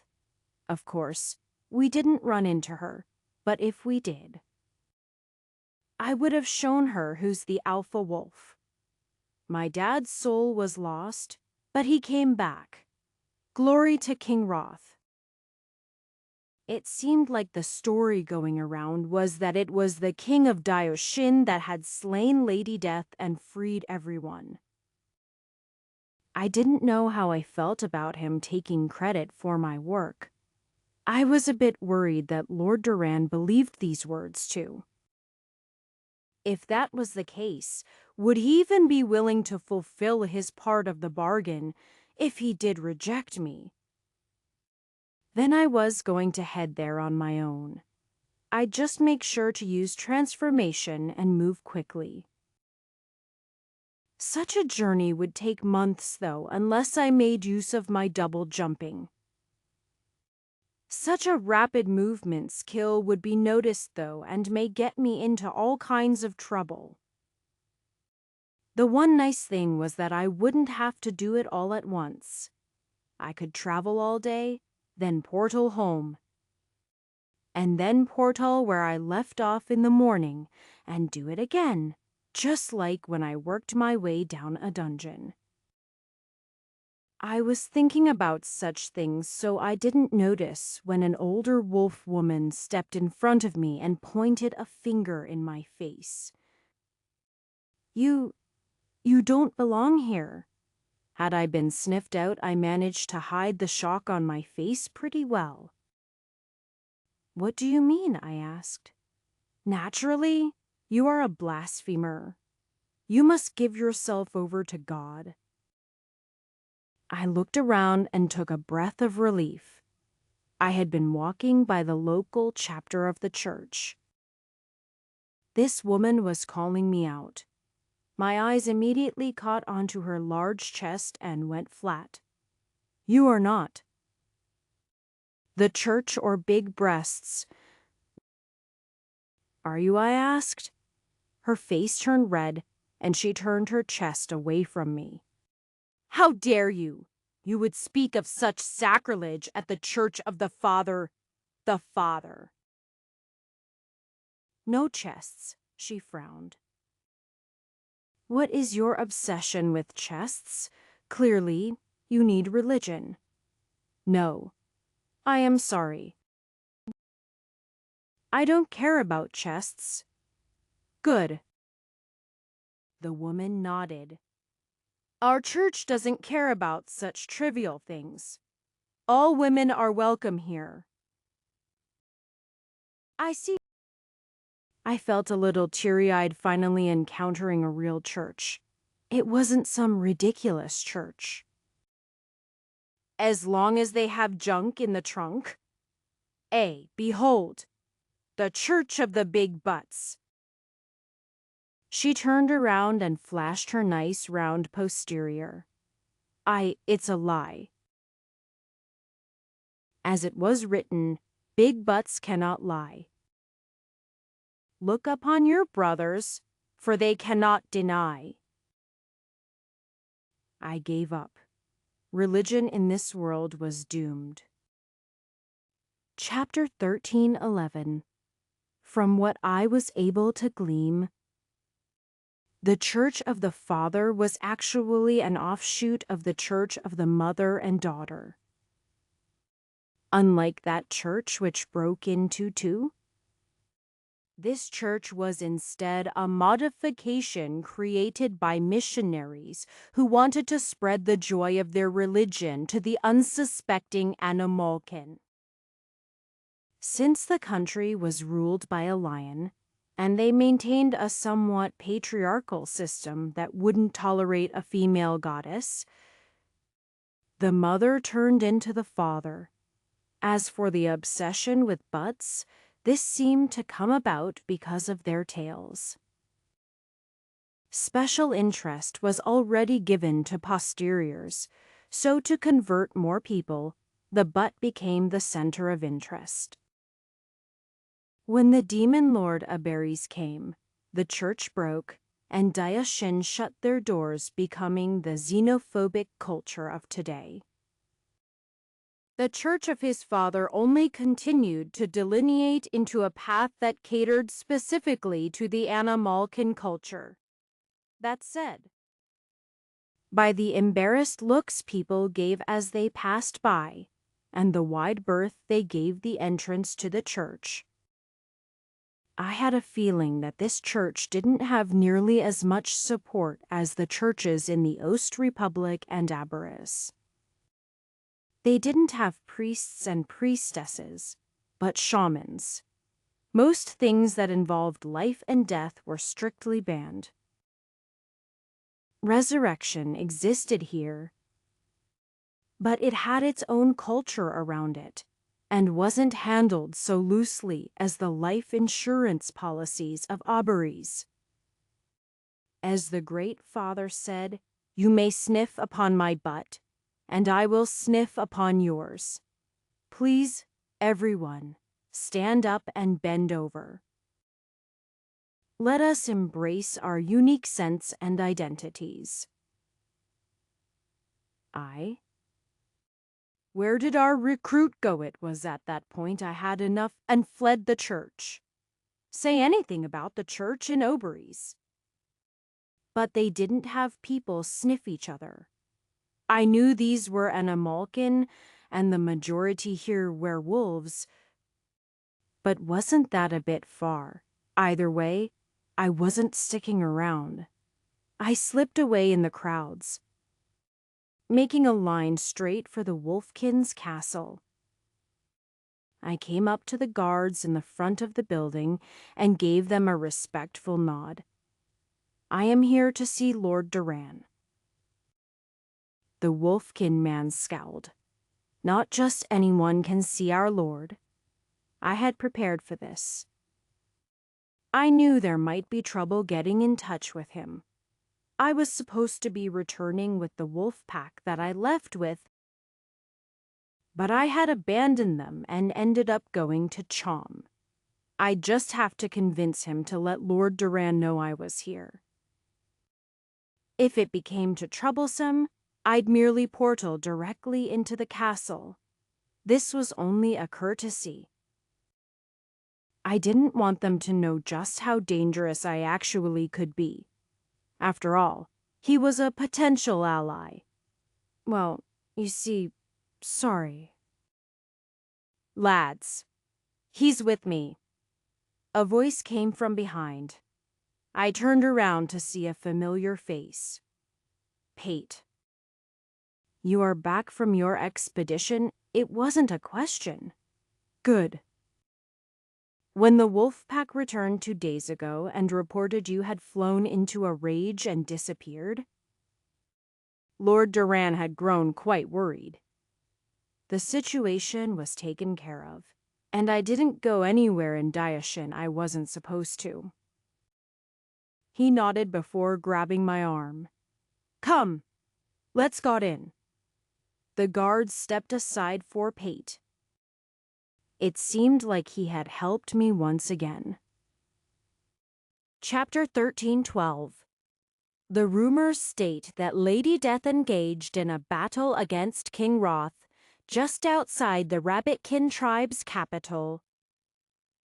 He defeated her with his mighty sword and then resurrected all of the souls he had freed.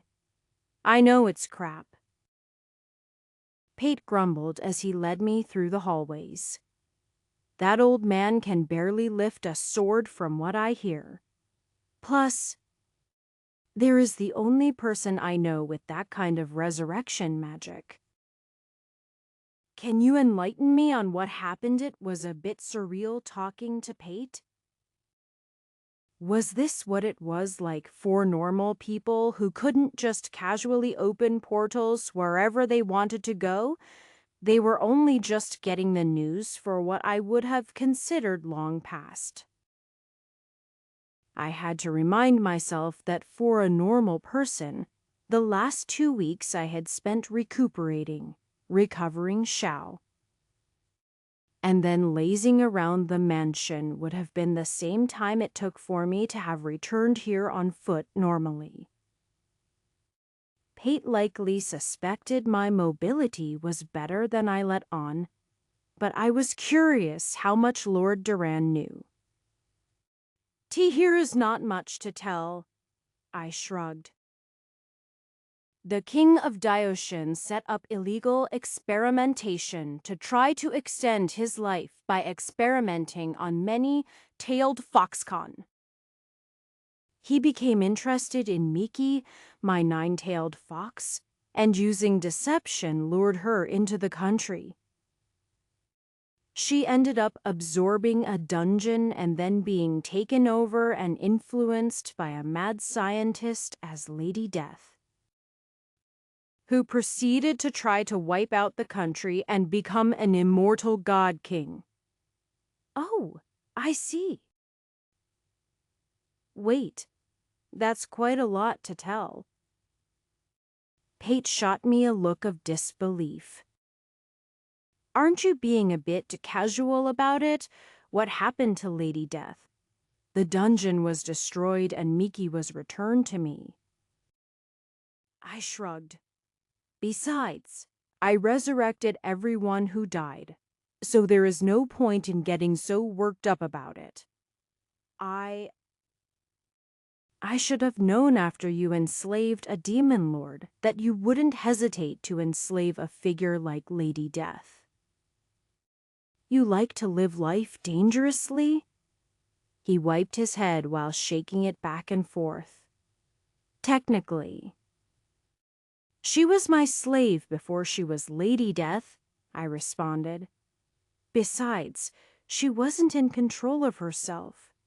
It was a curse. It's over and done with.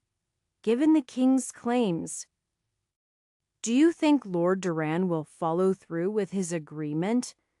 He's not some ratkin. He won't betray you, Pate declared. And when I raised an eyebrow, he blushed. Sorry. After staying here, I've started to pick up a few of their attitudes and comments. Well, it's not like you'll offend me. Lord Duran is smart enough to know that King Roth is full of hot air. And even if you had no involvement with the defeat of Lady Death, he would still fulfill his end of the bargain. What you asked for wasn't so unreasonable. As he said that, he stopped in front of the doors leading into the throne room. He whispered some words to a guard, who nodded and then entered the room. They didn't have to wait long before they were allowed in. It was time to collect my prize. Chapter 13:13. It's not that I don't want to, Lord Duran sighed.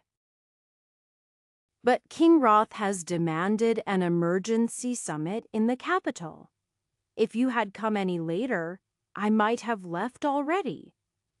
So, you won't take me to the border, I frowned.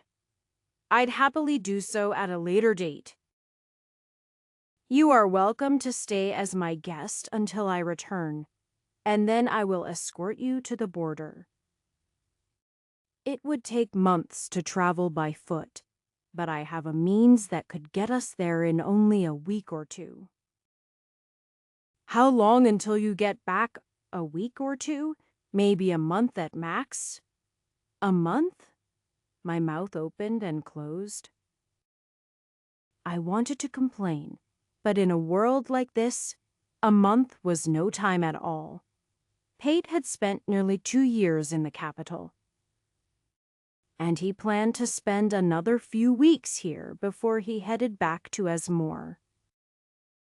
It would take at least that long to get a reply based on the report regarding Lady Death. It didn't pass me by that everything I had told Pate would likely be sent on to his government. Although I considered him a friend, he was still a dignitary from another country, and that meant our friendship only went so far. I am sorry. I appreciate what you've done, but...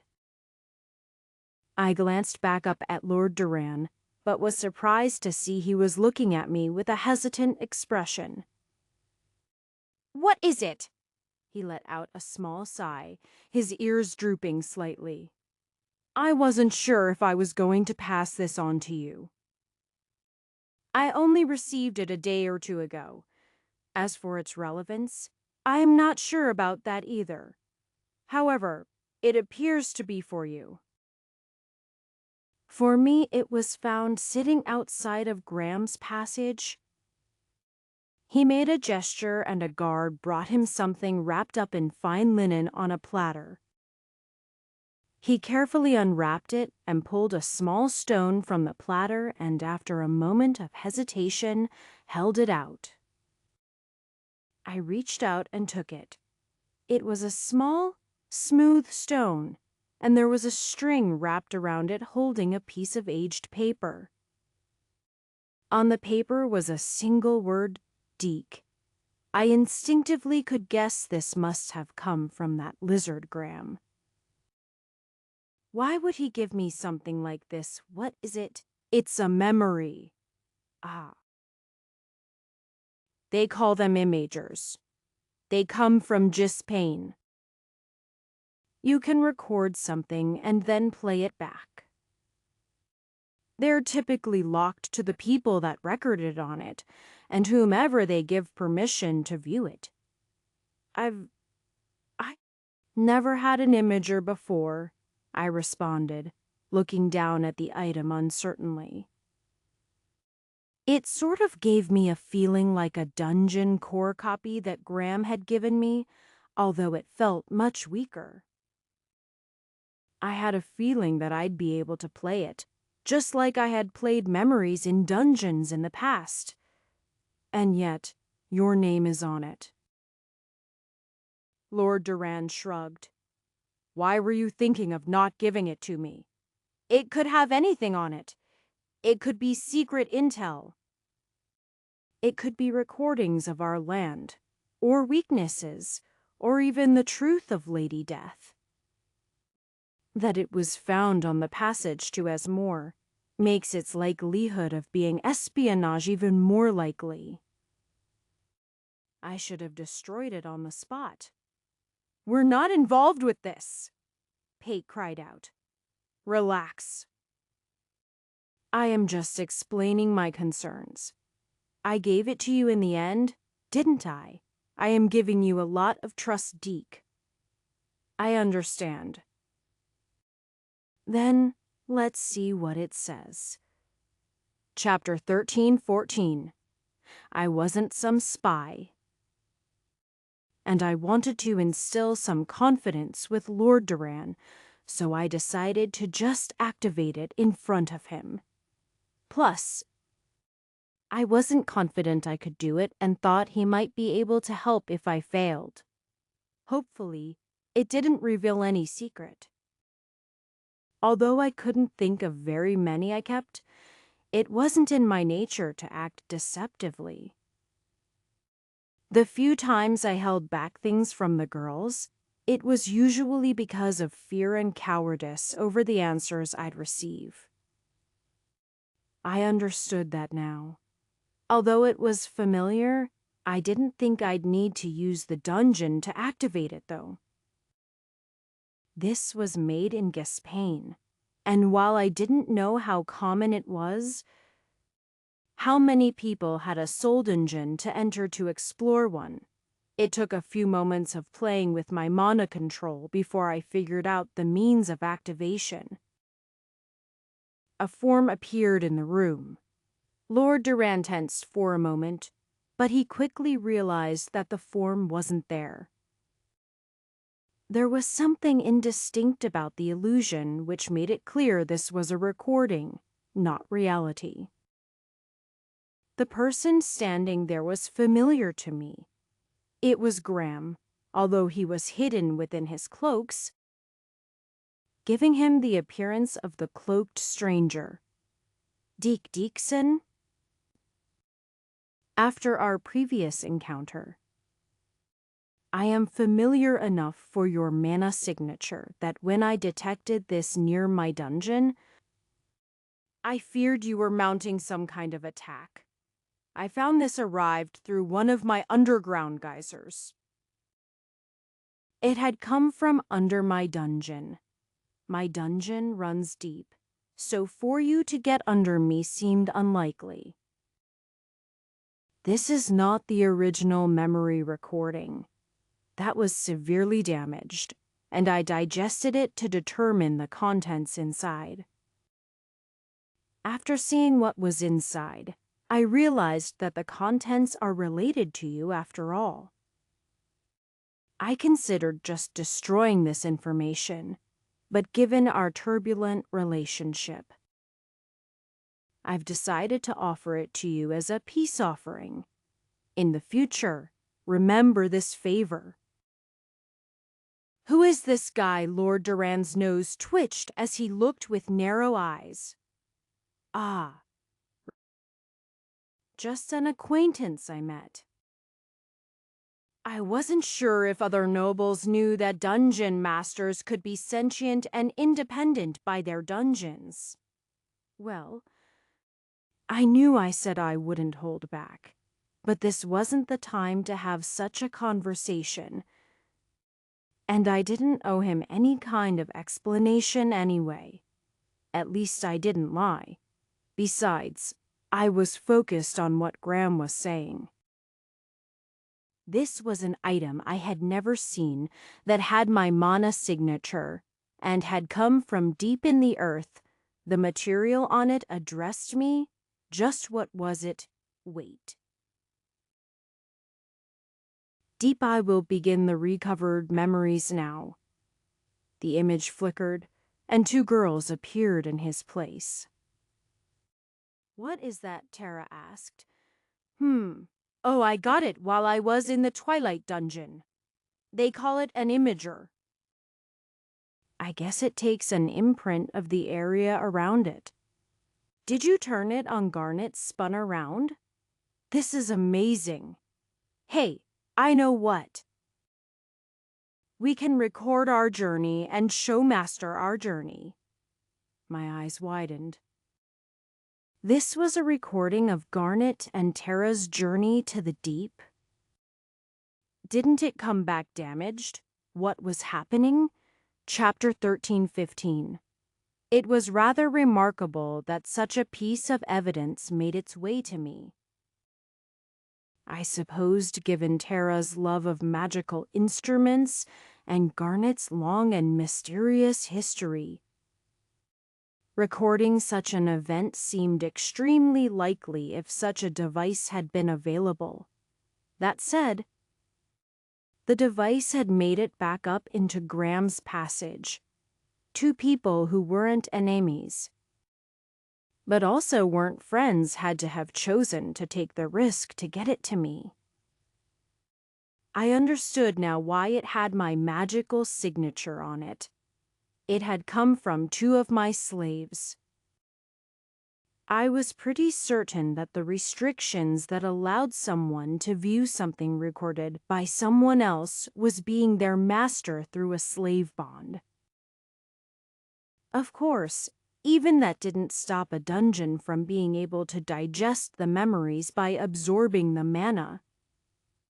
This wasn't the one that the girls had taken down, but one Graham had created using his dungeon after absorbing the previous one. That also meant I had to trust that Graham was showing me the whole story. If he had cut something out, I'd have no way of knowing. It seemed like today was a day for trust on everyone's side. This is one of the forgotten pathways down to the deep. The location was passed on to me by my family before they... Ahem, Garnet explained awkwardly within the recording. It'll take about a month to reach the land of my ancestors. I am not confident we'll be able to make it there. There are many ancient pathways, and they could have collapsed at any point during the years. Was that what happened? Did they get caught in some kind of rockfall? I had already attempted to resurrect everyone in the group shortly after I came back to find everyone gone. Their souls should have come back if they were dead, unless this had happened over a month before or in a dungeon. At this distance, I couldn't feel the tug of the broken bond at all. That's where I come in. Tara flexed her small arm. We'll be able to get through any rock slide. After working with Earth for so long, I am certain I can open up just about any path safely.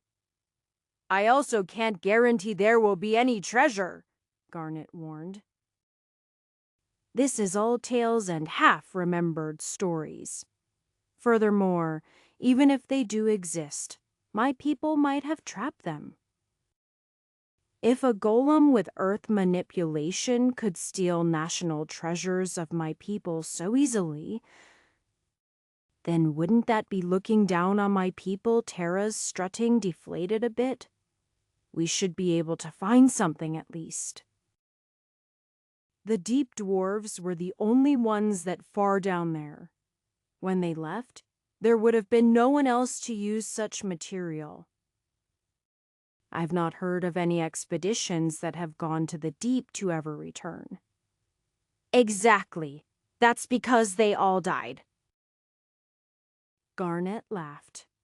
There have been hundreds of expeditions to the deep, and not a single one survived. That's not true. I found a record of one who man-made it back. He was insane, muttering about how dark it was before killing himself. Did you mention that to Master before we left? Of course not. He never would have let us leave if he had known. My brow twitched. She was correct about that. Chapter 13:16. We don't need to worry so much. Whomever went down wasn't a deep dwarf and a golem with Earth manipulator as a job. Let's get a move on it. I can't wait to see Master's face when we return. The image suddenly flickered, a new scene appearing. Was this memory loss? Or did they end the recording and start up again later? I couldn't tell. They were deep down in some tunnel. They were lying down with a smokeless fire going. It looked like they had been camping for the night. So it was at least a day later. Did you feel it? Tara asked, sitting with her arms wrapped around her knees, staring at the fire. Her expression wasn't nearly as happy or as lively as before. She looked almost despondent. Garnet sat up from where she was lying under the covers. The bond with Master, it was cut. That he would never cut the bond. Tara shook. He couldn't do so, Garnet added. I don't believe it was done by him. It feels too sharp. What do you mean? Maybe I am. It's just my imagination. But it doesn't feel like Master is dead. Tara turned around, a look of shock on her face. You are certain? No. But I've felt bonds before. I've had people die. It's not so abrupt. I am just saying, from my experience, this feels more like the bond was cut deliberately. So, Master is in danger. Tara's expression narrowed. Master is always in danger. This was probably something done by an enemy, and knowing Master, he'll come out on top. Tara let out a breath. I see. Should we return? By the time we return, he'll probably already recover. The other girls are closer. And if he's in trouble, I am sure they're handling in. Besides, we have our task. Let's continue. When we return, Master will just be extra hap. Flicker. That time was the memory cutting out. I was glad to see the girls weren't destroyed by my apparent death. The two of them being together would help them get through it. Garnet was always more grounded and less excited. She had dealt with the loss her entire life. Whether it was the loss of her nation, the loss of her home, the loss of her family, and even at one time the loss of the life she had started in the Twilight Dungeon. She had a unique way of looking at things, and she was able to keep Tara from panicking. The screen appeared, and it was difficult to say how much longer they had been down there. The girls were crawling through an exceptionally narrow path. It was too small for someone like me to enter. But given their sizes, they were just big enough. I should have just made this area wider, Tara panted. It's large enough for us, Garnet responded. Lydia or Celeste wouldn't be able to fit. Celeste would. Tara's voice sounded pouty. That big-breasted bimbo can shrink to any size? Why do some girls have all of the assets, even my slim body, that allows me to make it through tight spots, and she can do better? Yet she still has those things. Are big boobs that great? Garnet laughed. I am rather happy with my chest. I heard big breasts girls have sensitivity issues, but my nipples are super sensitive. Yeah. That only makes them chaffed as we drag ourselves down this path. I don't even have Master to heal them. How much longer is this "Are you the Earth manipulator? Can't you tell, Je?" I'd rather not know. The two girls seemed to be moving along so peacefully. So, how did everything go wrong? Chapter 13-17. Do. You want to hear a secret? The travels of Tara and Garnet continued. The longer they went, the dirty they appeared. It was hard to tell given the breaches in memory just how much time had passed. However, it was clear they were still working their way down. The two girls were sitting, and for some reason this night they didn't set a fire. What is it? Garnet asked. I hate dungeons, Tara spoke uneasily. Garnet looked up in surprise. Seriously? The dark, the cramped spaces. They remind me of back then. She lowered her head, looking like a wilted flower. When I dragged the clockwork dragon with me down into the underground, I created a dungeon to trap it. But that dungeon wasn't just its prison. It was mine too. I lived in that grave. The grave of my village, for longer than any human should be alive.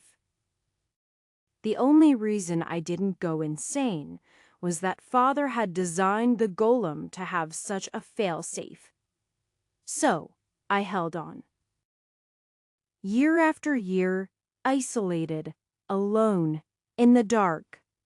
Then, Master came. He came and he took me. He spared me from the darkness and brought me into the light. That's why I'll do anything for him. That's why I love him so much. He saved me from a living hell, and I can never repay that. But you are an Earth manipulator. You are at your best underground.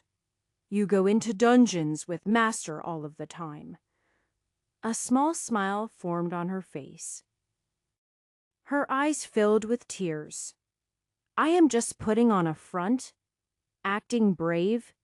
The other girls are so strong and so fearless. If I let my true feelings out, then I'll be left behind. Besides, it never felt bad, because Master was by my side. I could feel the bond, and it was like Master was beside me. I knew that no matter how deep I went into that darkness, that a familiar blue light would appear, and Master would come out and grab me. Garnet bit her lip. The bond was cut. Even if he's safe, he won't be able to come down here. He won't be able to find me. I am alone. Tara? Garnet reached out and touched her leg. You are not alone. I am here with you. Yeah. I know. Tara grabbed Garnet's hand and held it. I know. For the longest time, I had always wondered what the girls saw me. In my arrogance, I had always just put it up to my charm up and my slave affinity. I had convinced myself that their love was just a random byproduct of me being me, even when I came to accept their love. I continued to hold to this belief, and instead accepted that charm was a natural aspect of a person and not something I should feel bad about. I was afraid to take on the responsibility. I was afraid to understand and to listen. Seeing how Mickey truly felt, I began to realize just how much these girls had been through. Some were slaves, living long lives of rejection and fear. Others were prisoners, trapped in dungeons and forced into a role they were never prepared to take. I knew their history, but I never focused on it. I was too busy moving forward that I never thought about looking back. Before I knew it, I couldn't go back. Master? Alesia could feel the emotions I had the strongest due to our body. We'll find them. I reached out toward Tara's sad expression. Don't worry. I will pull you from the darkness, always. Her image disappeared, and new memory began. Chapter 13-18. The image lit up. And I blinked a bit as the girls walked through a crystalline cave. It resembled the mirror labyrinth quite a bit. Although while those crystals were all clear and reflected light into prisms, these were different colors. Some crystals were red, others were blue or green, and then there was just about everything in between. Based on where the girls stood, their faces were a different color. It was like walking through a kaleidoscope. It's beautiful, Tara gasped. Useless. Garnet sniffed. They're pretty, but they're also brittle. They have no magical value, and they're too weak to hammer into anything of use. A complete waste, Garnet declared. You know, some things can be pretty just for the sake of being pretty. Tara responded. Maybe. But wouldn't it be better if something contained both form and function? Garnet shrugged. There are things that look just as pretty that have far better uses, I guess. Tara didn't look convinced, but didn't continue to argue with Garnet either. Come on, we're almost to the deep. Garnet waved her hand. The pair left the pretty crystalline cave. Walking through a grouping of sharp stalactites and stalagmites that were dripping water into a long rocky tunnel. Almost. We're not there yet. Didn't you say the deep was larger than the journey to it? Tara had an exasperated voice. True. But the pathways and caverns are much larger. We'll be able to move faster. If we can find a fog beetle or Tourette's, we could be there in a few days. A what? They're giant beetles you can ride. They move super fast. Ah. I wish we had Master here. He could tame them for us easily. Tara's face went white. A giant beetle, gross. Don't tell me you hate bugs too, I do. I? Well, it'll take longer, but we can walk. I can't promise we won't encounter anything, though. Traveling in the deep is a lot like traveling through the wilderness. That dangerous? Did you think dungeons are unique to the surface? As long as they have an outlet, they can even be this deep. Number. It should be said the ones this deep are all mega dungeons. They're the most dangerous ones because they'll take on an innocent path, like a tunnel worm. A tunnel worm, Tara's voice rose an octave. Yay, those guys are the worst. Garnet didn't seem to notice the worry on Tara's face as she continued to speak excitedly. The tunnel worms eat a tunnel and then open their mouths right at the entrance.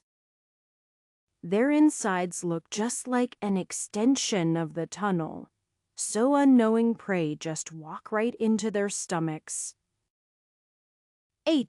How can you tell? Well, they usually have stalagmite and stalactite teeth around the entrance. You'd also feel a warm breeze, but it would be hot and humid. That compensation is rare down here. It's usually wet and cold or warm and dry, depending on how close you are to a volcano vent. Hey. Do you feel a hot and humid breath suddenly? Tara's voice cracked. Huh. Oh yeah, it tastes kind of salty. Wait. And those stalactites and stalagmites we just passed? Don't they kind of look like teeth? The two girls looked back in the direction that had just come from. And then back at each other. Run! Ah! I tensed as it flickered. But when the memory returned, they were still walking normally. The girls looked even more haggard. They were tired and looked like they hadn't bathed in a month. We made it. Garnet suddenly declared, We've reached the deep. Chapter 13:19. It's so big. Tara spoke, looking up into a distance that the imager didn't reach. We need to be careful from here on out. I apologize for freaking out about the fake tunnel worm. Let's forget the tunnel worm. As I said, there are a lot of dangers in the deep. On the surface, mana is mostly dispersed, so we don't get many powerful monsters. But down here, the mana is allowed to congregate. Didn't you say there were a lot of dungeons down here? Wouldn't they eat all of that mana? They do? But because of the high pressure and potential seismic events, dungeons will also collapse and be destroyed if they grow too big or act too recklessly. That causes all of that miasma to explode out. That's not even mentioning the monsters that escape the dungeons and are free to procreate and expand unhindered. It's dangerous. I got it, Tara responded. I'll try to keep a scout by feeling for vibrations. Even so. Can you even feel the ceiling anything could drop down on top of us at any time? I can't. I thought I'd be glad to be in a spacious area. I am suddenly missing the claustrophobic corridors. This is somehow worse. I am just trying to keep us safe. I promised I'd bring you down here and get you back. If I failed, Master would be angry. We'll be fine. Just stay aware. I never thought I'd say this, but I am suddenly missing Celeste. Her ability to feel air vibrations would be really useful. Then again, Lydia's scouting and leadership. Miki's ability to calm the people around her. Hey, even Xiao can see in the dark and isn't scared of anything. You are really good friends, aren't you? We have to be, Master is. Flicker. There is something wrong. Garnet frowned. This has been far too quiet. Flicker. Flicker, do you hear that? Something in the darkness. It sounds like footsteps. Are we being followed? I don't. Flicker. The images were starting to break down. Occasional distorted images and voices appeared. I leaned closer. This was getting toward the end. This was the point where I found out what happened to them. We need to run. It's coming. Garnet? Just keep going. I am not leaving you. Although the recording supposedly took a 3D image and wouldn't be a victim of shaky K-More darkness, the image was still strangely obscured. The girls appeared blurry and blotched out. Their voices sounded like they were coming through water. I could hear the panic and fear in their voices. Flicker. Tara was alone. Garnet was missing. She was curled up in a fetal position. Master. I am going to send this up through a vent. If it somehow reaches you. She swallowed hard. I am sorry. We should have told you about the risks before coming. We should have turned back when the bond broke. We should have... Please, listen carefully. There is something down here. The deep dwarves. The sound and image flickered, and for a second, I feared losing the whole message before her face returned. Don't come down. Don't come to find us. It's already too late. Ah! What's that? No. It's coming. No. No. The image flickered out. There were no more memories. Chapter 13:20. Master. I am fine, I grumbled. Deke! Lord Duran's voice caused me to look back. Only then realizing I was already halfway to the door. Our eyes met for a moment. I have things to do, I responded. She warned you not to go, boy, Pate spoke up, seemingly somewhat relaxed. As if I wouldn't? It'll be dangerous. I've experienced danger before. How will you start? I knew what Pate was doing. He was trying to make me think. I was acting on pure impulse, and if I left like that, I might act unreasonably. As much as I hated to admit it, he knew me pretty well. I took in a deep breath and tried to calm myself. I'll go to Graham's Passage. The place runs deep. Not that deep. It'll be a start. The journey could take weeks, even months. Are you going to leave Chum unprotected during that time? I opened my mouth and then closed it again. Even if Graham brought me to the bottom of his dungeon. How deep was the deep anyway? Her imager came up into his passage after going through an impossible journey. If I ended up spending weeks traveling down there, it could be too late. Although every part of my body burned with impatience, I had to tell myself to relax. I closed my eyes this time and took a few deep breaths. Do you have any ideas? It's hard to say. I just know if you are crawling down caverns like they did, it will take a long time. The deep is a bit of a strange place. What do you know of it? Only the rumors dwarves pass around.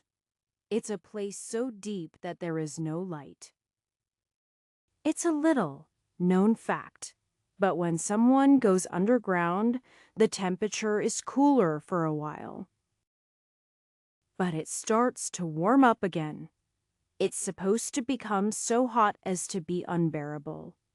For some reason, under about half of this continent is a bubble of cool air. There is no heat, and there reside massive caverns.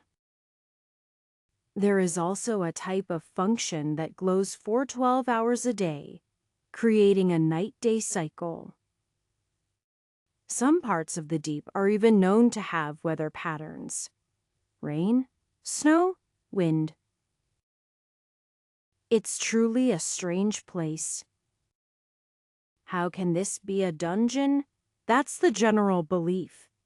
The deep used to be a dungeon.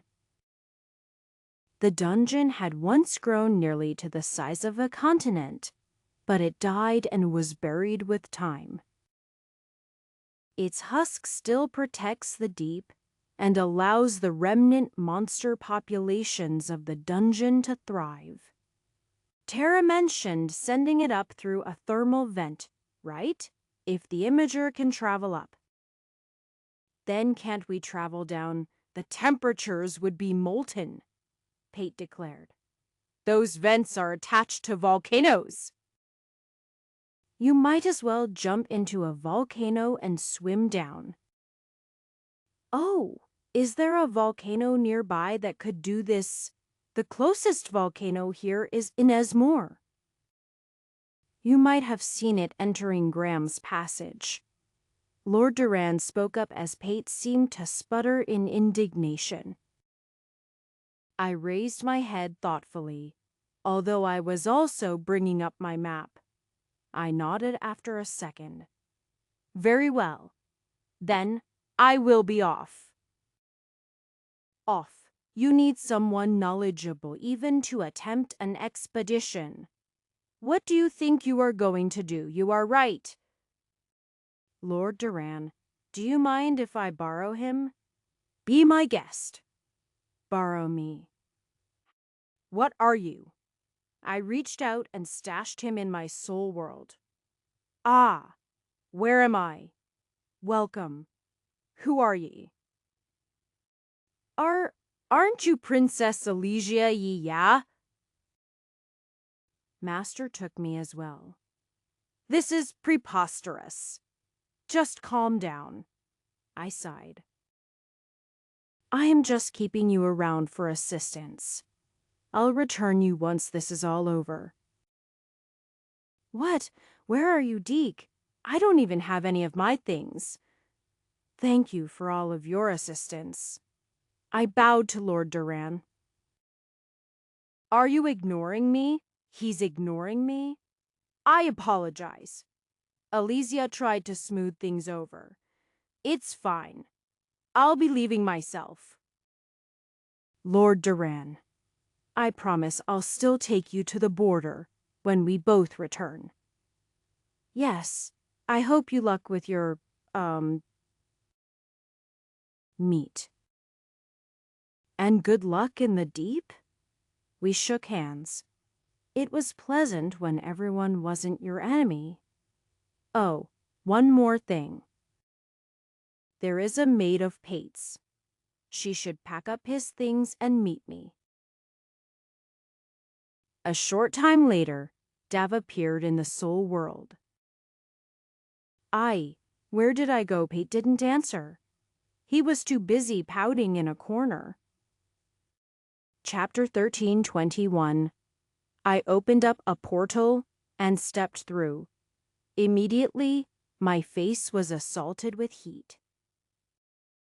I was standing near the ledge of an open volcano. Glancing down, I could see red deep down at the bottom. Slapping my hands together, my body began to glow, and I went through my dungeon points. I hadn't earned any new points recently.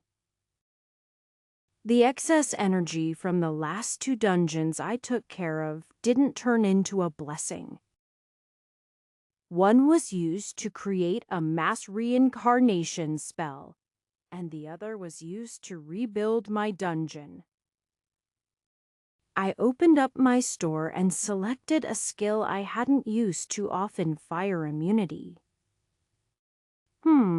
After dumping 6 points into fire resistance and then fire immunity, I noticed a new skill appear. Was there a tier beyond fire immunity? This one was called heat resistance. Weren't they the same thing? This one cost 10 points. I dropped the points into it, and the heat I was feeling immediately dropped until it felt like it was a perfect day. It was like that fire immunity protected me from taking burn damage. But heat exposure could still be a problem. I noticed that there was now another tier, heat immunity. Given what I was about to do, I decided to select heat immunity as well. I had the skill heat tolerance through my blacksmith job, which probably worked like a weak version of heat resistance. I wasn't even going to attempt to depend on that, though. I had been worried fire immunity wouldn't cut it either, but with heat immunity, that made me more confident. It cost 25 points, though. In other words, to be immune to heat completely in all its form costs 41 points in all. I only have 72, so that came uncomfortably close. I wondered if the other immunities worked similarly. As I earned more blessings, the store had fleshed out more. Just like how the lore gathered from each dungeon allowed me to create new environments, drop new items, and create new mobs. It also opened up the shop to new skills and items. Deke? What are you planning? Pate's worried voice sounded out from my soul world. I ignored him and sent a message through slave communication to all the girls. I said I'd warn you before I did anything dangerous. I am going to be heading into the deep to recover Terra and Garnet. I want to say if I don't return, don't follow after me, but I don't think those lines would work better on you than me. That's why I am going to be back in under a month, no matter what. Master, what are you doing? Master? Again, you should bring some of us with you. You are all busy with your own tasks. Trust me to save Terra. And more importantly, trust me to come back. There was a brief period of silence. But then every girl slowly gave their acceptance. They would do what I said. Now, it was time to go for it. Elysia. Remember that trick you learned where you turned into a more complicated object? Why, you mean that time you made me turn into a bicycle and rode me? Ahem. I coughed awkwardly. You've seen a drill before, right? Master. Why, You can't be serious. Off we go. Master. I jumped off the ledge into the volcano. Chapter 1322. What's happening? Pate cried out. H, here. I think I can project what I see into Master's soul world. Elysia declared. Ah, turn it off. Turn it off. Elysia. You should be turning into a drill now. I am working on it. We plummeted down quite a distance. I used stare to blow away the smoke and to slow my descent, kicking off a step when I needed to. The heat grew as I reached the bottom, where dark material undulated menacingly, red light glowing out from the cracks. My feet hit the lava and then fire erupted across my body. Did I make a mistake? I tossed all of my clothing into my soul world? Heat immunity didn't transfer over to the items I was wearing. Anything of decent enough quality would have survived that brief exposure, and everything that was destroyed probably wasn't worth it anyway. It wasn't my best armor, although given my history of losing armor, it was hard to say that I bothered with anything long-lasting. I am ready. Let me know if you can't handle the heat. Elysia was composed of plenty of incredible alloys that should be able to reach the limits. But lava was lava, and I didn't want to risk her being harmed. If I couldn't use her, I'd figure something out. I had already sunk to my knees. I was completely naked, so it was good I was in a place I was unlikely to see anyone else. Go for it. I slammed Elysia down into the lava, pushing her down as far as she would go. Then her body started turning. The blades of her drill like form moving in a circle. She started to move down more and more into the muck, creating an air bubble around my head. I allowed myself to sink in behind her. I was plunged into darkness, but I only had one direction in mind, heading straight down. The lava felt like a strange putty, like trying to swim through clay. Although I could recognize the incredible heat, it didn't feel the least bit uncomfortable for me. Under Elysia's unstoppable blades, she was able to cut through it and move downward. Once I was completely buried, she picked up the pace, turning faster and faster. I could feel a strange pull. As the lava behind the drill tried to fill in space I was on, it would catch on my legs like arms trying to grab me and hold me in place. Faster, I ordered. Why, yes. Her drilling sped up once again, and the movements were soon fast enough that a trail line was left in the lava. All I could do was hold on as Elysia used her strength to move forward. I lost track of time as I was pulled through the swampy muck like a worm.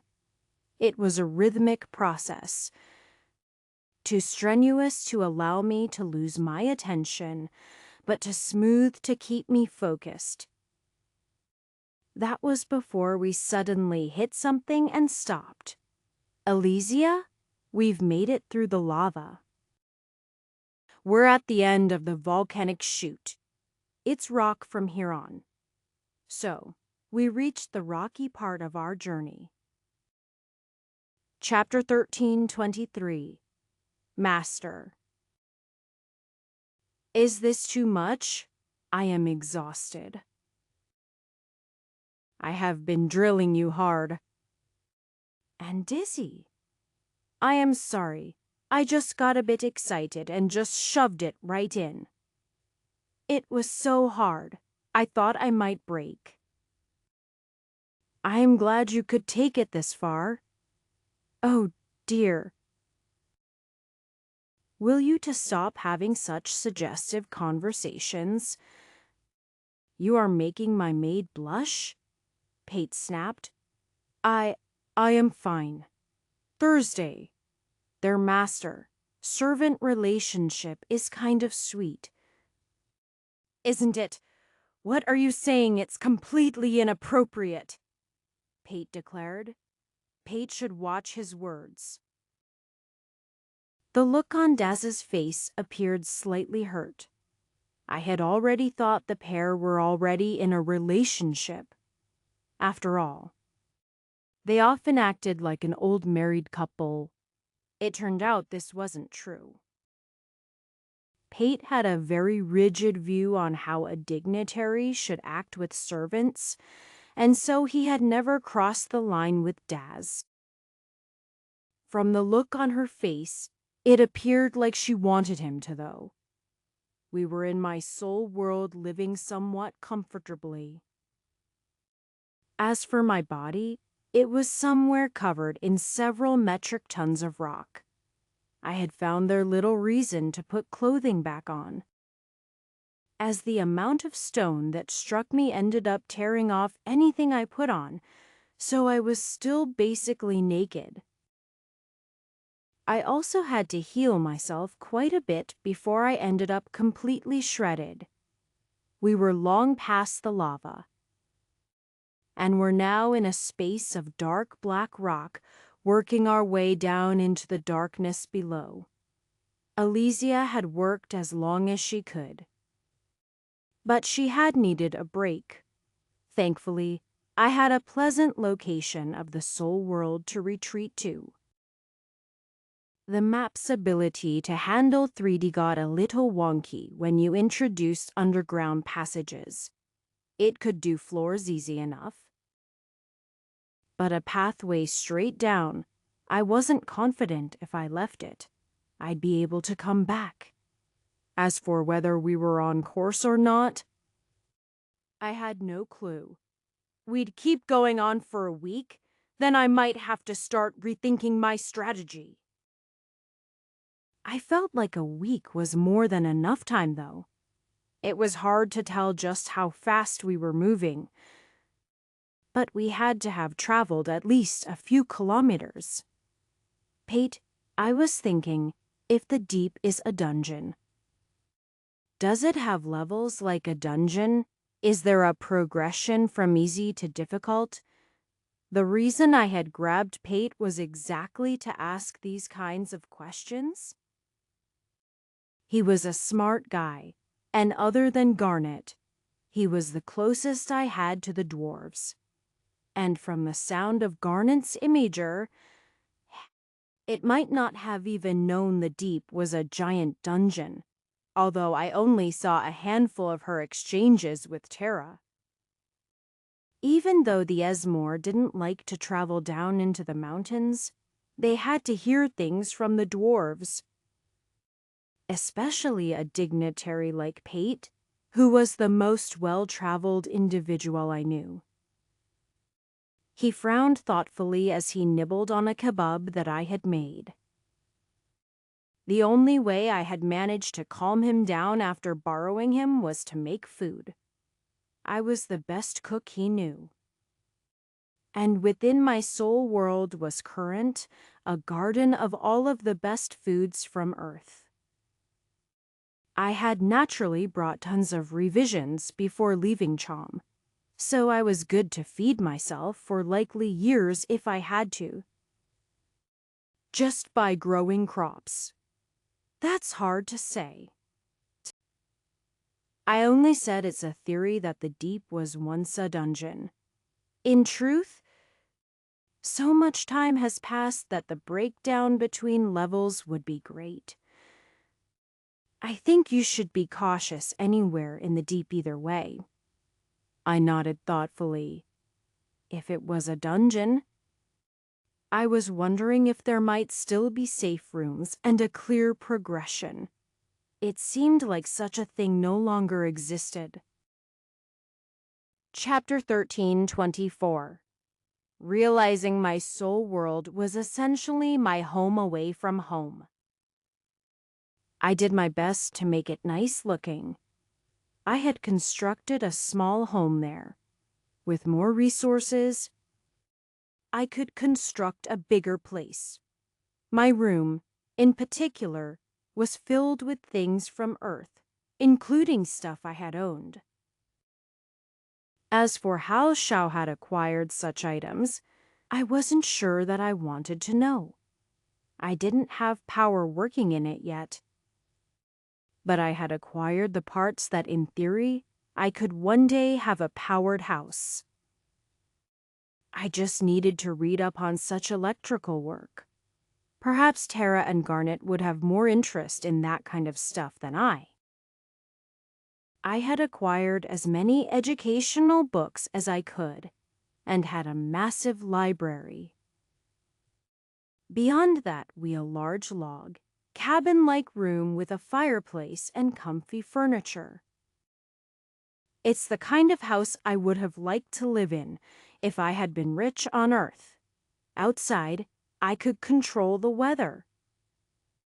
So it was sunny and nice. I kept the light schedule to match my schedule, so there was a clear day and night. Since the weather was always pleasant, working outside was quite comfortable. Even if my real body was naked in the dark under hundreds of tons of rock. We spent the night resting. Or more specifically, Alicia took a nap. I could have kept refreshing and healing her to keep her going, but at some point, it was better if she relaxed. We had found a pocket of space that didn't look like it'd collapse or fill with lava at any moment. So we decided to wait the night out there. Since I hadn't worked too hard beyond holding on to Alicia, I practiced a bit with the soul world. I tried to see if meat could be made fresher. It'd be something if I could move life energy so that a cowrie grew from a slab of rump roast. Since I could grow a plant from a seed or revitalize a nearly dead herb, I thought it might be possible. It turned out I was being a bit too hopeful. Dead meat was too dead to do anything with. There were limits. That was probably for the best. As for resurrecting an animal, I didn't want to even try. If I had to think about whether the animal had souls, that was too much.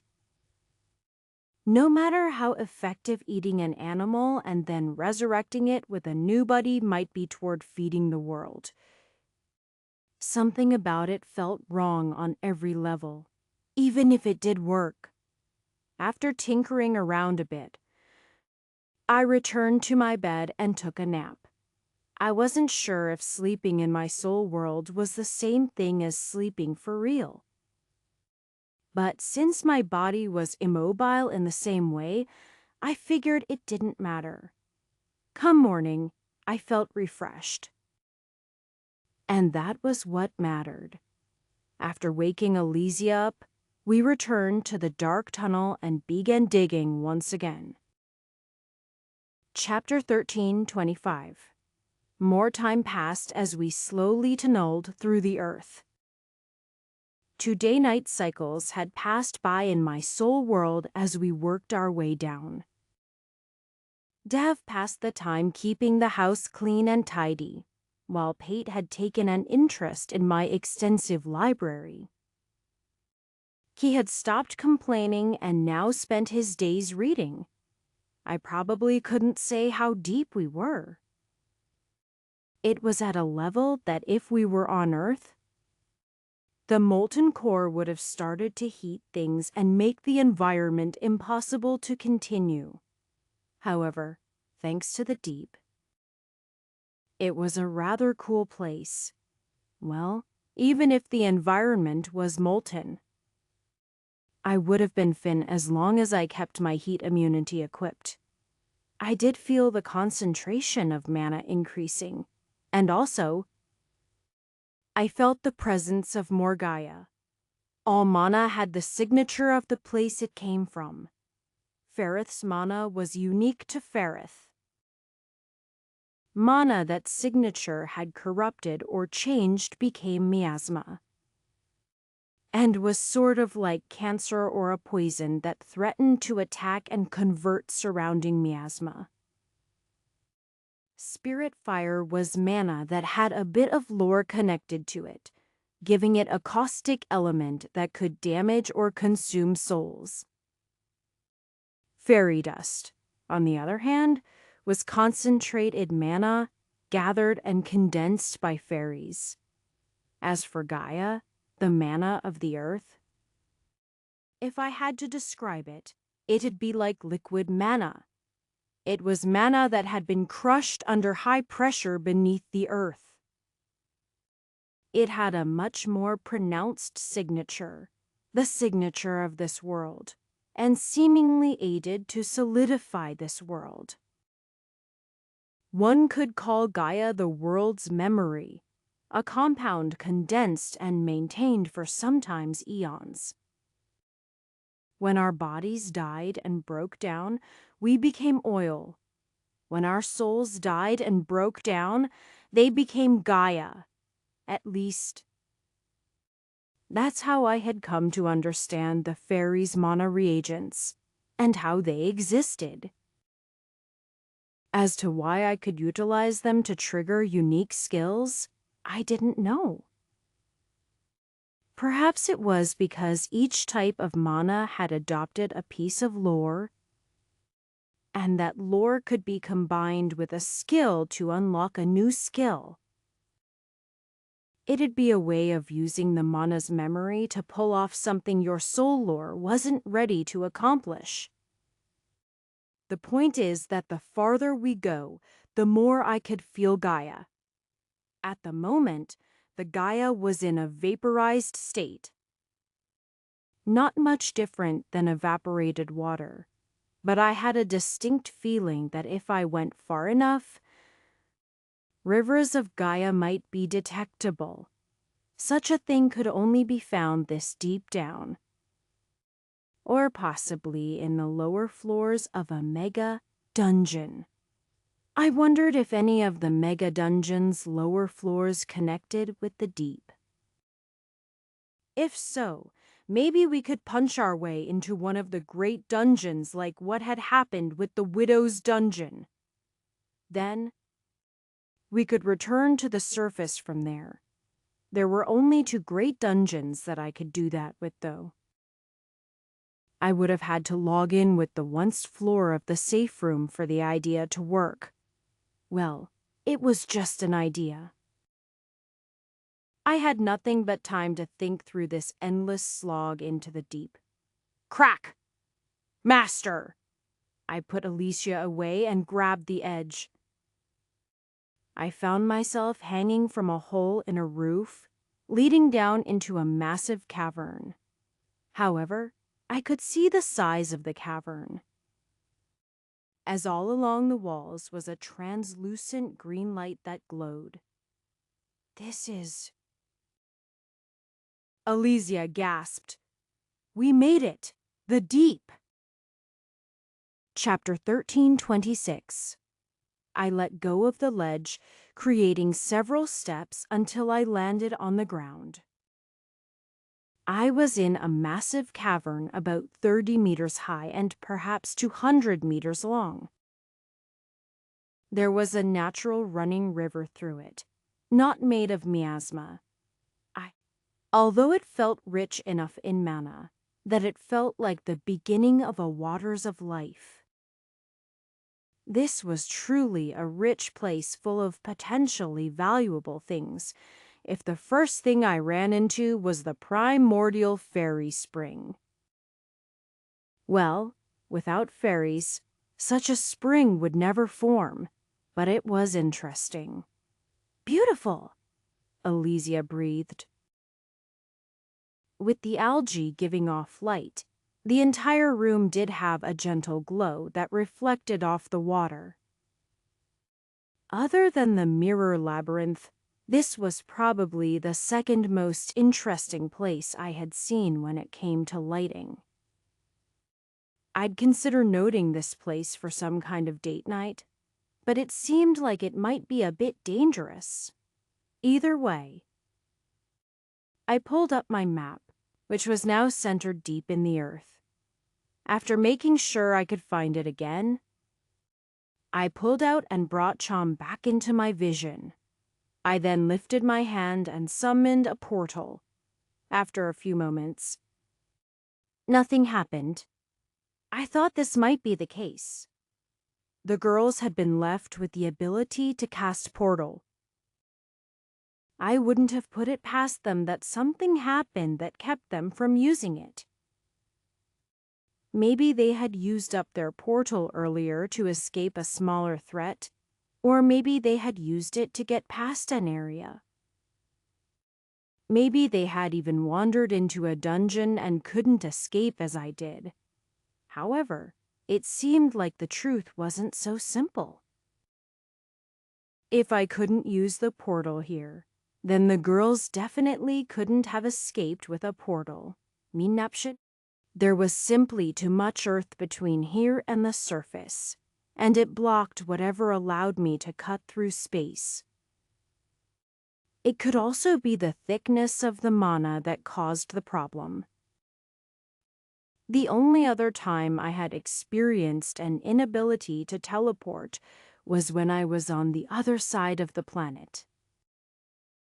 The same reason I could portal from here might be why I couldn't portal from there.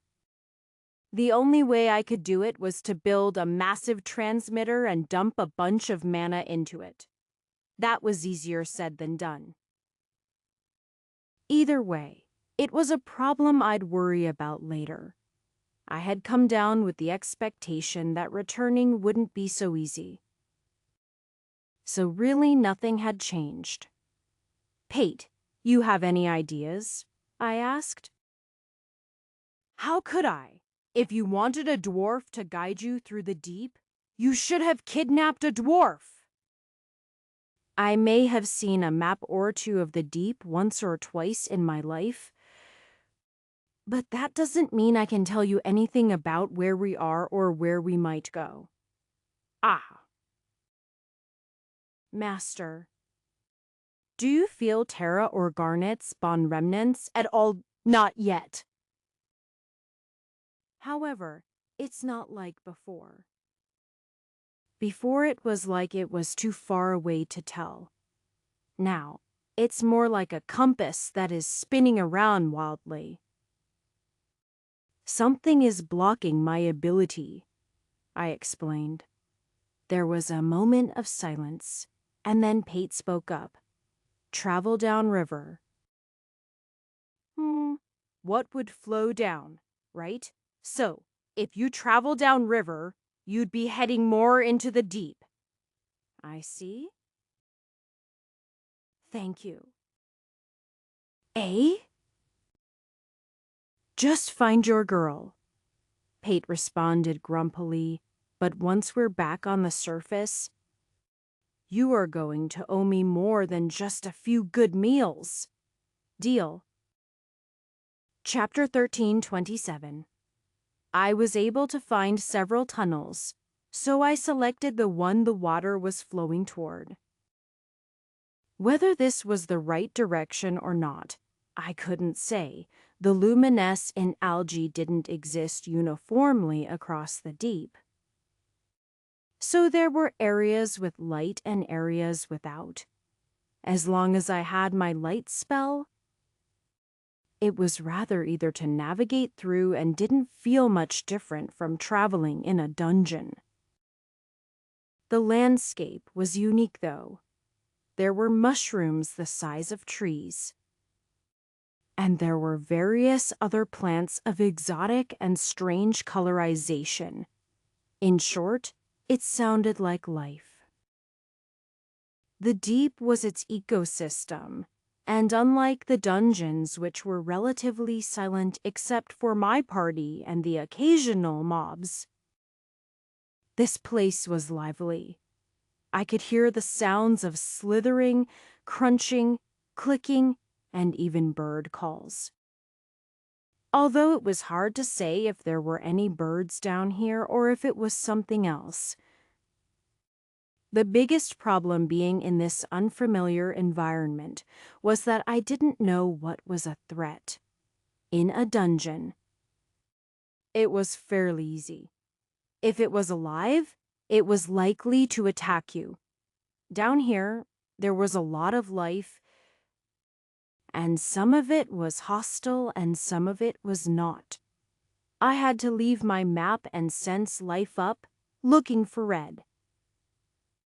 I wasn't sure how this feature worked, but anything that seemed to wish me harm turned up as red, while allies were green and neutral life was yellow.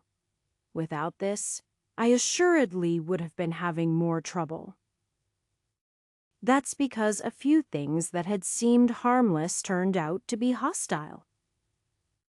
There was a large and beautiful plant that had ended up in my path, and if it wasn't glowing red, I might have walked right by it. I watched as strange oversized mole creature walked by, and then plant latched out and swallowed it whole. Even the plants were dangerous in this place. I wanted to just throw some fire at it, but that worried me as well. Caves could be deceptively dangerous. There could be flammable gases that could ignite. Plus, the amount of oxygen was questionable. I didn't think, given my current constitution, that I would be brought down easily by carbon dioxide poisoning. But I didn't want to change it either, so I tried to remain as cautious as possible. Of course, even being mindful of the red dots didn't stop me from being attacked eventually. The beast that came out at me looked like a hairless rat, except that it was the size of a small car. I was able to defeat it easily with a single swipe of my blade. That blade wasn't Elysia. At that point, it had been only a short time before that she had been still acting as a drill. I didn't want to wait a night for her to recover.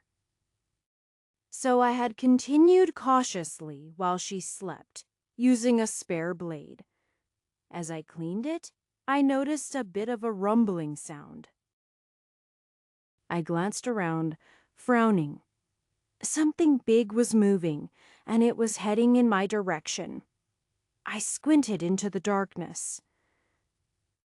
One of the biggest problems with the light skill was that it created a light circle around me. But beyond that circle was darkness, and the light prevented my eyes from ever adjusting to said darkness.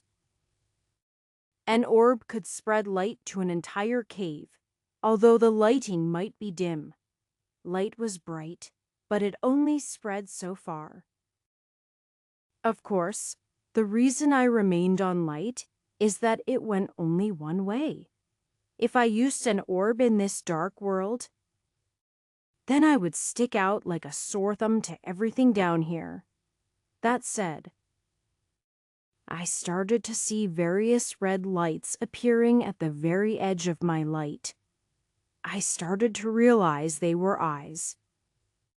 And those eyes belonged to none other than the kin of the naked rat thing I had just killed.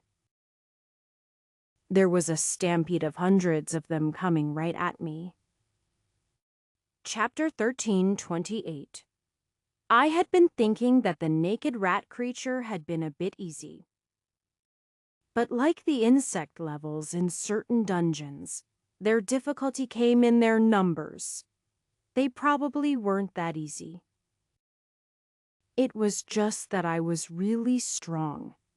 Elysia could cut through anything, and I had the strength, size, and stamina to be able to fight with many dangerous things. In the event of a stampede, I could flee or hold my ground. Since I was currently in a corridor and heading back would leave me losing half a day of movement, I decided to stand my ground. Alesia, I regrettably had to interrupt her rest. Yes. She seemed prepared to act anyway. She returned to my hand. I had let her rest after the long drill session. But since we had encountered an enemy that I couldn't handle easily, I'd need to depend on her again. This time, at least she could be in her more comfortable sword form. That's that, I thought, but the object in my hand wasn't a sword. But the drill she had been using the last few days. What's this? Sorry. I've been a drill for so long I forgot to change my form. Crap! They're here! No time! Master, what do I do? Drill! Drill! I braced myself, slamming forward into the rat. The drill that had cut through miles of rock hadn't dulled in the slightest. If anything, she was many times sharper and more decimating. She had plenty of time to perfect her form, creating the idea configuration that could dig through the hard earth like someone was cutting through butter. Suffice it to say that these naked rats didn't have a chance compared to the chewing power of Alesia. As the first rat lunged forward, it tried to bite down on her tip. With those massive incisors, it might have had the ability to tear through rock or even cheaper swords. But not only was Alesia wasn't just made better stuff, but she was also spinning too.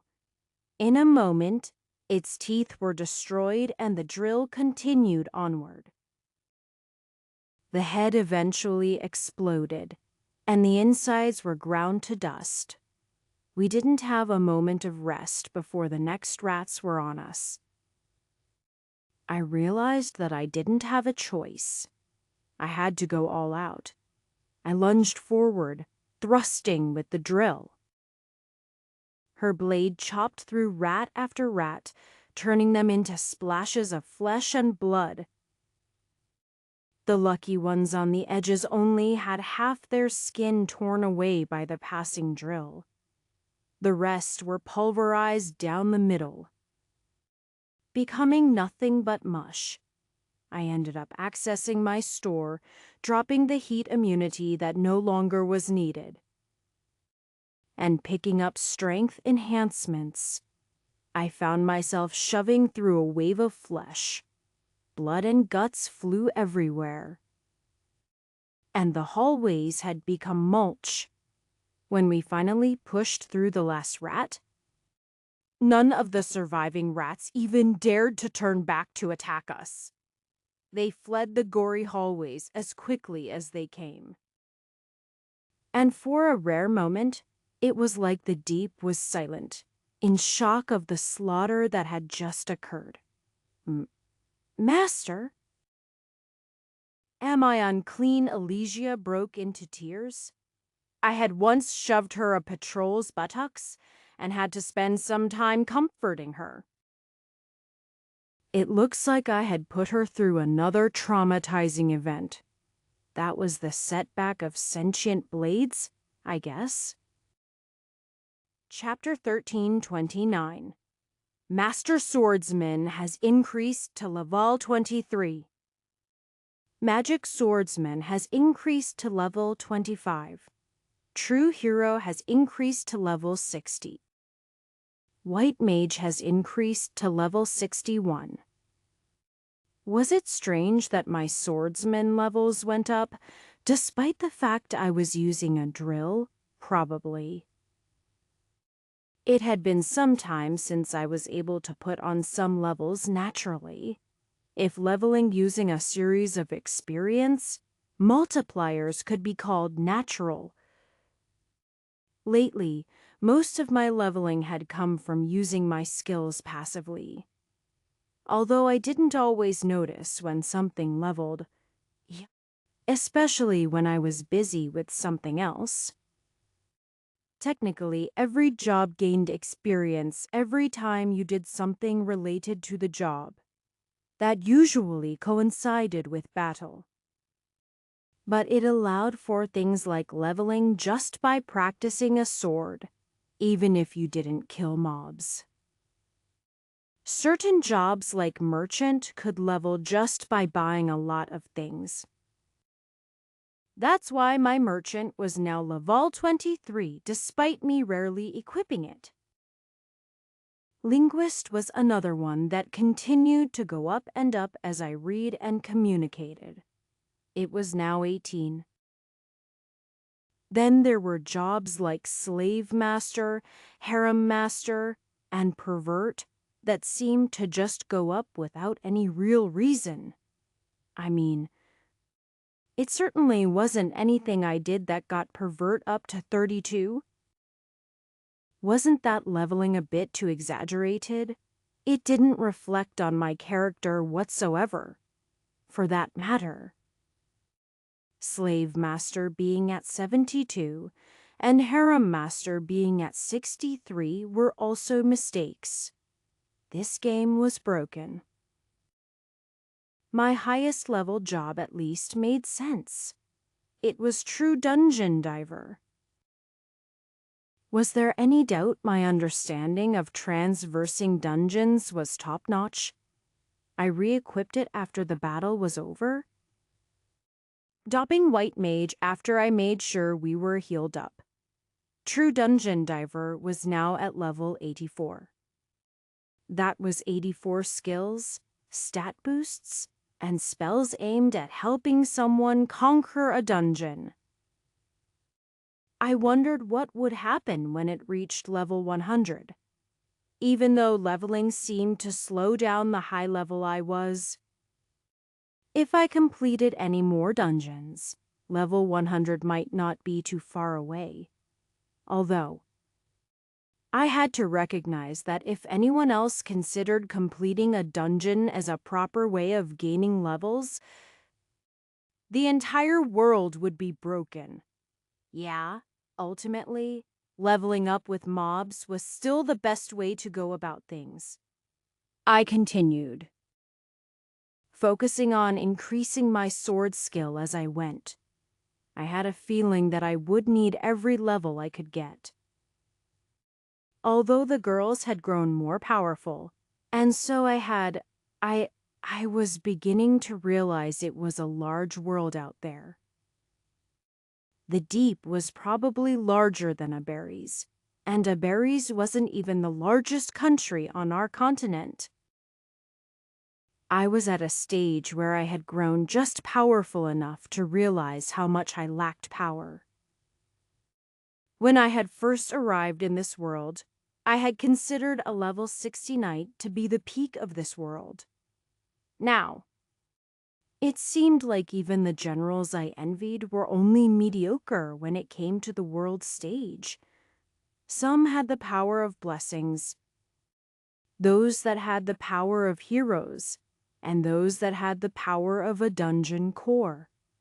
You could have multiple jobs, and each job could be maxed to level 100. Someone who was truly a master in their field could have 400 levels dedicated to it, 100 for each tier. But even that might not be their max strength. It was best to continue to grow stronger and not stagnant. Even once all of the girls were back and safe, I had a feeling there would still be future dangers. I had to be vigilant. Chapter 1330. A few nights passed by as I descended more into the deep. I had seen numerous odd creatures and fought in several intense battles. I had even had to flee from time to time. The difficulty of the monsters could be hard to gauge, and there was no steady progression. I could stumble across an extremely easy enemy that died in one blow, only for a bit later to meet an enemy that I had to escape from. Size and appearance didn't always delineate the danger either. I had started making it a habit of using God and Devil Eye on new enemies, so I could ascertain if I could defeat them. I was increasingly finding more and more monsters that weren't worth the risk of fighting. I wasn't in a dungeon, but it would be a real shame if I ended up in a battle to the death because I encountered an albino squirrel that was as fast as my eyes could see. I was starting to notice a pattern, though. It seemed like one particularly difficult boss, like mob ruled over each area. And the rest of the monsters were weaker creatures that served as its food. In that case, it was more luck on whether I ran into that particular area's boss. So much for getting breaks every 5 levels. And spending my nights in a safe room. I found that when I wanted to rest, it was best to depend on Elysia or Pate to remain as a guard.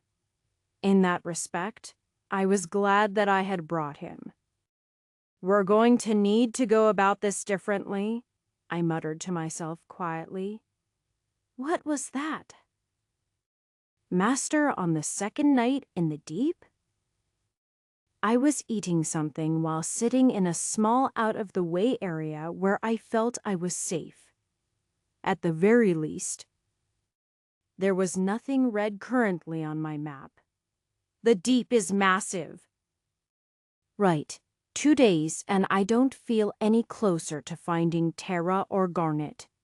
Without Garnet's original maps, I have no clue where the deep dwarves even found their home. I had been hoping I would have seen signs of mining or something that would lead us there, but I guess I underestimated the deep. Or overestimated the deep dwarves. We just have to keep looking, Master. I fear we could keep looking 4 months and be no closer to learning their whereabouts. I sighed. We traveled straight down from a volcano not too far from Graham's Passage. I'd have expected we'd end up pretty close to where Terra had sent the imager up the vent.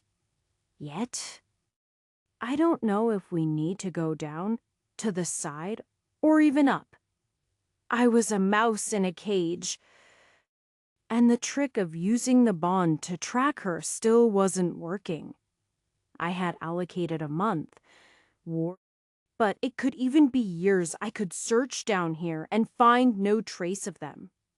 I had naturally tried again to reincarnate them, and received no response from their souls either. They had to still be alive. They just had to be. Chapter 1331. I am sorry. Pate sighed. I wish I had more information. The deep dwarves were a mysterious people. They came up to the surface suddenly without warning. They ended up coming into conflict with Esmore. I had heard they were all but wiped out. That was Esmore? It was all 3 countries, Esmir, Diashin, and Osteria. This was naturally a long time ago, before the demon lord Aberes conquered the south. The Animalkin have always been fiercely territorial, so when the deep dwarves began to surface, they rejected them completely, even going so far as to collapse caves. Their Murinikin are quite effective fighters in tunnels, and they were able to force the deep dwarves to retreat. Naturally, the dwarves were mining and interpreted the deep dwarves as impeding on their territory. There had always been resentment and hatred toward deep dwarves who had access to more precious metals and richer monoveins. They often lorded it over the dwarves, or at least that how the dwarves saw it. Suffice it to say, they did not welcome them. What about Asteria? This was before the mass settlement of humans into Asterian lands. Us it was mostly just Asterians. The giants of the plains. Asteria has always had a history of xenophobia. They wouldn't have even allowed the humans to settle there if their numbers weren't overbearing. And the imperial cloud metho to threatening? It was their resentment of humans taking the land that had caused them to join the demon lord Aberisi's side. Although Aberis had only come into existence some 20 to 30 years prior, giving the impression that this entire country only had a history of a few decades, it seemed like there was a cause and effect that resounded through history. The demon lord Aberis had turned on his father Aberon. He fled south in the womb of Calypso, convinced her to betray one of the previous bandit heroes, and use his power to set up a stage for his rebirth. Then, the Asterians, salty over humans migrating out of the imperial cloud metho into their plains, joined forces with the demon lord Aberis, who began a campaign to take over the south. His arm broke on the mountains of Esmore and the forests of Diashin, and he was only finally destroyed by a coalition of the Hero King, the Princess Hero, and the Maid Hero, who defeated him. Yet, he was able to invade the Princess Hero's womb, and once again stoked Asterian resentment until two separate countries formed from the wreckage of Asteria, Aberis and the Ost Republic. It was strange how history all seemed to come together. Events happening in the north ended up changing events to the south forever. It was all connected across time and space. All connected. My eyes widened. Of course. Deke, I am so dense. I know how to find Garnet and Terra. Why didn't I think of it sooner? How Pate narrowed his eyes suspiciously. I need to learn the Deep's history. I need to follow the lore. Deke, the records going back that far are limited. Maybe if we went to the dwarven city of Ossenheim, their great library might have some information. No, I mean here. I need to see the lore of the deep, the memory still drifting in this place. I need to read the streams of mana. How else do you absorb large amounts of mana? You build a dungeon. Chapter 1332. Although this wasn't necessarily proven, I believed that jobs worked much like the way heroes worked. A soul was a lore, the life story of a person. When a person became powerful enough, making enough connections with the world, with blessings, and with history, their soul became a sort of wandering curse, an incomplete lore looking for a new host that could help it change its fate. When a person's knowledge, history, and beliefs aligned with the lore of a hero, then the mark of the hero fell upon them. They would steadily gain access to the lore, experience, and knowledge of everyone who possessed the mark before. Thus, these legacy heroes would periodically be born across the continent, living often extraordinary lives, which had the side effect of ending tragically. If that was the case, Then I reasoned that jobs were also a clump of lore that ultimately bound itself to human beings that met the basic requirements. Thus, the job granted the user the ability to acquire lore, experience, and knowledge which slowly unlocked as they leveled. That was the nature of the job system, and why it was often so redundant and seemingly random. In the end, it was just lore fragments from past blacksmiths. Of course, where there was only one legacy hero a generation, jobs seemed to be able to replicate endlessly. This lore could be grafted onto an object, like with hero and knight tokens, and granted to people who fulfill some arbitrary agreement. I'd need to find out one day how these were created, and if others could be made similarly. For most people, though, they gained their jobs gradually, starting at the lowest tier. I liked to see jobs as having 4 tiers. When your history and experience reflect a job enough, it mines you and you begin to earn experience in the lowest tier. Through the process of unlocking the tier, you gain access to various skills. Eventually, once you've developed enough, another job, a more complicated and refined version of the previous job, attaches to your soul, reflecting the next tier. This could happen 4 times before reaching the mastery of said job, refining to the very peak of a certain knowledge base. This wouldn't necessarily make you the top of your field. There could still be a magician with mastery in multiple disciplines, or even potentially all of them. Would that open up the 5th tier? I had no clue. If there was such a tier, it'd be beyond mastery. What level would that be? Godhood. In the case of knowing about dungeons, you had the Dungeon Diver, a job designed toward increasing survivability in a dungeon.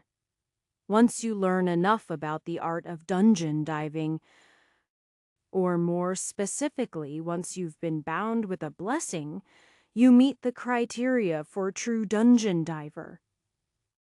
This job centers around understanding and becoming one with a dungeon. Once you become one with a dungeon, you unlock Dungeon Master. This tier is based on controlling a dungeon. Finally, the final tier would be Dungeon Builder.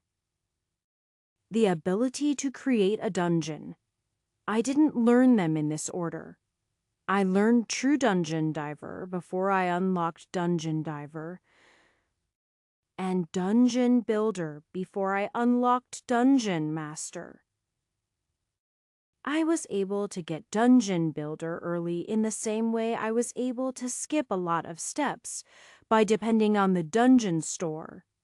I ended up in a weird state where I built a dungeon. But my control over it wasn't perfect because I lacked the Dungeon Master job. This led to Chom nearly being destroyed upon my disappearance, but that was rectified thanks to Maid's Lament. And I finally gained all 4, although perhaps not up to the levels and experience they should be. The point being, it should be clear how difficult it was to become a dungeon builder, and how rare they must be. Since I was one, it was time to start taking advantage of it. Chapter 1333. Master. What are we doing here? We need a proper place to create our dungeon and effective seed. For that, I am going to need a rich supply of mana, a clear and defensible position, and an appropriate guardian. A guardian. We're going to have to take on one of those bosses. Weren't you saying they are too much to handle? I did. And on top of that, it isn't enough to just defeat it. We need to tame a monster and get it to give over its property and service. Yikes. I nodded. So, we need to find an enemy that I can defeat. Thankfully, there is an area where I am confident. I understand.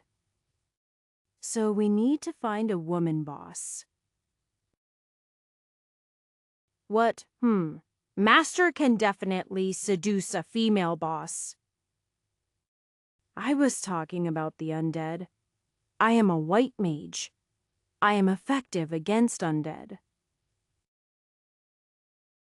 Ooh. So Master needs an undead woman? It doesn't need to be a woman, I cried out helplessly. Sometimes I seriously wondered what the girls were truly thinking when they thought about me.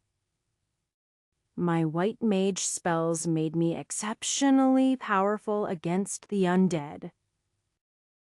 Where many of the bosses down here felt like they'd be difficult to handle, maybe even life-threatening.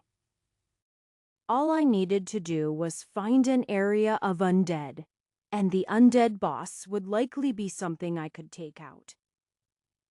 As for how I would find this monster type, I had a dark priest's skill known as Detect Undead, which I unlocked at level 16. Also, while wandering in the deep, I had been testing out some other skills I had been ignoring up until now. And I found I could supplement Detect Undead with Dungeon Diver's level 10 skill, Tracking. In the same way that Map could synchronize with Sense Life and Detect Treasure, Detect Undead could merge with Tracking. I was level 13 in Dungeon Diver, so it was lucky such a skill appeared. But then I noticed that Tracking had also appeared at level 25 as a monster tamer. Who knew how many other jobs I could imagine finding it in Adventurer and Lydia's Scout. I began to realize the possibilities behind them. If I could merge Tracking with Detect skills, then I'd be able to find people extremely easily. I'd bet that was why Raisa was better than me at finding a treasure. She probably had Tracking and Detect Treasure. Either way, I should have been able to track Era and Garnet too. I realized that I had a skill called Harem Sense, which was an even stronger connection than my broken slave bond. Even if Garnet didn't qualify, Tara definitely did. It probably would have helped a bit knowing it existed while on Earth and chasing after Miki. But I had thousands of skills at this point, so occasionally missing the potential purpose of some random skill happened from time to time. Since I had been able to more or less track them using the remnants of the slave bond, it wouldn't have changed anything anyway. That said, there was no reason it should have combined with Tracking too. Yet, when I tried, nothing happened. It was clear that Tara and Garnet were specifically being impeded, where these undead mobs were not. Tracking didn't work from that far away. You had to already be close, so my girls might have been just too far away. For example, it might have helped me find Xiao, but Miki would have been too far away. However, Harem Sense worked at a much farther distance and possessed that intangibility similar to the slave bond. And even that connection was obscured. I could even vaguely sense the presence of my girls above, but for Tara and Garnet, I felt nothing. This was truly worrying. Master, I was thinking. How many bosses have you tamed that were women while I was considering this, Elysia had been having her own thoughts. I am not looking for a female boss. Chapter 1334. Of the other two criteria I had laid out from Elysia, only one of them was of particular importance. Once I had created a dungeon, I could rearrange the walls and create a more defensive formation. There might be a brief time of vulnerability, but if an area I was taking already belonged to the boss I was taming, there was no reason I would expect a sudden and swift attack from another boss. Until I started to breach another boss's territory, it would just be business as usual for the deep. That said, the most important thing was mana, and the way I wanted to obtain that mana was by the discovery of a mana spring. That river I had nearly fallen in when I had first arrived here would be a primordial version of what I had in mind. Since then, I had traveled much lower into the deep, and I was hoping I'd be able to find a richer mana spring running through a boss territory. That would be the ideal place to set up my dungeon. The spring would bring fresh mana into my dungeon, allowing it to grow quickly. Normally, once a dungeon was created, it'd take 10 years to stabilize the first 10 floors. Although not every dungeon fit the motif of having floors, the concept was still basically ingrained into every physical dungeon. The dungeon grew about 1 floor a year. A 20-year dungeon was 20 floors. A 30-year dungeon was 30 floors. There were naturally innumerable exceptions, but I liked to see them as the exceptions that proved the rule. Examples such as Mate, who had been remaining low-key by stifling his growth, or Graham, who had extended a single level into a massive passageway, existed everywhere. For my dungeon, I had cheated by using a fairy spring. If I ignored all of the times that my dungeon was destroyed or damaged, it could be considered only a few months. Yet, despite being such a young dungeon, it probably was the size of a 30 dungeon. I didn't know how many floors it had exactly at the moment. As the dungeon master, I should probably do a better job. I had mostly just left things to Estria and Alea to play with.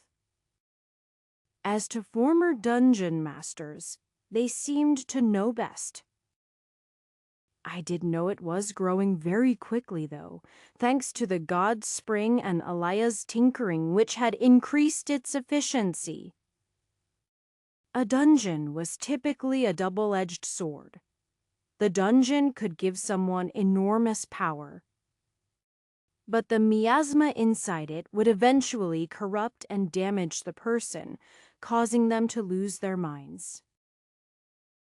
This is why every dungeon wasn't necessarily designed as cleverly as mine. Astria and Elia were both crazed when they were dungeon masters, and it wasn't until they were freed that they began to think more logically. At least, that's how I saw it. I was curious about the so-called Dungeon Council. Was there some technique dungeon masters used to keep their sanity? Or were they all insane? Then again, I am sure some would suggest I was insane. So maybe I shouldn't think about it so much in terms of crazy and lucid. As long as my decisions were smart, I'd continue successfully. What did this all mean in the deep? I had less than a month to build a dungeon large enough to map out the deep and reveal where the dwarves had perished. And more importantly, to find Tara and Garnet. If they were somehow dead, and their souls were broken up and scattered in the wind, then I would take over the entire deep and suck every last remaining piece of lore belonging to them. The deep would become a sacrifice designed to resurrect those that it dared to take from me. Maybe being a dungeon master was getting to me a little. I would reflect on it after recovering Tara and Garnet. Chapter 13, 35. Seal and Dead. I raised my hand and cast, causing the movements of all of the dead in front of me to slow to nearly a stop. Purify. I had been fighting so many different enemies of late. I had nearly forgotten just how well built a white mage was at fighting undead creatures. The priest seemed to be designed more for dealing with spirits, but everything a white mage had weakened, restrained, or damaged undead in some way. I could use level 41's Harem undead to directly harm the enemy. I could stun the undead, seal their movements, sanctify the land, so they were damaged every moment they were near me. And that's when I didn't go for directly healing them and causing massive damage. At level 50, I had unlocked Great Heal, the next evolution of Weak Heal, Moderate Heal, and Strong Heal. It could wipe out just about any undead in a single hit. At level 60, I had unlocked Mass Heal, which was a more powerful version of Group Heal Plus, which could decimate a population in moments. Of course, these spells consumed a ton of mana, even more than that of Resurrection. Mass Heal also took some time to cast. Then again, the simplest method was just to cut them down with Elysia. The armored undead was more trouble, but the vast majority had weak skin, and her blade was able to cut through them with minimal effort. However, I could even sanctify water and make holy water, which I could then toss in their direction. There was no limit to how I could take care of these guys. If anything, I found fighting the undead to be a bit boring. It was good for leveling White Mage, though. White Mage has increased to level 63. You have unlocked Holy Glow. I tried out Holy Glow to find that it was a spell that I could cast on myself. It caused me to emit a glowing light. The light could be used to see, but it also damaged all undead that it touched. I could hear a sizzling sound as they approached, like they were being burned. A few weaker ones even cowered away from the light. It was a nice function, but here in the deep, I found it typically safer not to emit any like of my own. The light spell that created a game, like radius of light around me, was preferable, even if it did occasionally blind me to enemies outside of the range of the light. Are you noticing anything off about the recent undead we've been seeing? My face twitched uncomfortably. They're a bit small. Aren't they? Elysia observed. I'd say they were children, but those beards. Deep dwarves. I nodded slowly, looking at the recent undead who had just crumbled to the floor. These guys were armored, but they had the bodies of young adults and massive beards on their faces. It was hard to see what color their hair had once been, what with them being dead, but some of them appeared red or blonde. The biggest difference between deep dwarves and surface dwarves was that deep dwarves had paler skin, blonde or red hair, and a more youthful appearance. Garnet herself appeared as a young woman under 15, unless you looked carefully. What does this mean? We must be close to the deep dwarves' territory, I declared. Chapter 1336. Just because there were deep dwarves didn't mean that I was necessarily in their territory. It also wasn't clear if Garnet and Tara were near the deep dwarves' territory when they were taken. They had been on the run, and it wasn't clear how long or how far they had gone. As for the dwarves, even an area near their territory could create such enemies, although that assumed there was a dungeon present. I also was never exactly clear on when a dungeon generated undead and when a dungeon generated the actual product. In the case of the Twilight Dungeon, the human beings were all represented by skeletons and undead. Meanwhile, in the Bandit's Respite, it was clear that human beings could be generated as dungeon mobs. And there was also Mina's dungeon, where the undead was a clear result of a necromancer at work. Perhaps the difference was that the humans died inside Bandit's Respite, so their lore was registered while they were alive.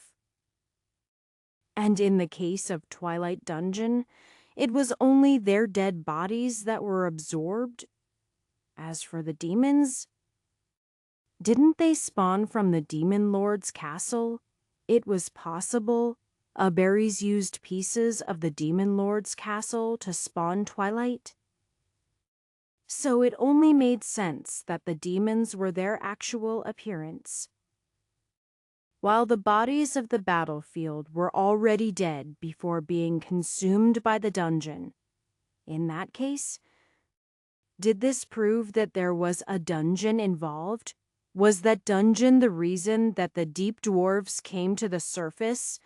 I wasn't so naive to believe that the deep dwarves came to the surface in some kind of power grab. It seemed like they had tried several attempts to breach the surface, only to be tossed back by Osteria, Esmore, and Deocean each time. They were running from something. Was that the same something that now had Garnet and Tara I didn't know? But I had to do my best to save them regardless of the threat. For that, I needed lore. I needed information. The creatures of the deep weren't exactly full of words. But that didn't mean the mana they contained might not have the answers I needed. We continued, fighting increasingly more deep dwarves. They came in many forms, from knights to commoners. Those that didn't have beards were likely once women. There seemed to be less of them. Was this because it was the men who fought on the borders while allowing the women to reach the surface? It wasn't hard to imagine what happened to those women, captured and slavery. Perhaps Anna Malkin maintained such youthful appearances because they all had a bit of deep dwarf in their bloodline from sex slaves. Of course, the deep dwarves weren't the only undead I faced. Various animals were undead, and also undead goblins, trolls, and various monsters of the deep.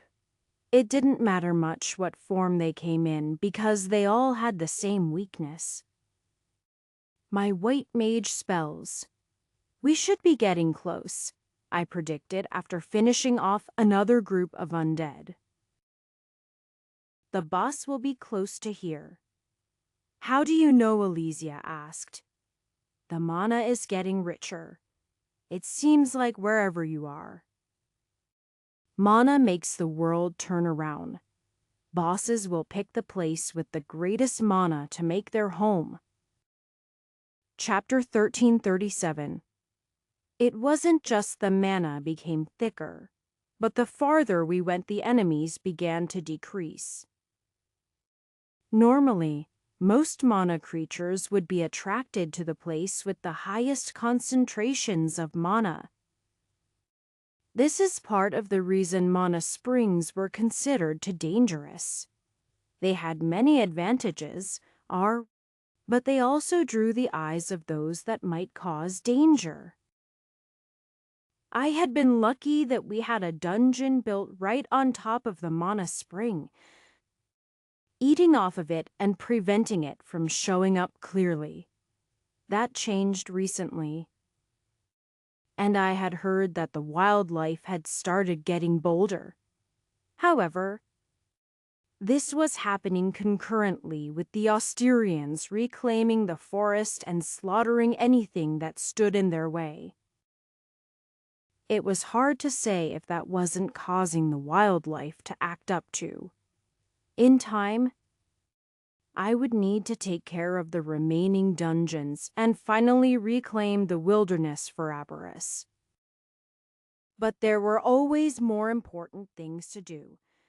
Even Lord Rain, a clear enemy, was left alone for months. Although I didn't know how much autonomy he had left after Aberrus was removed. Anyway, the fact that the undead avoided a mana-rich area suggested there was something that kept them from doing so. Just as the Austerians were holding back the wilderness, the boss of this area had to be keeping back the undead. This wasn't a dungeon, so it wasn't like the undead were all under the control of a boss. They were free, roaming creatures with their own goals, like creatures traveled together. Sure. But I was certain this boss wouldn't hesitate to destroy any undead that got out of line.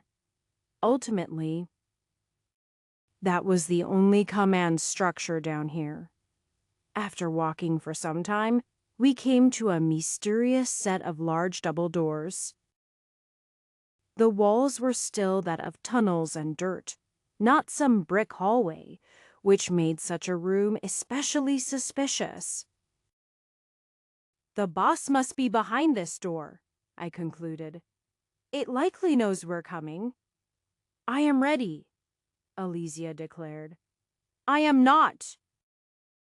Pate growled. I ignored Pate and then moved up to the door. It had a large handle on it and seemed to open out. Not into the room. I found the doors difficult to budge, so I put all of my strength into it. With a great heave, the door started to make a grinding sound. Ever so slowly it started to open, scraping across the ground loudly as it went.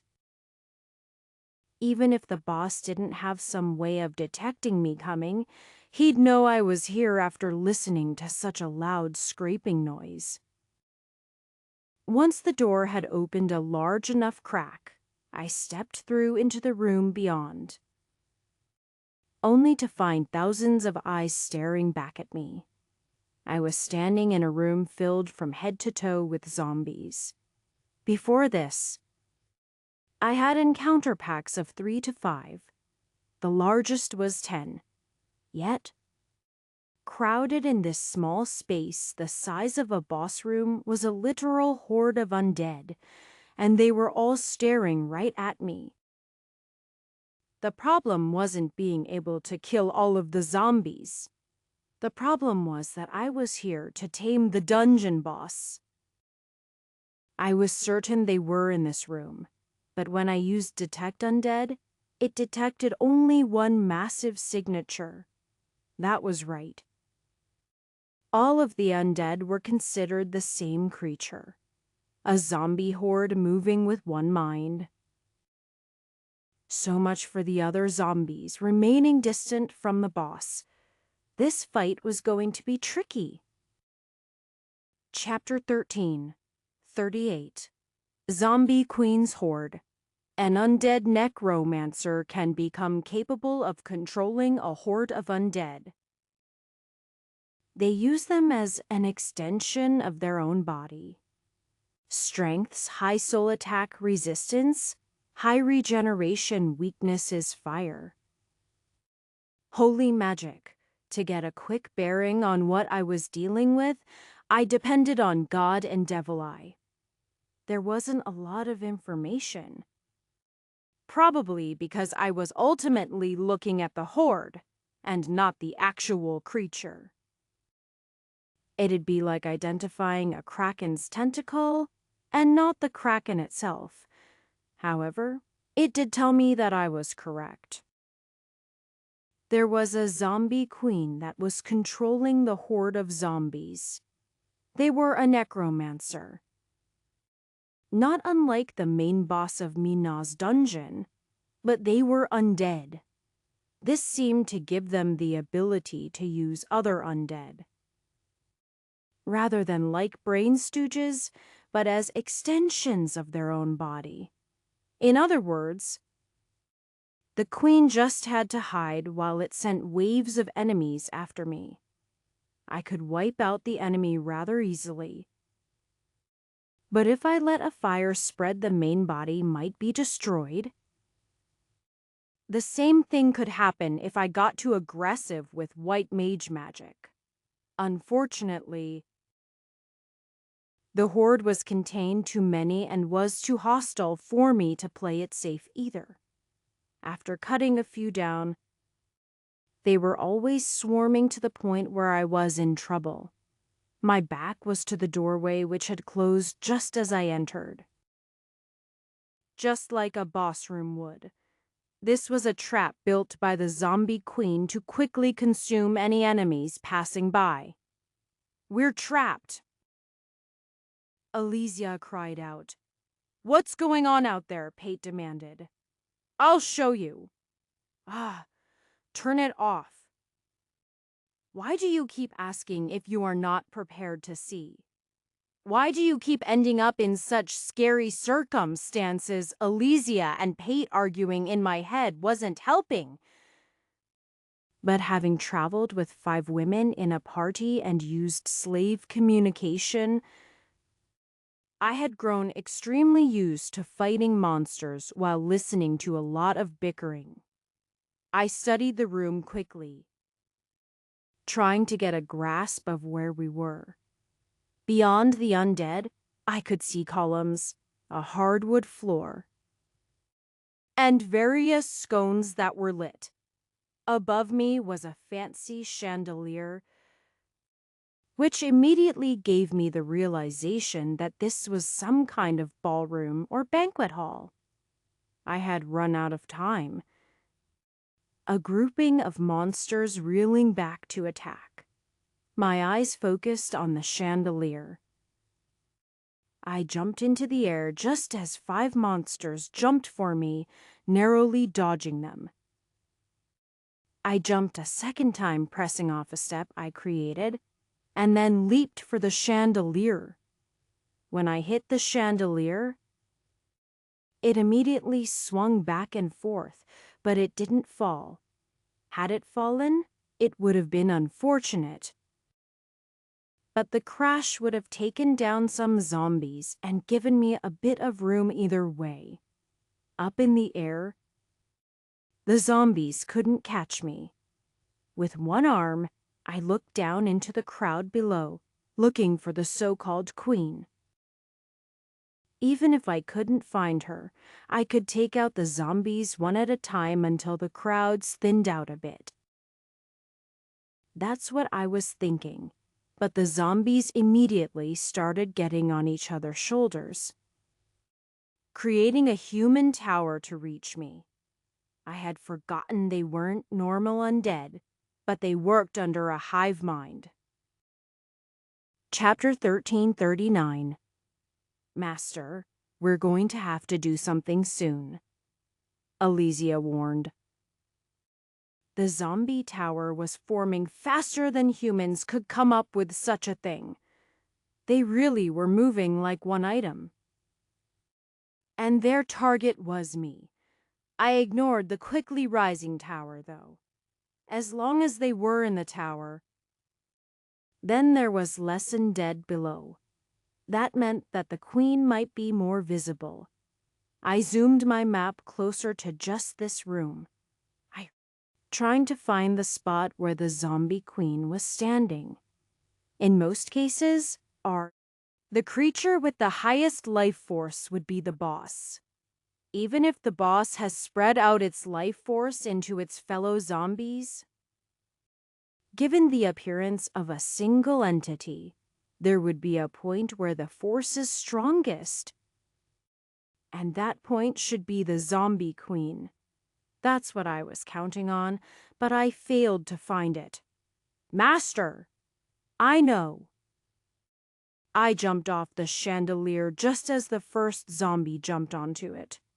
As I kicked off, I sent the chandelier to the side. The zombie holding it didn't let go in time, and he ended up tilting the entire tower of zombies. The group spilled over, falling to the floor in a heap. I hit a wall, grabbing onto a high-up sconce that kept me out of the reach of the zombies. I didn't have much time to breathe, though, as, despite the fall, their recovery was almost instantaneous. A new group was forming to reach me, and I wasn't as high up as I was with the chandelier, which was no swinging too wildly for me to risk jumping back to. Master has the job, Dark Priest? Don't you what about it? I asked. Most necromancers start as dark priests. Seriously, that makes a lot of sense. Ah. But my dark priest is only at level 23. Dark priest seemed to focus a lot on the dead. You could steal life, detect undead, absorb souls. All things that sound like they'd belong to a necromancer. All right, even so. What is your plan? I asked, looking back to see the zombies getting closer and closer to me. Rather than attack them as undead you can easily override, how about fighting them on a necromancer's terms?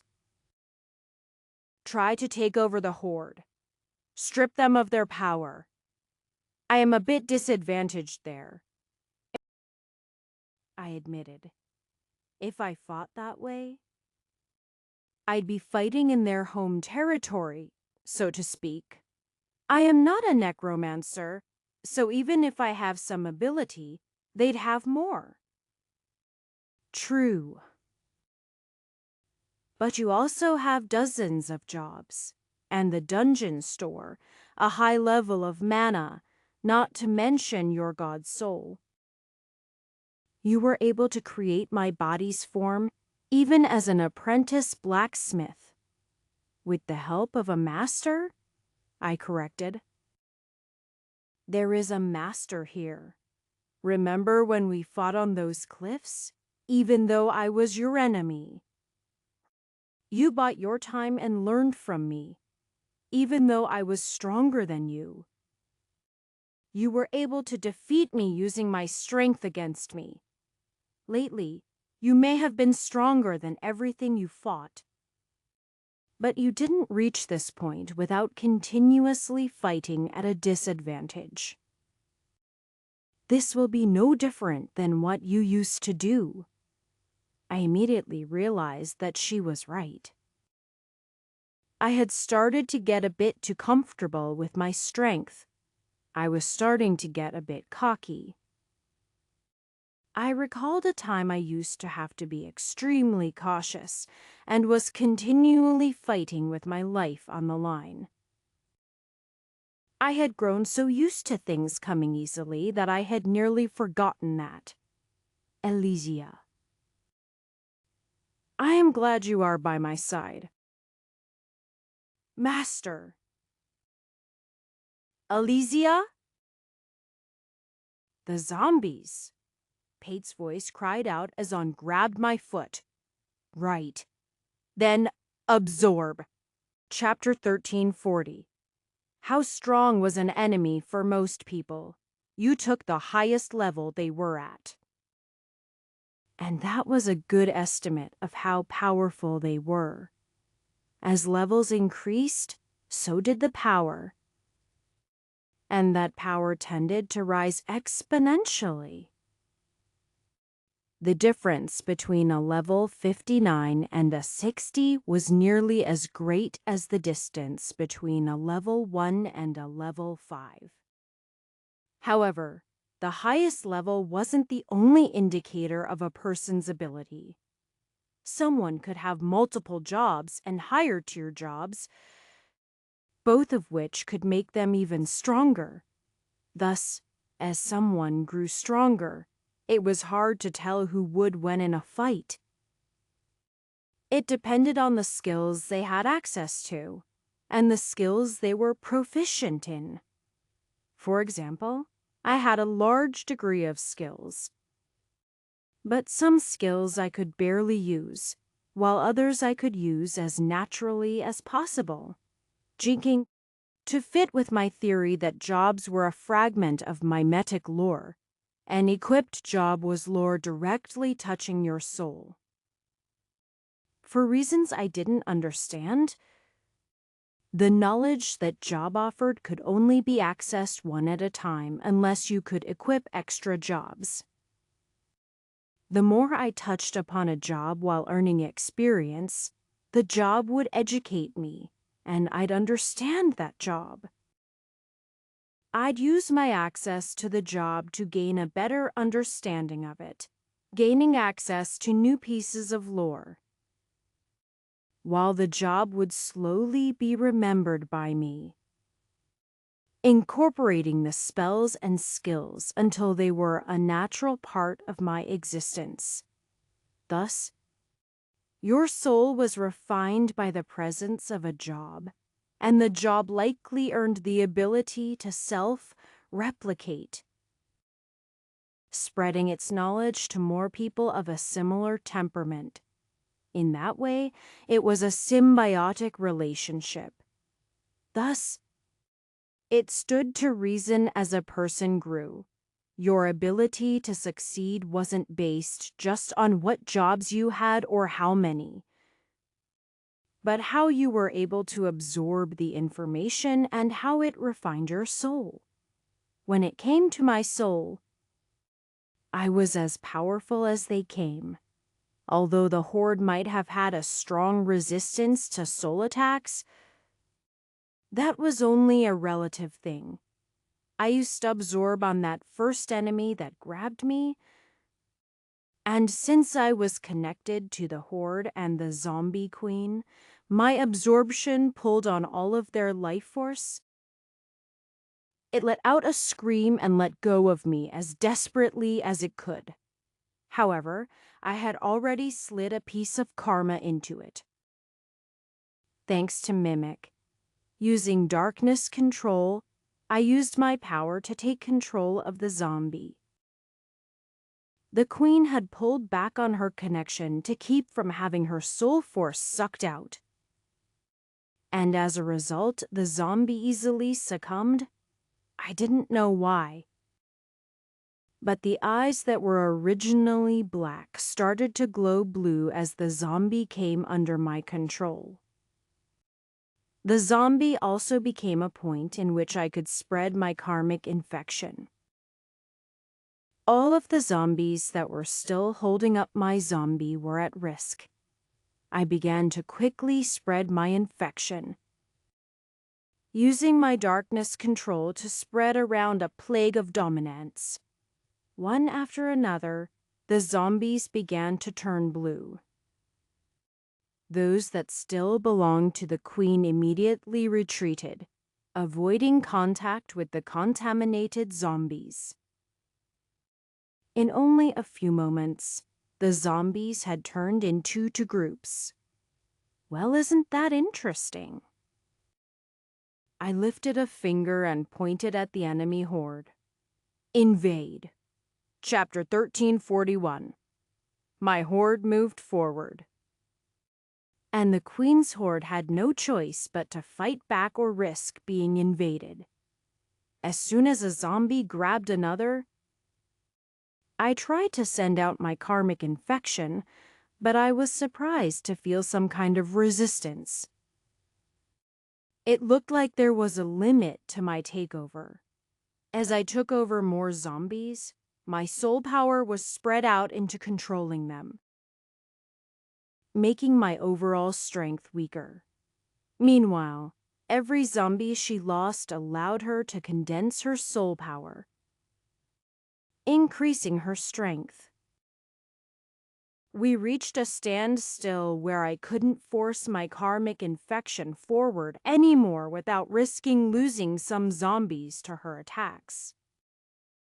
Yes, she had attacked as well and managed to reconquer several of the zombies I had acquired before I could reason out how she was blocking them. It became a delicate balance of power as we fought for control of the horde. While this was happening, the hordes were battling each other, and this is where my disadvantage truly showed. An undead necromancer was far more suited for controlling undead than I was. So when it came to her game, I was only able to conquer about 1/3 off the zombies, leaving her the majority. On top of that, my zombies were the only mindless drones I could send out with orders. It was clear the difference between a necromancer and an undead necromancer, as her side all moved with technique, purpose, and strategy to quickly subdue one undead after another. I had to come up with a new strategy, as I'd be overwhelmed shortly if things kept going in this direction. If I was going to continue to fight the zombie on their terms, I had to use my advantages to change the situation in my favor. What was my greatest advantage in a battle of the souls wasn't that the god soul. How could I use my god soul to fight the enemy? As I considered this, I realized that I had been using purely karma and miasma in this fight. I was using darkness against darkness. However, the undead was extremely vulnerable to white mage magic and healing magic. What would happen if I injected my mana into the zombies too? I had a god soul, and that unique disposition had, from time to time, allowed me to give a certain degree of protection to my allies. Usually, it was protection in the case of them not being hurt by miasma. But what if I protected them from mana? I decided it was worth a shot. I began to infuse mana into the zombies under my control. The blue light in their eyes turned brighter and whiter, and I felt like I was infusing them with strength. Rather than be harmed by the white magic, they were able to absorb it cleanly. Considering they were just bodies with no souls other than what I gave them, that made sense. I waited patiently for an opportunity, leading one of my zombies vulnerable while the other took on a defensive ring to protect me. Since the other zombies were smarter and faster, I had been on the defensive since we reached the point that I could no longer steal more zombies. Yet, I made it seem like I had to sacrifice some to keep the defensive line. The Queen jumped on this, trying to snatch her zombies back. I felt the darkness invade them, but as soon as it reached their mana-enclaved souls, I heard a small scream. Chance! That scream came from none other than the Queen. I now knew where she was hiding. Chapter 1342. I had some concern that the zombie queen was hiding in another room. But I didn't believe that she did. Rather, she was hiding deep within the crowd of zombies, using them to protect herself. As soon as she touched the light trap, she had been injured directly and let out a cry. I immediately took the opportunity, sending all of the hordes toward her, and then leaping up. My eyes turned to pinpricks as I scanned for anything that might be them. In reality, I had no clue what I was looking for. What did a zombie queen look like? It theoretically could look like any of those down there. I also wasn't above finding out the zombie queen was a guy. I had already been fooled with bandit kings. So I wasn't going to assume sex at this point. However, I was focusing on searching for a girl. I was imagining a zombified version of Ilaya, bloodied, rotten, and missing chunks of flesh. I should point out that this look didn't appeal to me in the slightest. I had experienced the undead many times since coming to this world, and I had never met an attractive undead. A few ghosts could be cute, but never the undead. My eyes caught just a flash of silver hair. That's it. I didn't know why I was certain of it, but when I saw the hint of someone hiding in the crowd, I knew it was them. With a roar, I kicked off a mid-air step and then slammed into the zombies below. Don't hit her. Why, yes. It probably wasn't a fair request on Elysia, but I was also trying to avoid hitting her, just in case. I wanted Alicia there as backup. This bus would end up being the seed I'd use to build my dungeon. Frankly, the idea of a zombie queen interested me quite a bit. Their ability to control a large horde made their potential as Abbas extremely alluring. It meant that they could directly control the creatures in the dungeon. Usually, Abbas only could control the dungeon so far, and the dungeon itself could respond to in ways counter to the boss. This created a lot of limitations. For example, once a monster left the dungeon, it was free from the dungeon's control. This put the dungeon in a hard spot where they are expending energy in the hopes that it will pay them back. Usually by protecting them, as Mina's dungeon had done once.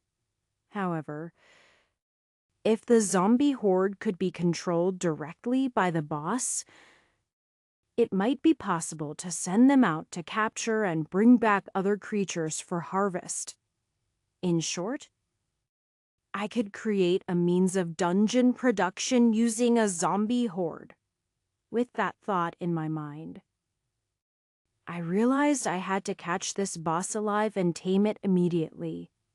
Any other boss would potentially be too difficult, and likely wouldn't be able to help me fulfill my goals as efficiently as a zombie queen. I chopped through a dozen zombies, and as soon as I saw that silver hair again, I reached out and snatched them. The zombies naturally reacted, lunging toward me. But I pushed off, ripping them out of the crowd of zombies. "Gotcha!" I cried out, leaping up into the air and activating my monster taming skills. "You are mine now. Submit to me. Ah!" In my arms was a little girl, perhaps no older than 10. She looked up at me with terror-filled eyes. And then she burst out into tears, wailing. The zombie queen was a little girl. and I made her cry. Chapter 1343. Scary! Minnie! Jerk! Baka! The little girl was punching my chest while crying. My exuberance and excitement had been instantly dashed. See, this was why the naming of this world was a joke. This was supposed to be a zombie queen, not a zombie toddler. Even when I had prepared myself, I hadn't prepared for this. I was standing on the chandelier once again while holding a lowly who was throwing abusive language at me. Her hair was silver and her eyes were red. Her skin was white, paler than even Miki. Other than that, nothing would indicate that she was a zombie, other than being a bit cold to the touch. She had no indicator that she was some powerful boss from the deep. I had been preparing myself for a backlash after grabbing her. But the backlash ended up being her crying and pounding on my chest. Somehow, this felt worse than if she had used some kind of ultimate weapon. As for the zombies below, they were all looking up at her. But they had stopped their attack and weren't trying to save her either. Oi? Stop hitting me! Bully! Dummy! Tall, fleshy human. Will you stop? I tried to cover her mouth in irritation. What? It wasn't like she needed to breathe or something. Chomp? She bit my hand. I was fortunate that I had a strong disease resistance. She didn't even get through the skin. Besides, this wasn't one of those situations where being bit by a zombie made you turn into a zombie, although she was a zombie queen. Just to be sure, I cast Cure Disease and then tried to pull her off. She didn't come off. Hey, let go. She looked up at me. But her eyebrows lowered in a challenge. Her teeth remained unmoved. I shook my hand, but her head went with my hand. I let go of her. Once she fell, I was planning to grab her again, but the fright of falling 20 feet would show her. Yet, her body didn't move. She hung there, not even using her feet or hands, her teeth still clamped on my hand. Hey! Get off! Get off my hand! Get off my hand! Gree. Germ. She growled as she hung from my hand. Her jaw strength was shockingly powerful. Elysia? I lifted my hand. If she didn't want to come off, I'd chop her off. Rather than the feel of a hilt, I felt a hand grabbing mine. I looked up to see Elysia had materialized her human form. She raised an eyebrow at me, and I couldn't help but blush slightly. Maybe I was getting a bit carried away. The zombie queen glanced at Elysia with interest, but when I tried to pull my hand away, her eyes darted back to me and she growled again. Was this a zombie queen or was this a dog I had already attempted relax on the girl several times, but she didn't let go at all. This is why slaves were better. I could just use enslavement on her. Then I could make her do whatever I want. What I wasn't the bad guy here. She started it. Chapter 1344. She is stuck on there good. Pate rubbed his chin as he looked at the little monster on my hand. My hand is throbbing. Moderate heal? I sighed. healing myself even while I was still being bit. We could try cutting it off, Pate offered. I already tried that. Alesia wouldn't let me. I meant you hand? Absolutely not. Can you heal a missing limb yet? I heard there are top-tier healers in the Imperial Cloud Meadow with that ability. Number, I responded. And I will not cut it off now, hoping my next level will drop that skill either. I might have been fortunate in the past unlocking skills as I needed them, but my hand isn't a risk I am willing to take. Just for good measure, I made my position on losing limbs perfectly clear. I wasn't exactly clear on how dangerous limb loss was in this world. In theory, you should be able to die. And when you were resurrected, you'd return with all of your limbs. But that meant you had to go through the experience of dying, which gave your soul trauma every time. It also wasn't just dying, as you'd need to annihilate the body so that it was recreated. If your soul was the lore of you as a person, then it was possible that losing a limb was an integrated part of your lore. What was a pirate without his hook and eye patch? In the event your body was destroyed, your soul would recreate your body. I was once resurrected in the body of a female because of this. My current appearance was different too. If I lost a hand, and my lack of a hand became an integrated part of my lore, then I wouldn't resurrect with my hand back.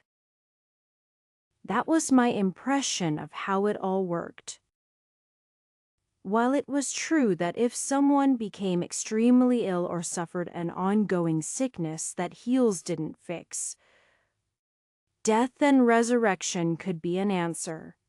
In a world where bodily diseases could be cured with a spell, it turned out most diseases that mattered were the kind that would damage the soul, mana, or the connection between the soul, mana, and your body. Like with Miki, resurrection wouldn't have been able to cure her in the long run, because the damage to her body was being done by the soul. Without learning spiritualist, she would have inevitably died. To summarize it, I absolutely under no circumstances was going to chop off my hand because of this little feral beast, and risk the chance of becoming the one-handed hero or the stump hero or something like that. We needed to come up with another solution. I had pulled the zombie queen into my soul world, and her zombies had all gone dormant, standing vacant-eyed. However, I had found that I couldn't pull her into my world without entering it myself, and when we appeared, her teeth were clamped into my hand. When I returned to the real world, her teeth were still clamped into my hand. I also attempted phase shift, and this also didn't work. There was only one other time when I experienced such a thing. It was when Demon Lord Aberis had grabbed my throat. He had locked me into place, keeping me from using return. And my only choice had been to cut off a piece of my soul to escape. However, this wasn't a powerful demon seeking my life, but a lowly who was latched onto my hand. Chapter 1345. My cousin used to be a biter, Dav randomly spoke up. To curb his biting, my aunt started giving him gum bark to chew on. He was too busy chewing. His chances to bite seemed to diminish. It turned out that Pate's maid came in with a potential solution. Very well. What does a zombie eat? Isn't that human flesh? Is she trying to eat me? Although I declared this. The little girl was still looking up at me defiantly, but wasn't chewing or anything else. She had just clamped down and continued to bite down hard. Even the thought of cutting off the area bit and not the entire hand caused me to squirm. I probably wouldn't do well if it was a zombie apocalypse situation. I'd be one of the first to turn. I had Elysia go to my cupboard and bring back some dried meat I had brought. I knew there were ways to come up with some kind of refrigeration system in my inventory. Maybe I could just make a mountain, and the top would be cold. Or I could go underground and make a wine cellar. If I finished the electrical system, I could get a refrigerator going. I had bought one from Earth, but I wasn't exactly knowledgeable about wiring. Thankfully, I had books, and when I had the time, I'd figure it out. If only this world had electrical engineer or construction worker or floating around. Here you go. Some meat. Some yummy meat, I declared, shaking it near her face after Elysia had brought it back. It probably needs to be fresh. Pate offered. I see. I turned to Elysia. Could you, I guess? I ended up sending Elysia out with a blade of her own. She used to be a general, a dungeon diver, and an Austerian princess. She wasn't weak by any sense of the word. Since my hand was out of commission, she left my soul world and went to hunt for something to eat. The deep may be composed of many monsters, but they weren't built into dungeons. So when they died, they didn't turn back into miasma and get reused by the dungeon. Dungeons had an intricate system of recycling miasma, which is why they could keep growing even though dungeon divers pillaged from them. It was theorized that item drops were merely a way that dungeons bribed dungeon divers to stop. If their pockets were filled with useless crap, they would have to turn back and not be able to keep going deeper where they might cost the dungeon more later on. However, the deep was an ecosystem instead. When a creature died, the only option was for a new one to be born. We were probably upsetting such an ecosystem, but I would not worry about that. The door that had shut behind us was still closed, so I had to make a portal to help Elysia escape. At least I could still make portals to anywhere I had walked in the deep so far. I sent her to an area where I recalled a small and rather unaggressive monster, and she returned with a deep rabbit a short time later. I lifted the fresh meat, still dripping with blood. The zombie girl's eyes turned to it with interest. For a second, I had hope. Then she turned her head away, yanking my hand with it. Ow! I sighed. Maybe you need to cook it, Dav offered. This was going to take a while. Chapter 1346. If there was one thing that I was confident about, it was my ability to cook delicious meals. Since the scent of raw meat did nothing for the zombie, then perhaps cooking it with spices would work. I only had one hand, so it was difficult. but I did my best to create the finished roast rabbit I could. The fat was melting off the stick, dripping into the fire below with little sizzling sounds. I could feel the girl salivating against my poor hand, so I was growing more confident that this would work. That's when I noticed the faces of everyone else present, gulping and nearly drooling over themselves. I let out a sigh.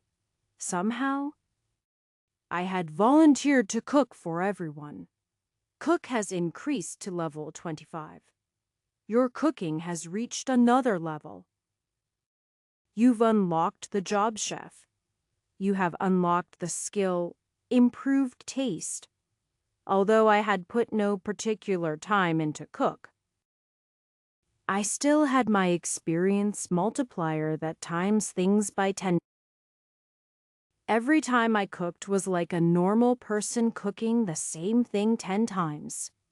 In fact, my speed might be faster than that because I also had advanced learning up several tiers. I wasn't certain how advanced learning played a part in experience, but it helped you become better with skills, master them quicker, and ultimately earn the next job tier.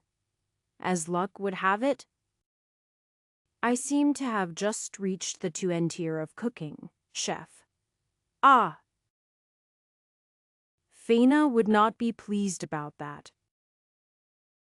Perhaps with her maid hero open, she'd also be earning experience quicker and her cooking would level up as well.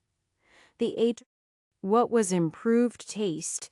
Did my food just become better tasting? Because I was a chef now, I felt bad for all cooks in the world. However, when I tested out a bite, my eyes widened. Improved taste buds. I could detect far more flavor. Rather, I could easily separate the 6 types of flavors and more easily understand what was missing. It was more than that. I was detecting other flavors, flavors that existed outside of the range of the human tongue, but influenced taste in ways that humans couldn't even understand. Like in the ways ultraviolet and infrared light could affect a person even though they couldn't see them.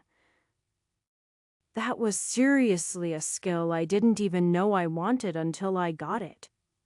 Giger. I had been focused on my findings when such a growl sounded out. I looked up to see Elysia blushing. I dished out the food quickly, holding up the best piece for the zombie. "And Em?" She looked away. Even though she was drooling enough, and my hand was getting wet, this was rejected. Elysia was staring at the meat in my hand, having already devoured her own. It was just a small rabbit split 4 ways, after all.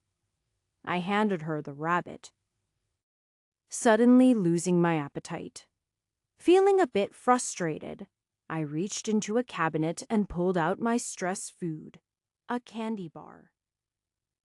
I tried to limit how many I bought so I wouldn't end up fat again, but sometimes I just needed sugar. I took a bite and closed my eyes, trying to think if I really would have to cut off my hand. Ah! I blinked, looking down to see the zombie had let go of my hand. "What? Ah! Ah!" She pointed at her mouth. Her eyes flickered to thing in my hand, like an expectant dog waiting for a treat. I blinked, looking at the candy bar with a single bite out of it. I slowly broke off a piece and then popped it in her mouth. She immediately started chewing. She ate it quick, though, and immediately at another piece. "Ah! Ah!" she declared again, her mouth open. I popped off another piece, but then stopped halfway to her mouth. "Your promise not to bite me again," she nodded, and I gave her the piece. She ate it, and then looked longingly at the bar, although she didn't ask for more. "If I give you more candy, will you let me be your master?" The girl thought about it for a second, and then she nodded. "You have tamed the monster?" Zombie Queen. Dark Priest has increased to level 25. For seducing the undead, you have unlocked the job Necromancer. Just like that. Chapter 1347. I didn't feel good about the reasoning behind getting my new job. What did it mean by seducing? All I had done was give candy to a child to bribe them into a lifetime of servitude. Okay. You know what, seducing is fine. I'll take it. Since it didn't give her a name, that meant that if I named her, she'd be more powerful. Before I did that, I knew I'd need to tame her further. I realized that even taming a monster came in levels. Tamed monsters weren't like slaves. They didn't have to listen to you. And they could act defiantly or in their best interest. However, when it came between slavery, which was forced compliance, and taming, I knew which one didn't weigh on my heart as heavily. That's not to say I didn't force many people into slavery, but that was usually done at their request. They gave up their freedom in exchange for the power it gave them. For some, it was done with a desire to be closer and more intimate, while for others it was done to be given a chance at being saved. Either way, I didn't think I'd ever enslave a person I truly believe was against it. I wasn't that bad. As for this girl here, it was hard to say. I brought out a few more candy bars and continued to try to get some more information out of her. The mana in this room is a bit lower than I was expecting. Do you know a place that has more mana? She nodded. But then a second later she shook her head, a bit of fear appearing on her face. You know a place, but it's scary and you don't want to go. After a moment of hesitation, she guiltily nodded. I had realized once subduing her and her goblins that this boss room didn't reach the level I had been hoping for. Would this make her closer to a mini boss, a level boss? Her strength was like a trapdoor spider. She entrenched her horde into a small place and waited for something to wander in. The horde pounced, and then she quickly consumed it. It turned out she was quite a bit weaker than I had originally feared. But that didn't mean that she wasn't useful. I could train her up, and with her ability to control the undead, I still felt that she would make a good boss. I understand. I know you don't want to go there, but I must do so. It is my intention on using that source to create a dungeon, I explained. Her face flashed in panic, and she shook her head. I went to further explain that this was non-negotiable, but she then grabbed my hand. I followed where she tugged, feeling only a little awkward as she pulled me through the crowd of undead. After the battle was over, I gave her back her zombies. But I noticed now that all of them had a blue tinge in their eyes, as if my control had someone merged with hers. I felt like I could control them through her. That is to say, I could make them do things without asking her first. Here is she taking us?" Elysia asked curiously. I don't know. I admitted. We only went to the back of the boss room, where another door opened into a small closet space. Looking at the sheets on the ground, I realized that this small room was her bedroom. She slept in here while her zombies stood ever vigilant outside. There was even a stuffed animal, but it was so old and decayed it was impossible to tell what it once was.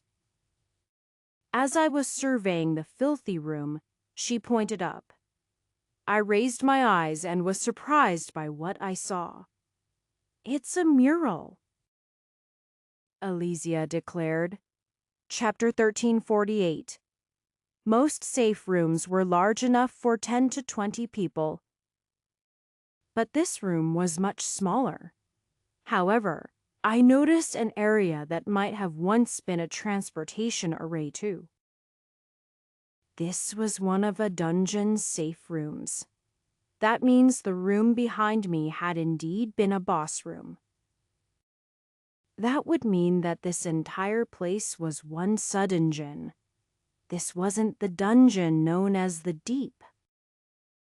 This was a dungeon that formed after the Deep died. It was created within the corpse of the Deep. Much like Maid's lament grew from my dungeon, and my dungeon was recreated from Maid's lament. This would have been a much small dungeon, perhaps only lasting 20 years or so. The mural had decayed heavily. Not unlike Terra's dungeon had, thanks to the lack of mana. I could only make a single image. The image was of a little girl. She was standing next to a man with a crown on his head. The king was holding her hand, the pair of them smiling. The king had a beard and was otherwise quite short. That was when I started to put two and two together. This dungeon was formed after the fall of the Deep Dwarves, I explained. The girl nodded. "You are a deep dwarf?" "Or you are once a deep dwarf. Your father was the king of the Deep Dwarves." After another moment of hesitation, she nodded again. Was this the home of the Deep Dwarves? She shook her head as a no. "Where is it?"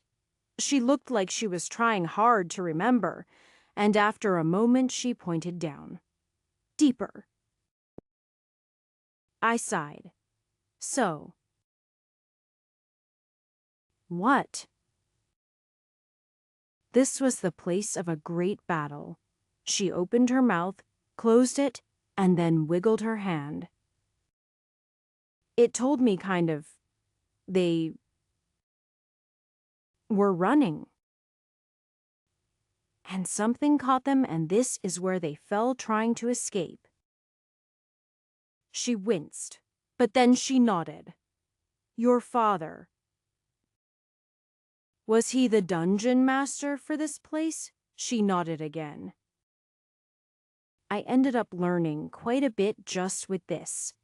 It didn't do much more than confirm a lot of what I already knew.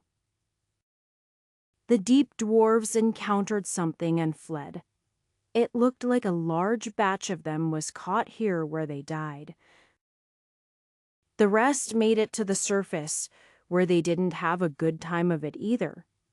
They were scattered, rejected, and enslaved. They exploited those they could for their blacksmithy knowledge, and the rest died out. It was to the point where this was only the second deep dwarf I had ever seen, and she was already dead. If it was her father who was in charge, she seemed afraid of him. It was hard to predict the mind of a product of a former dungeon. It was even harder after the dungeon was gone and they were on their own. They ended up developing their own life independent of the lore that once constrained them. I wasn't sure when the dungeon collapsed. I only had one more question for her. Have you seen any more of these murals? Do you know where they are? She seemed surprised by the question, but she did nod. Can you take me there? Chapter 1349. Thankfully, the zombie queen was more willing to take me to the location of the other murals than the boss room that contained her father. It seemed like her territory was on the outskirts of his territory, although given the desiccated and broken state of the dungeon, it was difficult to tell what form this dungeon took. It was all sort of just mixed into the great labyrinth that was the deep. I was afraid that I'd have to travel with 100 zombies trailing behind. But the zombie queen seemed to trust me after I gave it candy. No, wasn't that to trusting, well, I wasn't complaining that this was all easier. She grabbed my hand, and I followed her down the paths. She moved faster than I had on my own, confident in the path she was going. Whether it was her aura as Abbas or her ability to control the undead, we seemed to be mostly left alone as we walked from one corridor to the next. The corridors all took on a similar aesthetic, which I guessed was the aesthetic of the original dungeon. It seemed to be a series of eloquent and well-lit hallways. Perhaps it was taken after the castle of the Deep King. Well, they were underground, so I wasn't sure if the castle was the right name. It might just be a few corridors and fancy rooms apart from the rest of the Deep. After about an hour of walking, she introduced me to the second safe room. It was a similar size to the first. There had been something living in it, but it had scattered before we arrived there. The zombie queen's ability to intimidate other monsters was very useful. I rather wished I had that same ability. I wondered if I worked on leveling Necromancer, I'd eventually get such an ability. This mural had a bit more of it intact. It showed dwarves fighting something, although that something appeared to be black. They were black forms, almost reflections. Were they shadows, something in the darkness? That's what her video had claimed. Also, someone had once returned from an expedition talking about the darkness. Just what had they found down there? I checked the transportation relay, which was more intact than the last one. But I found it couldn't be activated or registered at all. We left that room and continued. For the rest of the day, I let her take me around. We ended up visiting for murals. By the end, she ended up having me carry her while she pointed out each way. I had also gone through almost half my supply of candy. If I kept using this to bribe her, I'd have to come up with an alternative source of candy or start cutting things down significantly. One mural was destroyed to where I wasn't able to make out anything, but the other three painted a picture. There was a mural of a happy and prosperous kingdom. Then there were shadows and running and screaming. The last image seemed to be the king holding back the darkness while his daughter ran. If I was making a guess, I'd say that the unfinished story came from the daughter who tried to flee the darkness. Her father never knew if she had made it, leaving his story incomplete and unsatisfied. Little did he realize she hadn't made it. Or maybe she had, and this was only a clone of her. Either way, if I wanted to resolve this dungeon curse, united the daughter and her father might do it. However, that dungeon curse was already dead, and the lure is broken. There was nothing to cure, no blessing to be had. All that was left was the remnants of hate and fear left over from the king as he made his last stand. It was him I would have to destroy to begin my dungeon. Chapter 1350. Little. A zombie queen. We need to face and defeat him. I explained in as polite a way as I could. It was the next morning, and I was getting ready to make my next move. Until I got my dungeon built, I wouldn't be able to learn much.